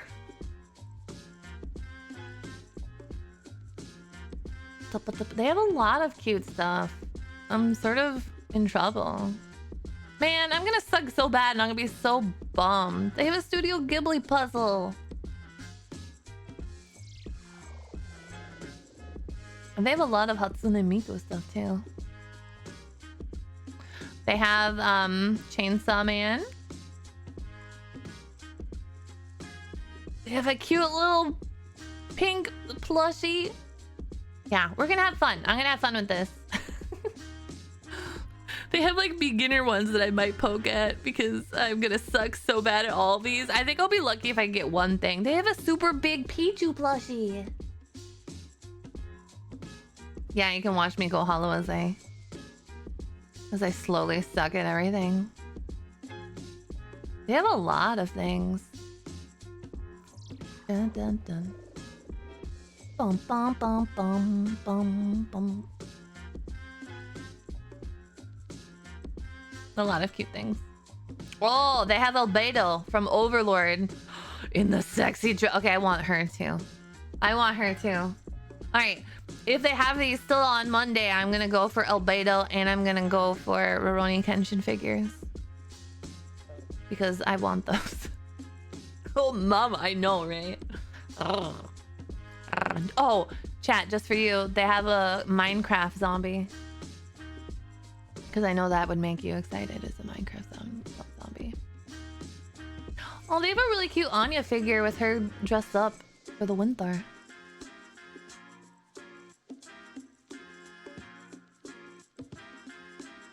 It's not wearing cheese armor. I don't know why it wouldn't be wearing cheese armor, to be honest. Oh, they have Studio Ghibli bowls for Castle in the Sky. Oh, okay. It's fine. So we'll have fun on Monday for my birthday. That'll be a small portion. I think I'm gonna try to aim to do it around like 9 EST or 8 EST, like around my normal stream time, because I feel like that's when most of you will like be available to watch me fail. But it'll be a fun time. But I'm gonna do a lot of stuff.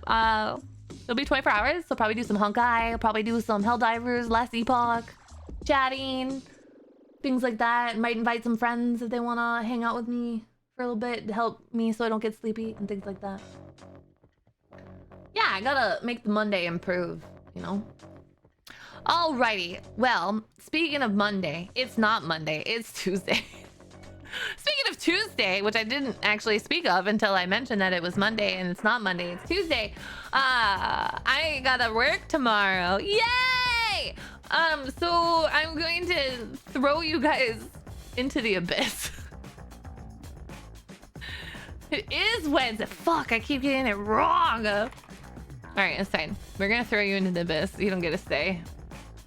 Hi, Demonic Breaker. Welcome, darling. Unfortunately, I am wrapping up my stream because it's midnight and I have to work tomorrow and it sucks balls. But thank you so much for hanging out. I stream normally from 8 o'clock till midnight, about-ish. Sometimes I stream a little bit earlier. But it's great to have you. I have my schedule posted on here on Twitch and on Twitter and on the Discord and on YouTube because I have a problem and I post it everywhere. Where do we want to go? What are you guys feeling?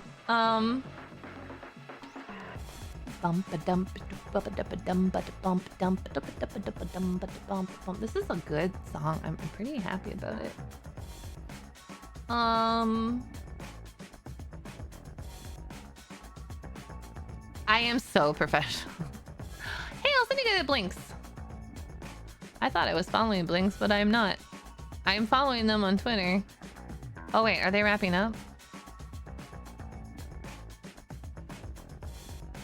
Oh, Blinks is wrapping up. So now I followed Blinks, so I'll see them another time.